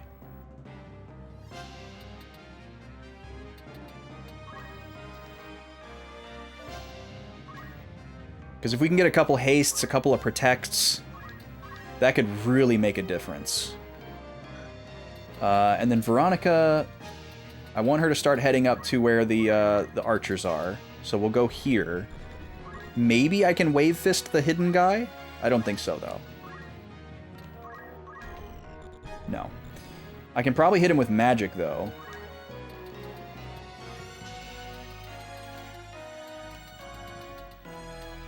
That's not going to go off in time. Neither is Bolt 2. Okay, no matter what I do, the magic's not going to go off in time. Let me just see if I can hit him.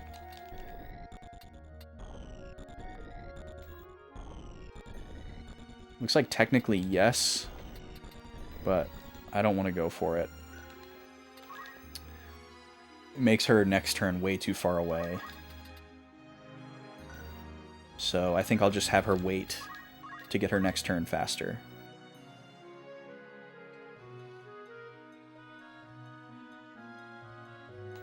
Alright, are you going to go after Ramza, Malik? No, you're going to run over there. Okay, you're going to go for Veronica. Okay, Matsuo, what can you do? So Matsuo can get all the way over here. He might be able to do some Geomancy on this guy. This guy has 330 HP. My god. I guess if I can't do Geomancy when I get over there, we'll just wait. I'm gonna go here. Well, no, we'll go here.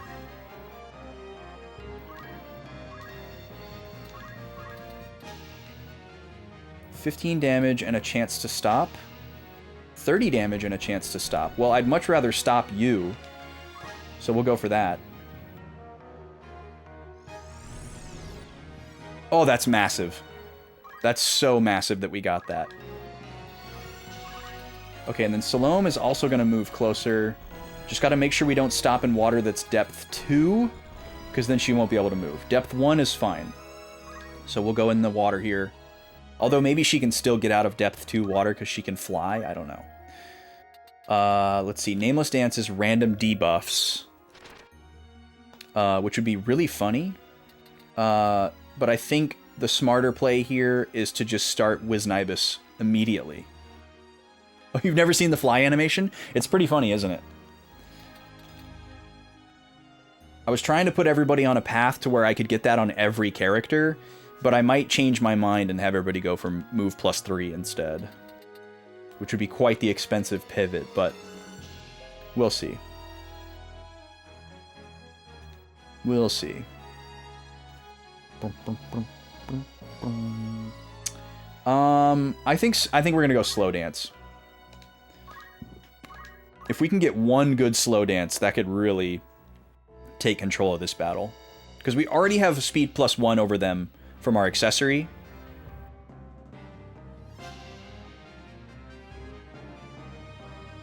If we can hit them with a slow and get a couple of double up turns, we can take control of this fight really quickly. Okay, they're going to try to double up on Salome. That's not good. Hopefully they don't triple up.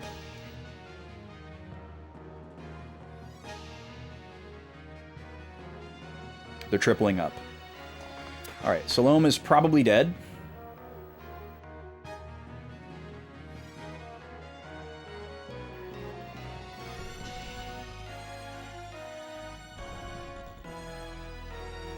That's so funny that there's like a little hidden guy in that random alcove of the moat.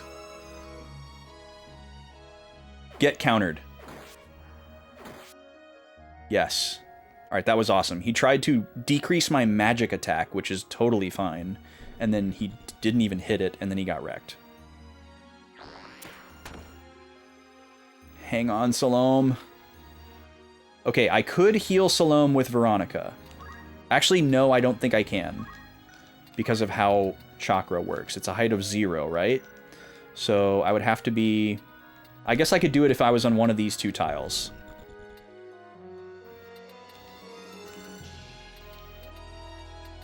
This sucks, but I think I have to do it. Who else gets to go?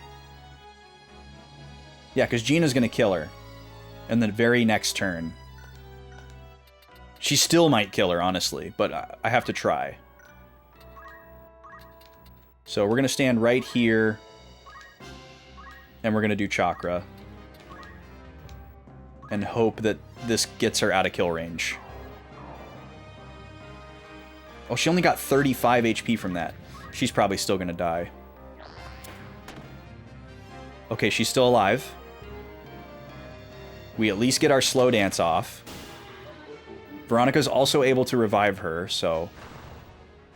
Come on. Come on. Damn. Oh, we only got 2. One of the archers. Alright, can we get some buffs, please?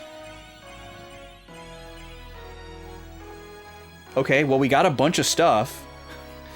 But we didn't get anything on Salome. Let's take a look at how the AT has shifted. Okay, Ramza, Roberto, Matsuo, Salome. Okay, this is pretty good. This is pretty good. Where can Roberto move to?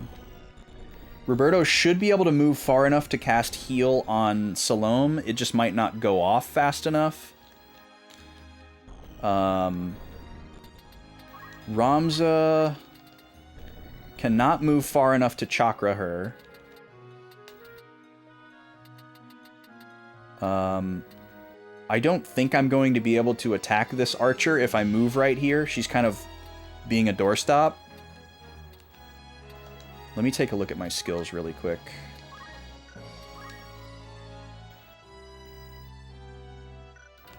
Actually. Okay. Doesn't tell me. Let's see. I can do Wave Fist, for sure. So I think that's the answer. Also, if I'm standing right here, the archers can't shoot me without moving. So that might force them to let me in.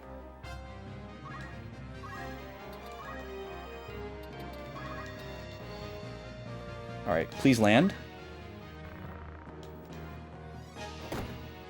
Nice. Cool. That's a good start. Okay, Roberto. Well, actually, I can check this without moving. How long does this take? Swift, Bruce, Diana, Ellen. Yeah, I don't think we can save Salome, unfortunately. Cure 2 is just as slow. Cure 1 is just as slow. So honestly, I might need to move over there and just cast Raise 2. And just assume that she's gonna die. The other thing I could do is try to sing. Life Song would go off before the archers get to go. It's not going to be enough to put her out of kill range. But if we got really lucky and the slow dance went off to a point that shifted the AT again, there's a small chance that we might be able to do something.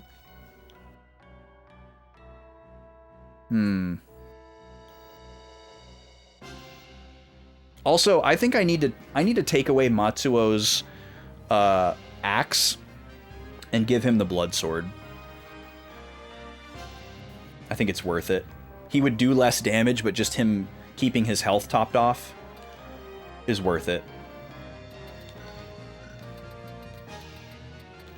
I was thinking that we would just do that when he switched over to Lancer, but I think it's going to be a while before that happens. And we also may pivot away from that path.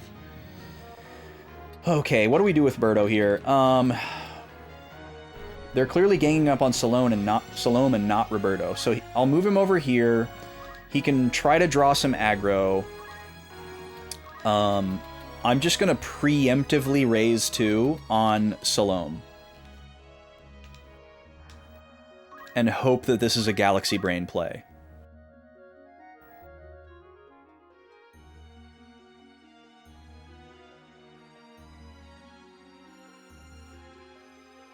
Okay, Matsuo, where can you get to? Matsuo can get all the way up here. Nice. Okay, so we could go up here. We could check out what Geomancy is available, and if we don't like it, we could just attack Malak because he's charging. He can't do anything. He's also stopped, which is amazing. I'm not really worried about this knight guy. I'm fine with him just kind of chasing me around. I'm focusing on the archers. So let's see what our options are here. 30 HP with a chance to petrify. Oh man, I think it's worth trying to petrify one of the archers. But let me see how much damage I can do to Malik. 112. It's tempting because it's so much damage, but also he's stopped. What is he charging?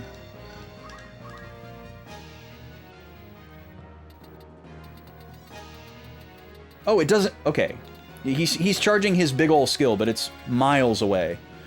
Yeah, let's go for stop on one of the archers. Or petrify. I don't want to do it to this one because I actually want this archer to move out of the way. So let's go for the one that has the most HP.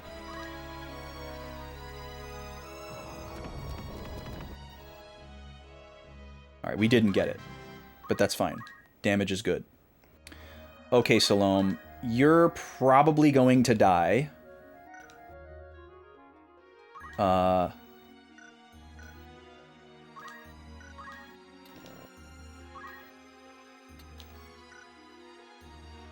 It says she's currently performing, but it doesn't look like her dance is going to go off if I hit wait.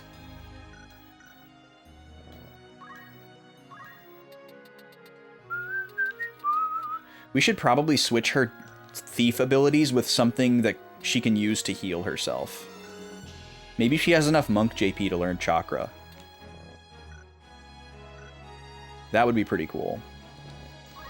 Because the steel thing is so situational and is probably something that we would reset for and reconfigure anyways. So I think that's what I'll do. Give her something that she can use to heal herself, whether it's white magic or item. Item could be pretty useful, actually. Or just monk skills so she can use chakra. Let's see here.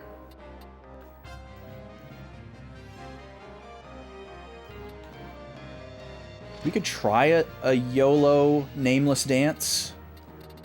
It's so late, though. Yeah, no matter what we do, we're probably not going to get to do it. So I guess I'll just hit wait and hope that slow dance goes off, even though I don't see it in the AT. Oh, here it is. Here it is. Well, she might get a chance since the knights are moving first. So yeah, we'll take our chances here.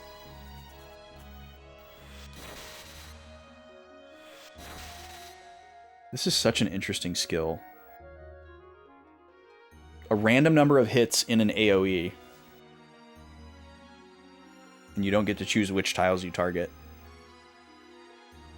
Too much of a gamble for me, that's for sure. Okay, counter, counter. Good. Okay, our slow dance is going off. This is good.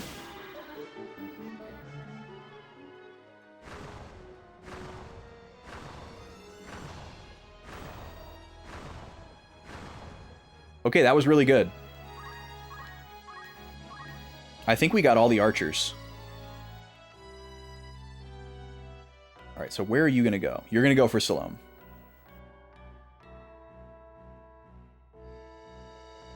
I wonder if the AI is smart enough to make their attacks take long enough so that their attacks happen after Roberto uses Raise, so that I fail. I'm going to run a prediction here for the last ad break of the day. 2 minutes to get your points in. Go. Jigglypuff versus Mario. Okay. I can get up here.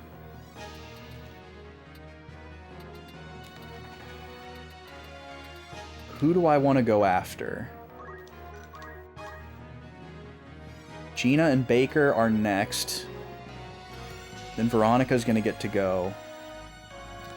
Diana and Ellen are the ones targeting Salome. So let's see. Gina's next. Diana and Ellen. There's definitely no way I can kill any of the 3 archers. But I could move here and Earth Slash.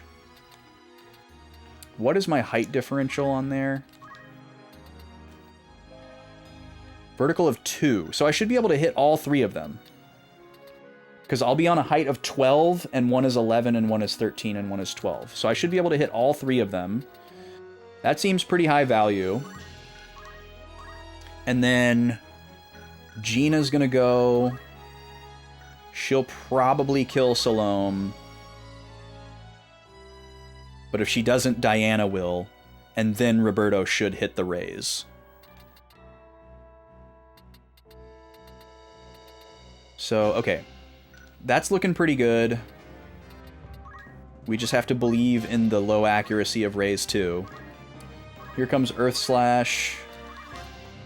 Thank you for standing in a line, ladies.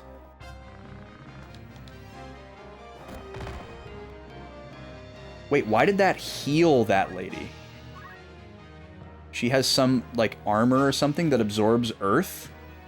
I didn't know that was an elemental attack, necessarily. Ow. Okay, good. Regenerator is perfect.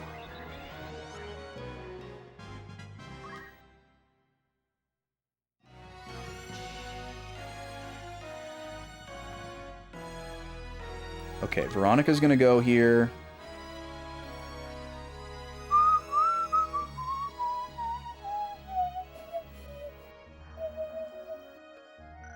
What do we want her to do? Oh, and the ad is here. I'm gonna swap over. We'll be back in a few minutes. Free for all! 3, 2, 1, go!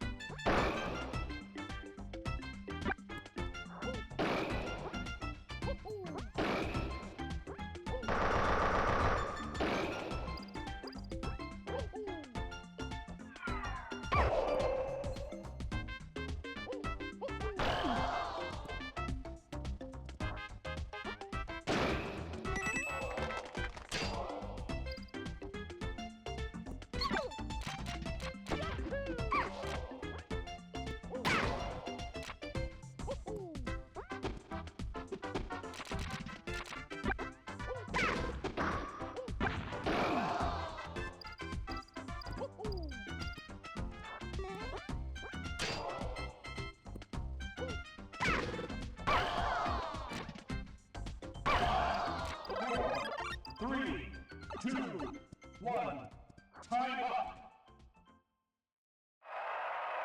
This game's winner is... Mario.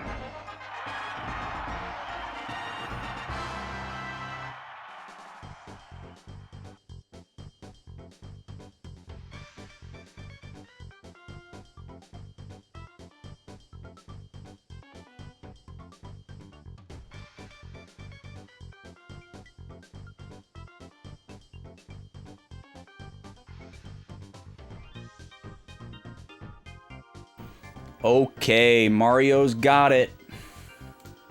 Nobody had any strong feelings.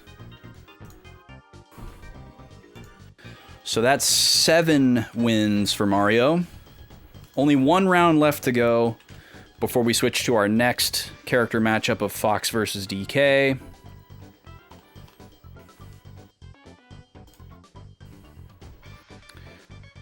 Let's get back to the game. All right. So we're in a sticky situation here, but not the worst. If I move up here with Veronica, I should be able to Wave Fist. So I want to see why. Ah, Earth Clothes. That's what it is. So using Earth Slash on this lady healed her. That's unfortunate. So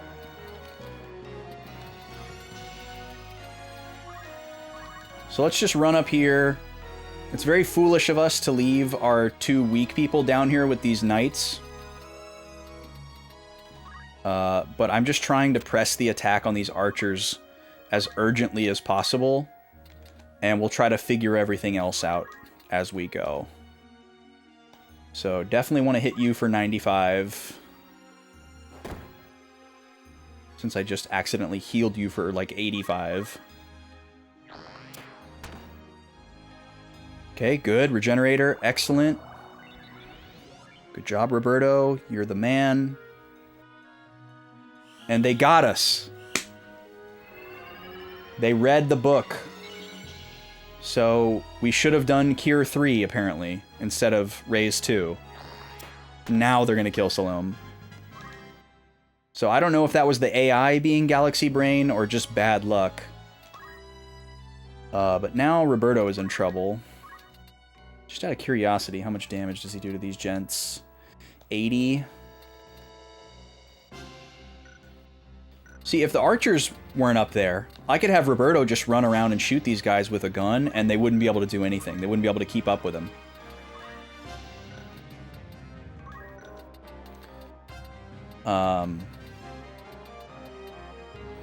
Because I think what I'll probably need to do is just wait a little bit to revive Salome. I probably need to wait until these archers are gone to revive Salome, unfortunately. Which could be a while.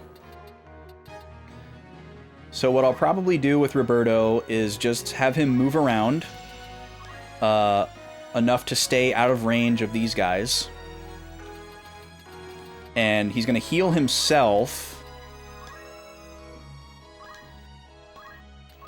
Because we need him to stay alive. However long it takes. And hopefully he can sing once or twice before it's time to revive Salome. Oh, he finally got unstopped. Okay, we got to be mindful of that. Okay, how much can I do to you right now? I could possibly kill this archer without moving. I can't do Earth Slash because I'll heal her. I could come over here and use Earth Slash, though. Let me just double check. You don't have Earth Clothes. And you don't have Earth Clothes. And, Earth Slash is a height of 2, correct? Yes, vertical 2. And this is 12, and this is 14. So yeah, that should work. Who else gets to go? Okay, Swift is a knight, Bruce is a knight. Veronica's gonna get to go.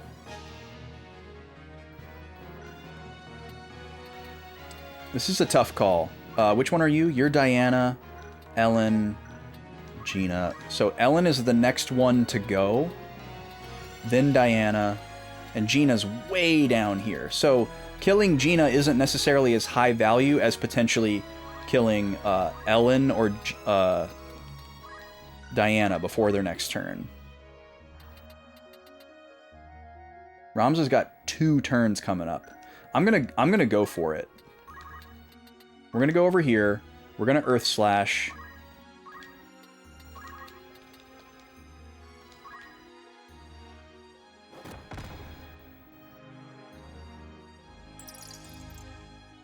Congratulations, you earned 65 gil because I damaged you.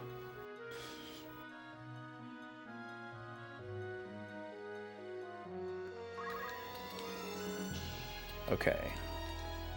Now we can try some elemental here. So we could go for the Petrify on one of the archers. Or on Malik again. I'm actually less worried about Malik than the archers. Let's see, you have 66 health, you have 159.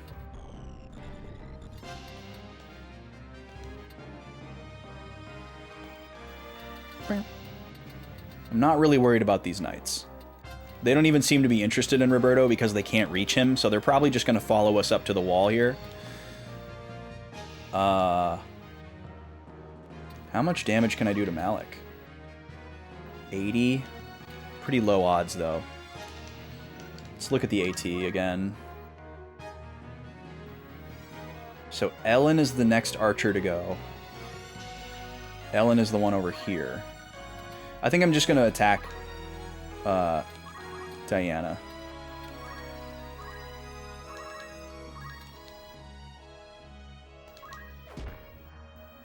Alright.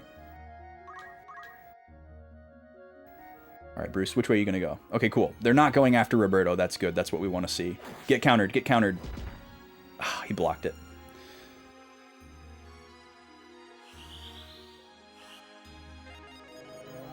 Roberto might be out of archer range here. But I don't want to rule anything out. Okay, Veronica, where can you get to? You should be able to wave fist this archer and put her away before her next turn. Because she is the next character to go. Right? This is Ellen? Yeah. Okay, so this is what we're going to try to do. Eliminating a turn would be great. I suppose if I can reach her from here, I can reach her from here. It doesn't matter. They can't directly attack. Okay, see what my choices are here. So that's a definite kill. And that's a definite kill. Okay, so it doesn't matter. It doesn't matter what I do. But you're out of range, right? Oh, and not a sure thing. Okay. Get wrecked. Okay, Roberto, can you reach Salome from here? No, you can't. Alright, so we gotta move him up a little bit.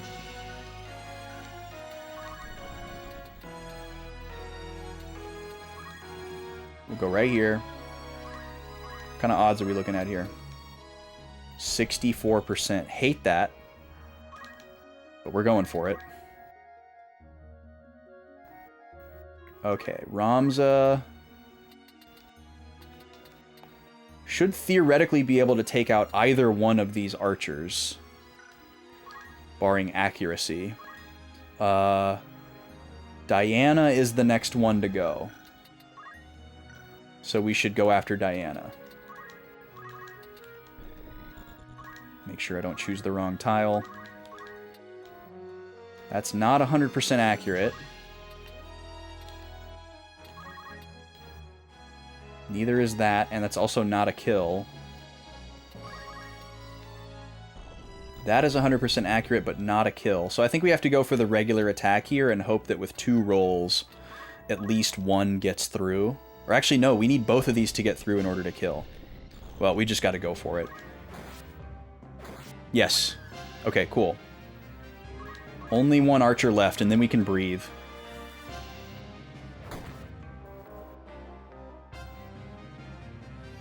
Where are you going? He's going down. Okay, he's probably going after Roberto, but he might be going after Rafa. She should take care of this guy, hopefully. Oh, she's going to do ranged stuff that can miss. That's unfortunate. Okay, this guy's going to go after Roberto. Okay. AT. Okay, Gina's up next. Can we take out Gina? Maybe. Just maybe.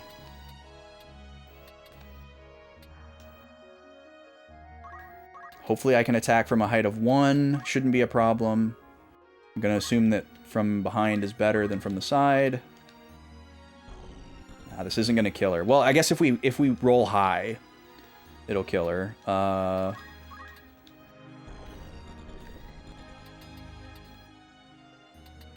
Yeah, I think we just got to go for the high roll here. Oh, we got the massive low roll. Holy smokes. Yeah, we got to get rid of this axe. I'm satisfied with our experiment. Our axe experiment. See, that's wild that she can make that shot. Archers are so busted from height. Come on, get him. Yes! Good job, Rafa. Okay, that was great. Okay, let's look at the AT now. We're pretty in control of this fight now. We just need to make sure that Roberto doesn't get killed by those knights down there. Because they are coming for him. And we really need him to hit that raise too. Because what is her counter down to? 1? Yeah, don't like that. Because obviously if somebody dies, we have to reset even though the battle is going in our favor. So Ramza should... Well, actually, we might want to have Veronica go for the archer, because her accuracy seems to be better. So let's send Ramza down here to help out Roberto. We'll probably just have to regular attack or wave fist this guy. I don't think there's anything else we're going to be able to do. Can he counter? He cannot. All right, let's go for it.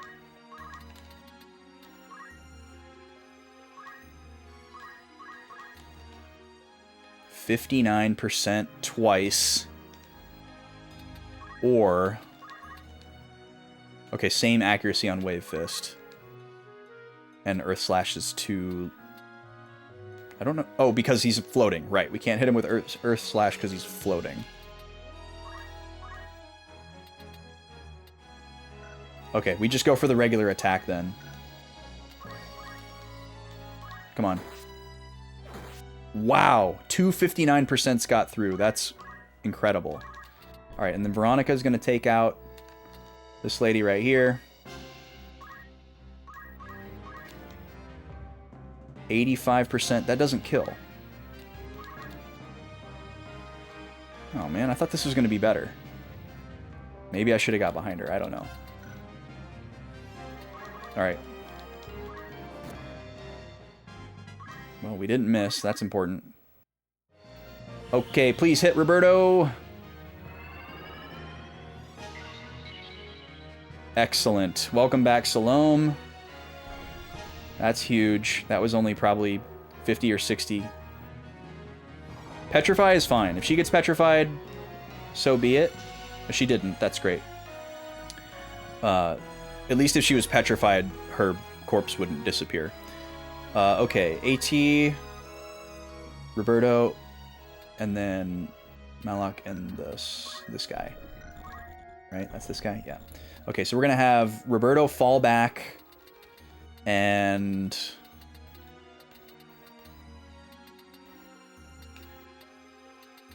I think Life Song is going to be the play, unfortunately, just for Salome's sake.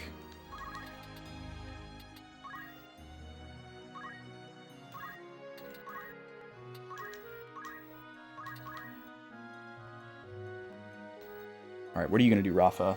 Okay, you're going to keep pressing the attack. That's good. Well, maybe. Let's see if Malak is going for Roberto. Oh, he's going to try to heal his buddy. He's got potions. Alright, we can handle that. He's still in kill range, so that's not really a problem. He's going to go for Salome.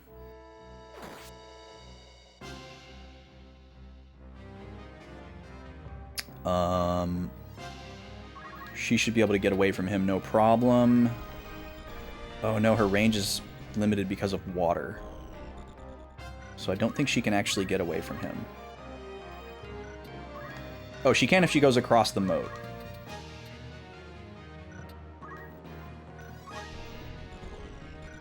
Okay, that's a little dangerous, but that's what we're gonna have to do. What do we go for? Nameless? Nah, that seems silly. We'll just go for Wisnibus. Okay, so right over here. And Knife Dance.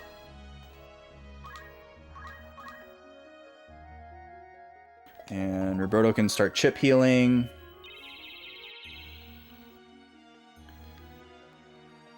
If the knight down there goes after Roberto, that's not the worst thing in the world.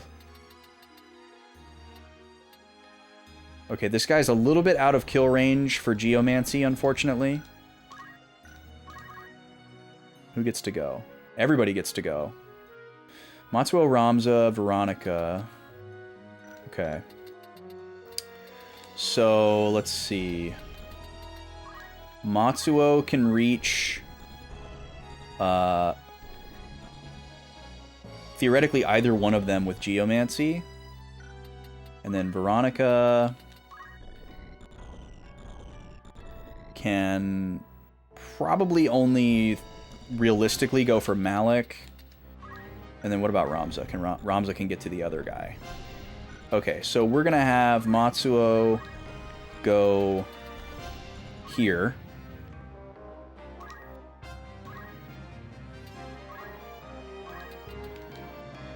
And then we'll hit both of them with this AoE.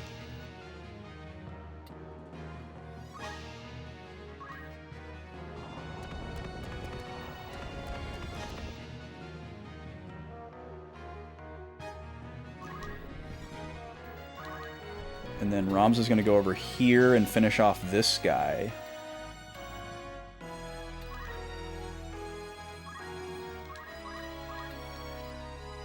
Ooh, those are terrible odds.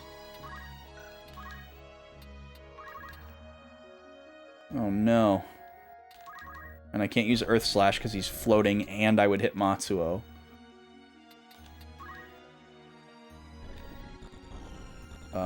He does not get hit with Spin Fist because it's a height of 0. Yeah. Made that mistake before. So I guess we just gotta hope that with 2 rolls we can hit a 66. Only one needs to get through. Ugh, he dodged them both. That sucks. Okay, and then I guess with Veronica over here, we can decide which one of them we want to go for. Who goes next? Are you Bruce? You're Bruce. Alright, it's probably better to just take away his turn. Unless there's a serious accuracy issue. 59 versus 85. Oh my god. Man, this guy is the dodgiest. The dodgiest of them all. This guy... Okay, Malik can't dodge Spin Fist.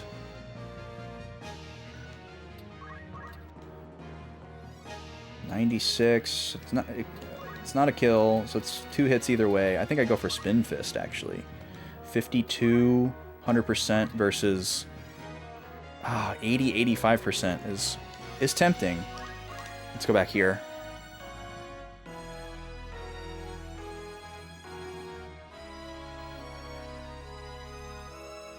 Yeah, Bruce isn't low enough to die to Wisnibus. Oh wait, he is low enough to die to Wisnibus. Okay, so we just leave him alone. Okay. He's gonna die to Wisnibus, and we'll just go after Malik here. So 80, 85 versus 52. I I mean, 52 puts him in kill range, so we might as well take the sure thing. It's 2 hits either way. Cool, we got a high roll on it. Alright, this takes out the knight.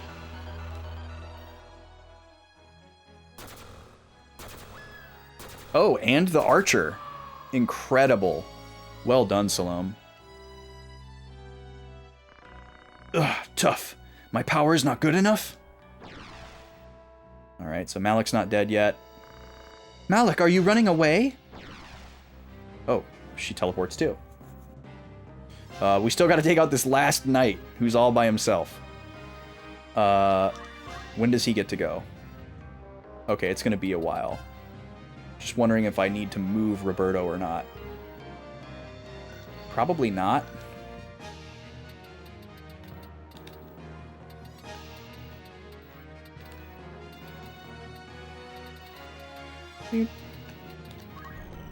Yeah, he can't even get to me, so we'll just wait with Roberto. Let him do some more dances. Region up. Well,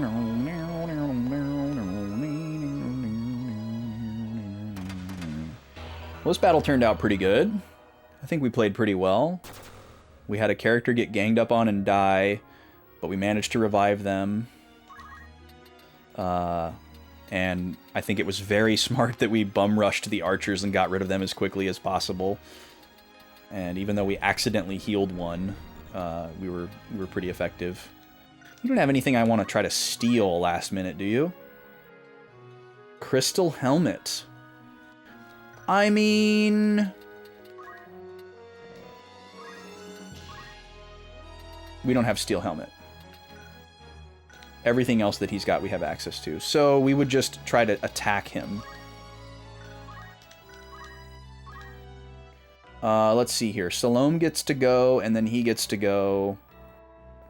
I really don't know what kind of damage output this guy is capable of.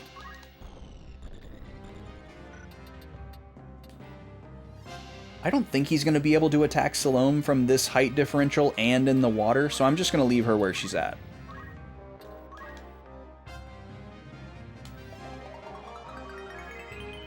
She can just keep chipping him. Her regular attack honestly probably wouldn't do too much more than Wisnivus. I think her regular attack is going to be like 30-something. Oh, he can attack her from there. Well, okay. And then she missed her counter.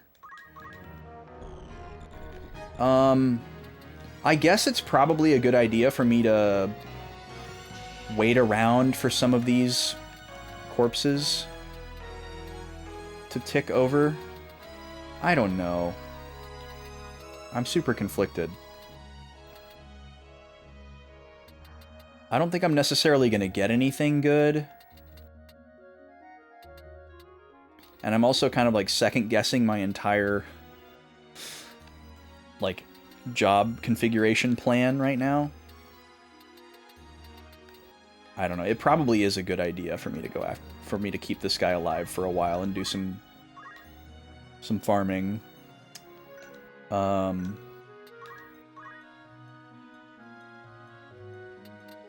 Look at all these actions we get to do before he gets to go again. That's wild.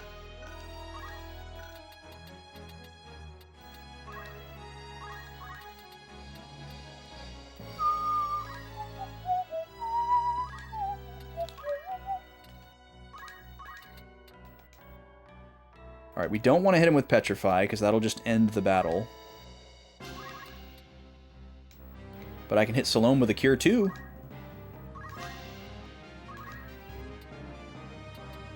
Ramza could Chakra. We could just have him and Veronica shore up together.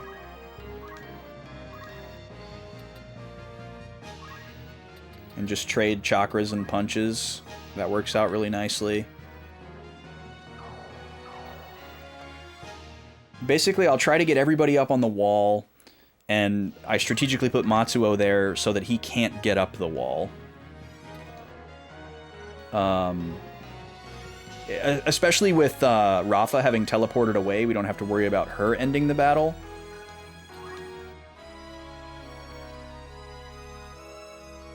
And yeah, I'll just keep having Roberto sing.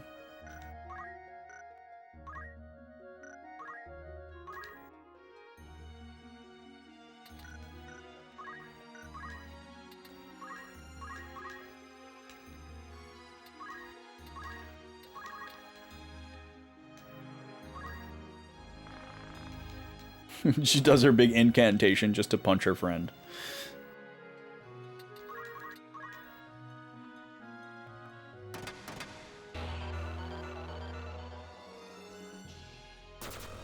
And this guy has a ton of health, so I'm not worried about Salome killing him. Alright, here's the Cure 2 for Salome.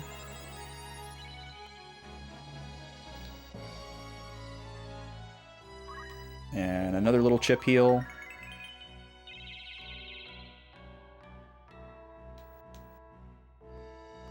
Alright, then we're going to move Salome up the wall so she's safe. Whee! Awesome. And then she's just going to keep singing or dancing. We can pull her off of Wiz Nibus after a little while, but it's fine for now to just kind of chip this guy down. How much HP does he have? Just to be aware? Yeah, 262. It's going to be a bit. It's actually probably best to just keep her on Wiz Nibus, because nobody else is going to be damaging him, so... Roberto, you can just keep going with Life Song.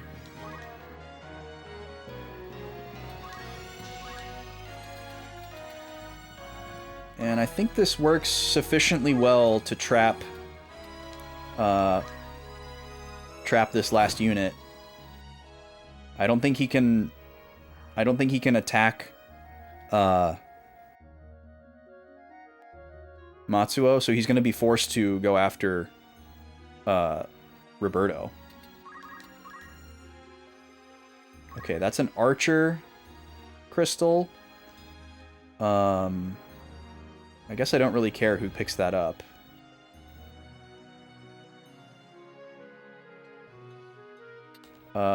I should have Ramza do Chakra and then pick up the crystal in case the crystal just heals him, because then I wouldn't be able to Chakra with full health.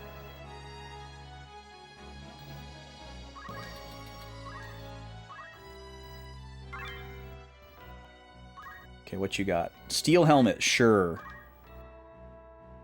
Too bad I couldn't have Salome pick that up, then we could go try to steal his helmet.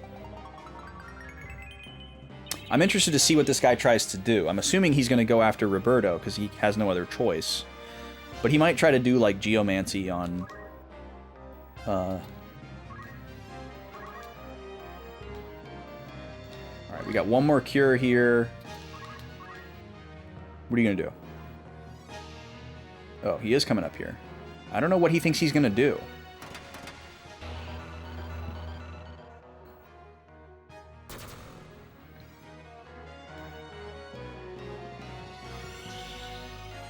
But we're going to need something for Matsuo to do in a second, because Salome is going to be at full health.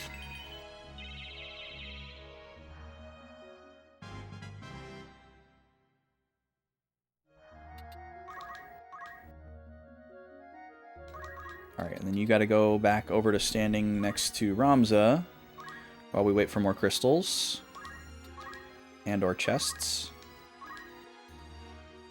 And punch your friend.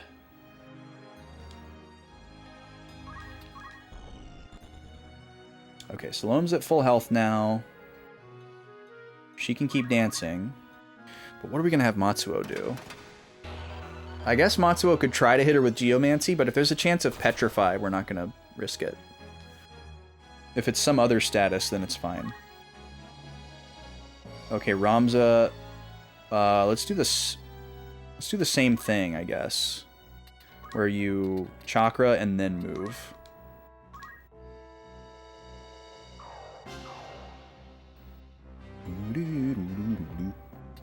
I wonder if the crystal or chest spawned from the floating character also floats. That would be funny. Okay, we are not going to risk petrifying Salome. We can't cure her. We can't cure ourselves. I don't really want to cure the enemy.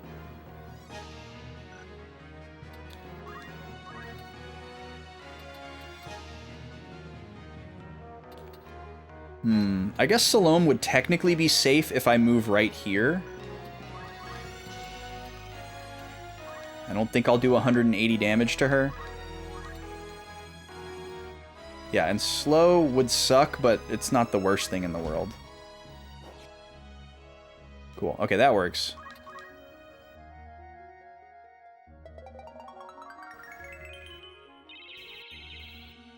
Even if he gets like a really, really high roll or a crit, I don't think he can kill her. So he'll follow Matsuo up now. But he still can't hit Salome. But Matsuo has counter, right?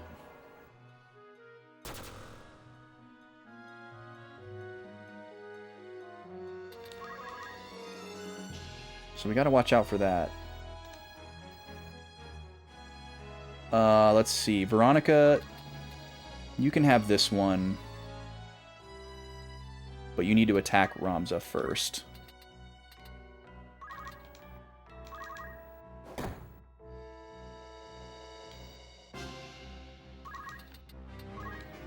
Oh, whoops.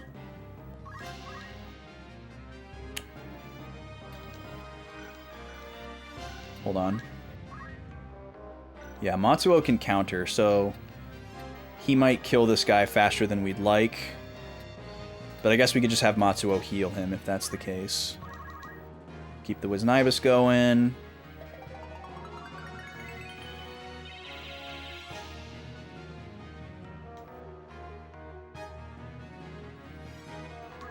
Alright, pick up the crystal. No ability.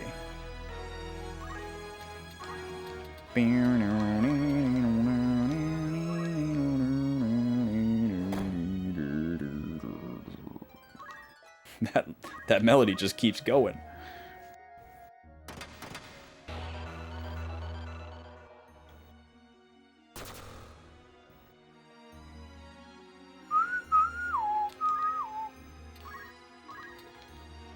That's right. We don't want to risk Petrify.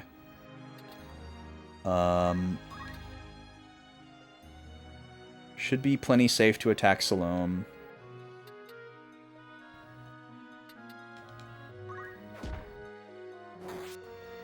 Okay, we hit her with the slow. That's a little unfortunate. But it's fine.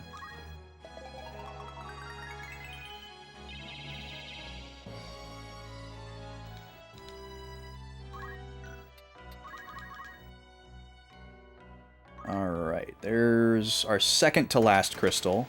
Or no, wait, third to last.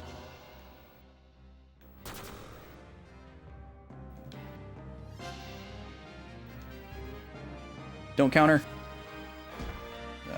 That's okay, 32 is not that bad. Oh, he's moving away. Alright, that's fine. Let's see.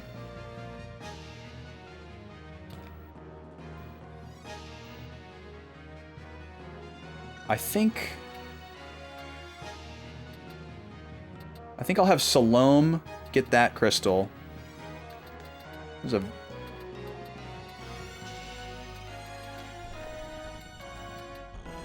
Yeah, I don't know.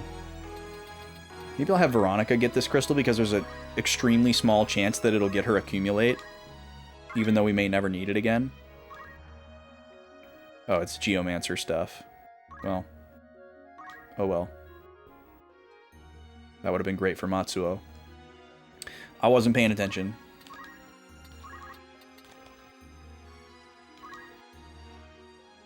Punch Ramza.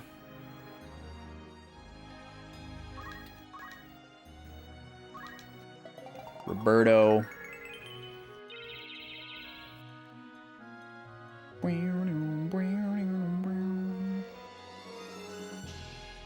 Let's see. When does this guy get to go again? I just want to make sure he doesn't... Okay, it's going to be a while. Just want to make sure he doesn't take that last Archer crystal.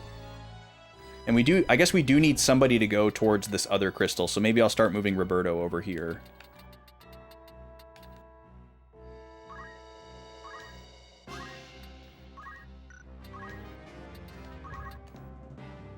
$80. Alright, I'll attack Matsuo to make sure I don't miss. I guess because I'm facing her. Okay, what's this guy's HP getting down to? Might have Matsuo heal him. Alright, Roberto, you're going this way. And then waiting. Alright, what are you at? 122 and an 8? Let's go right here. And yeah, I'll just hit him with a cure.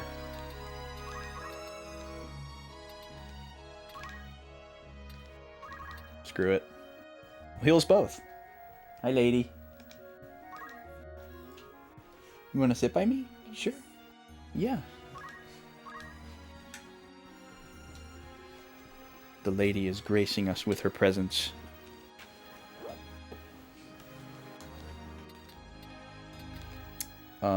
Let's see. Salome. Salome's just going to keep going, right? Yeah. Okay. Okay, hopefully he doesn't make a mad dash for that treasure chest. But we may lose whatever it is to his greed. I don't think he can move far enough to get to it, actually, but he may still go for it, and he's... Even if it takes him 2 turns, I think he can still get it before we do, if he chooses to go that way. So if that's the case, hopefully it's something junk that we don't really care about. Let's take a look. Yep, he's gonna get to go. He can't reach it. Yeah, we should be able to get Roberto over there in time. 2 turns. It's gonna be a little tight. Okay, who's going? Veronica? Alright. Punch your friend. We've already kind of won this battle and taken control of it, and now we're just keeping the last guy alive and taking a bunch of extra actions with everybody, because every time you take an action, you get experience points. I remember telling me about that. So it's kind of like grinding, except we don't have to go out of our way to do extra battles to do the grinding. We're just doing the grinding at the end of the required battles. It's kind of nice. Okay, he's not going for the chest. Can I ask you a question? Yeah. Did you name all these characters? Mm-mm. They're pre-named. Yes, yeah, the main character's name is Ramza, and it's like a fixed default name, and then all the other characters' names are randomly generated. You can name them, though. But I've just kept everybody with their auto-generated names. If there was like a really weird one that was hard to say or something, I might have changed it, but I'm fine with all of them. It also turned out to be kind of like serendipitous with some of them, too. Like, apparently there's some, like, mythical or legendary dancer named Salome, and our character named Salome is a dancer. Oh. And Matsuo was a samurai for a while, and that was, like, a cool samurai name. So, Cool. yeah. Let's see. Are we just going to heal ourselves again, I guess? Or I guess I could move here and just to make sure that he doesn't get that. Or should I get this crystal?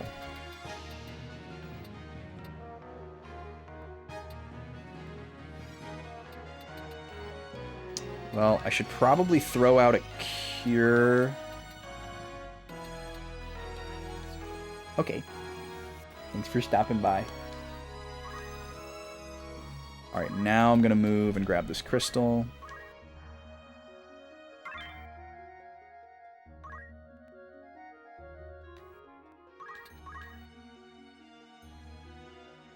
So hopefully that knight keeps working his way up to the ramparts, and he's not interested in the chest. Seems like he is.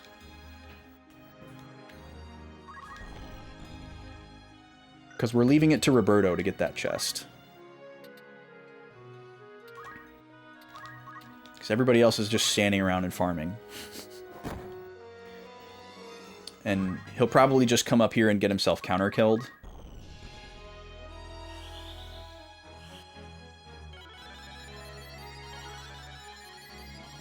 Which should work out just fine.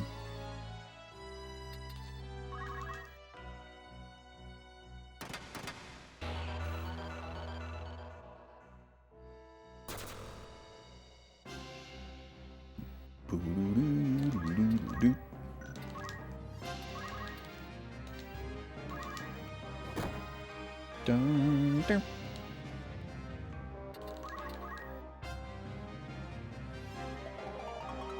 Okay. Just need one more move with Roberto, and then the battlefield is clear. There it is. Grab this chest. Ooh, we got the crystal helmet. Perfect. That was what we were gonna maybe try to steal from this guy, and then we just happened to pick one up. So that works out amazingly. Alright, this guy's in kill range. So I'll probably just have Matsuo try to kill him. Because there's not a whole lot else Matsuo can do. So on Matsuo's next turn, we should be able to finish it off. We'll just take whatever actions we get until then. I guess there's a small chance that he misses or low rolls. Probably best from right here. Oh, this actually won't kill him even if it hits. Well, I guess I keep forgetting about the range of the axes. We got to get rid of that axe. Well, we'll keep going here. And let him either counter-kill himself or until Matsuo's next turn.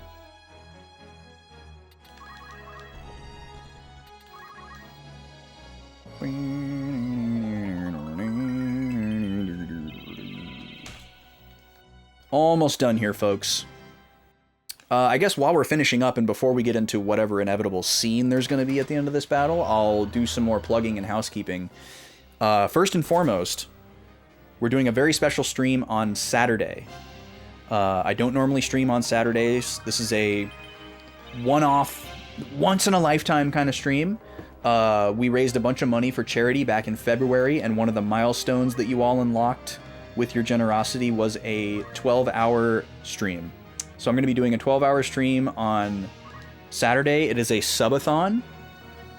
We're going to be starting bright and early at 8:30 Central Time. If you are one of the lucky ones that gets there early, you will be able to influence which game we start with, because the stream is a battle between two different franchises. It's Ratchet & Clank versus Sly Cooper, two of my personal favorite franchises that I've been especially nostalgic for recently.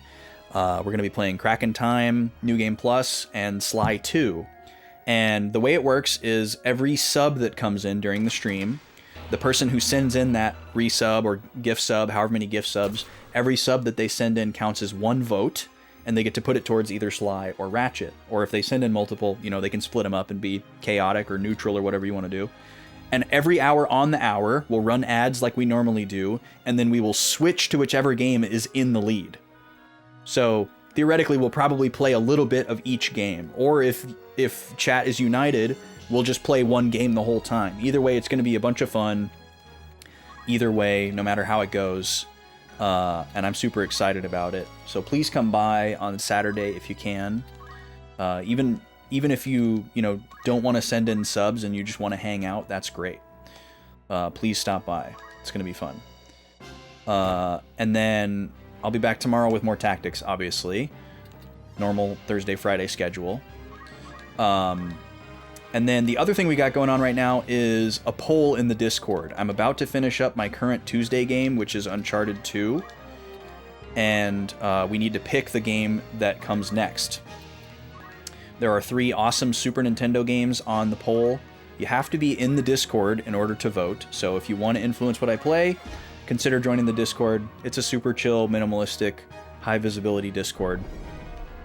Hop in there. We're closing the poll at the end of tomorrow's stream. So get your votes in. Make sure you voted. It's very important. Oh, who is this? Help! Monster! Oh, right. Vormov transformed. So I'm assuming that we're going to get to save, and then we're going to have to go in there and fight Vormov. Rafa, Alma, please be safe. And we win! So yeah, looks like we're going to have another multi-battle gauntlet here. Ooh, 22k. Nice. We got an elf mantle. That's exciting. Oh my goodness. Mesmer, welcome in. Thank you so much for the raid. You have impeccable timing, my friend. We are about to watch a cutscene, and then we're also going to raid out ourselves. I'm in extra minutes right now. But thank you so much for coming through. Everybody, welcome. My name's Austin. I'm playing Final Fantasy Tactics for the first time. I'll be back with more Final Fantasy Tactics tomorrow, if you'd like to see more. And then I'm doing a 12-hour subathon on Saturday that's going to be super, super fun. Hopefully you can stop by for that. Mesmer, welcome in. Dead Cell, welcome in. Yeah, this game has been very good to us, Mesmer. This is definitely the best game I've played so far this year. Let's see what's going on with this scene. I'm taking intense notes as I play this game. I'm a big note taker. I've got my my spiral notebook down here. I have a special color coding system with these colorful markers and highlighters to help me keep track of all the characters and story events. This game is notorious for having kind of a complicated story. So I'm trying to keep track of it all, and I feel like I'm doing a really good job so far. We're pretty deep into this game, so you are definitely in spoiler territory if that's something you're concerned about. So protect yourself if you need to. But welcome in, everybody. Let's see, what else can I say about myself in this eerie silence? Let me turn on the music for a second. A little pep in our step for a moment before we get into this cutscene. Yo, what's up, SNES? Welcome back. We just finished the fight at Riovanes Castle Gate against Malik. And we're going to go in and see what's going on with Vormov, who seems to have activated Taurus, if I am correct. And we're going to try to save our sister. The one I started before you left, was that the... Let's see, you're probably referring to... the first Malik fight? With the ninja? And the summoner?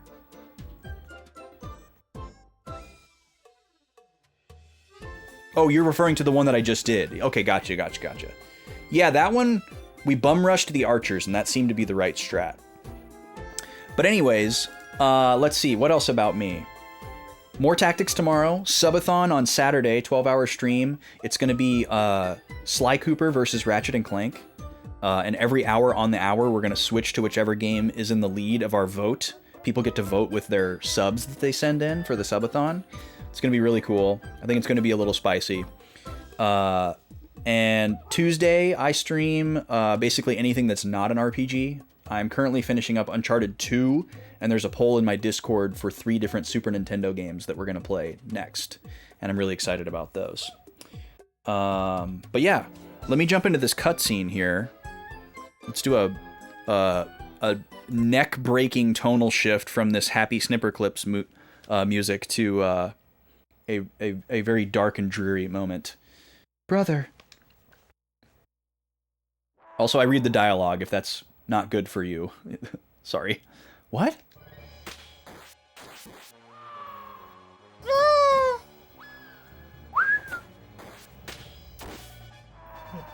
Hi, Gobi. Hey, puppy.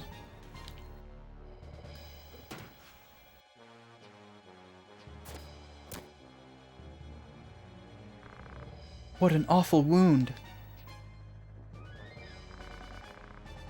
Help. That monster.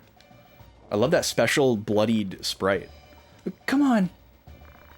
Run. It's dangerous.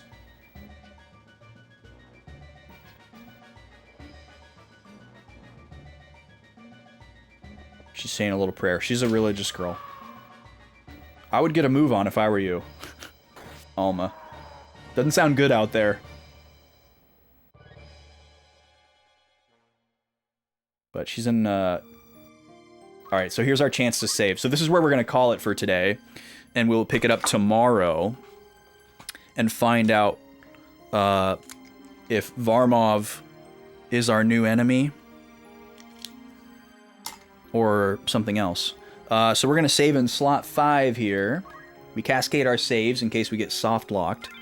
And we're going to call this post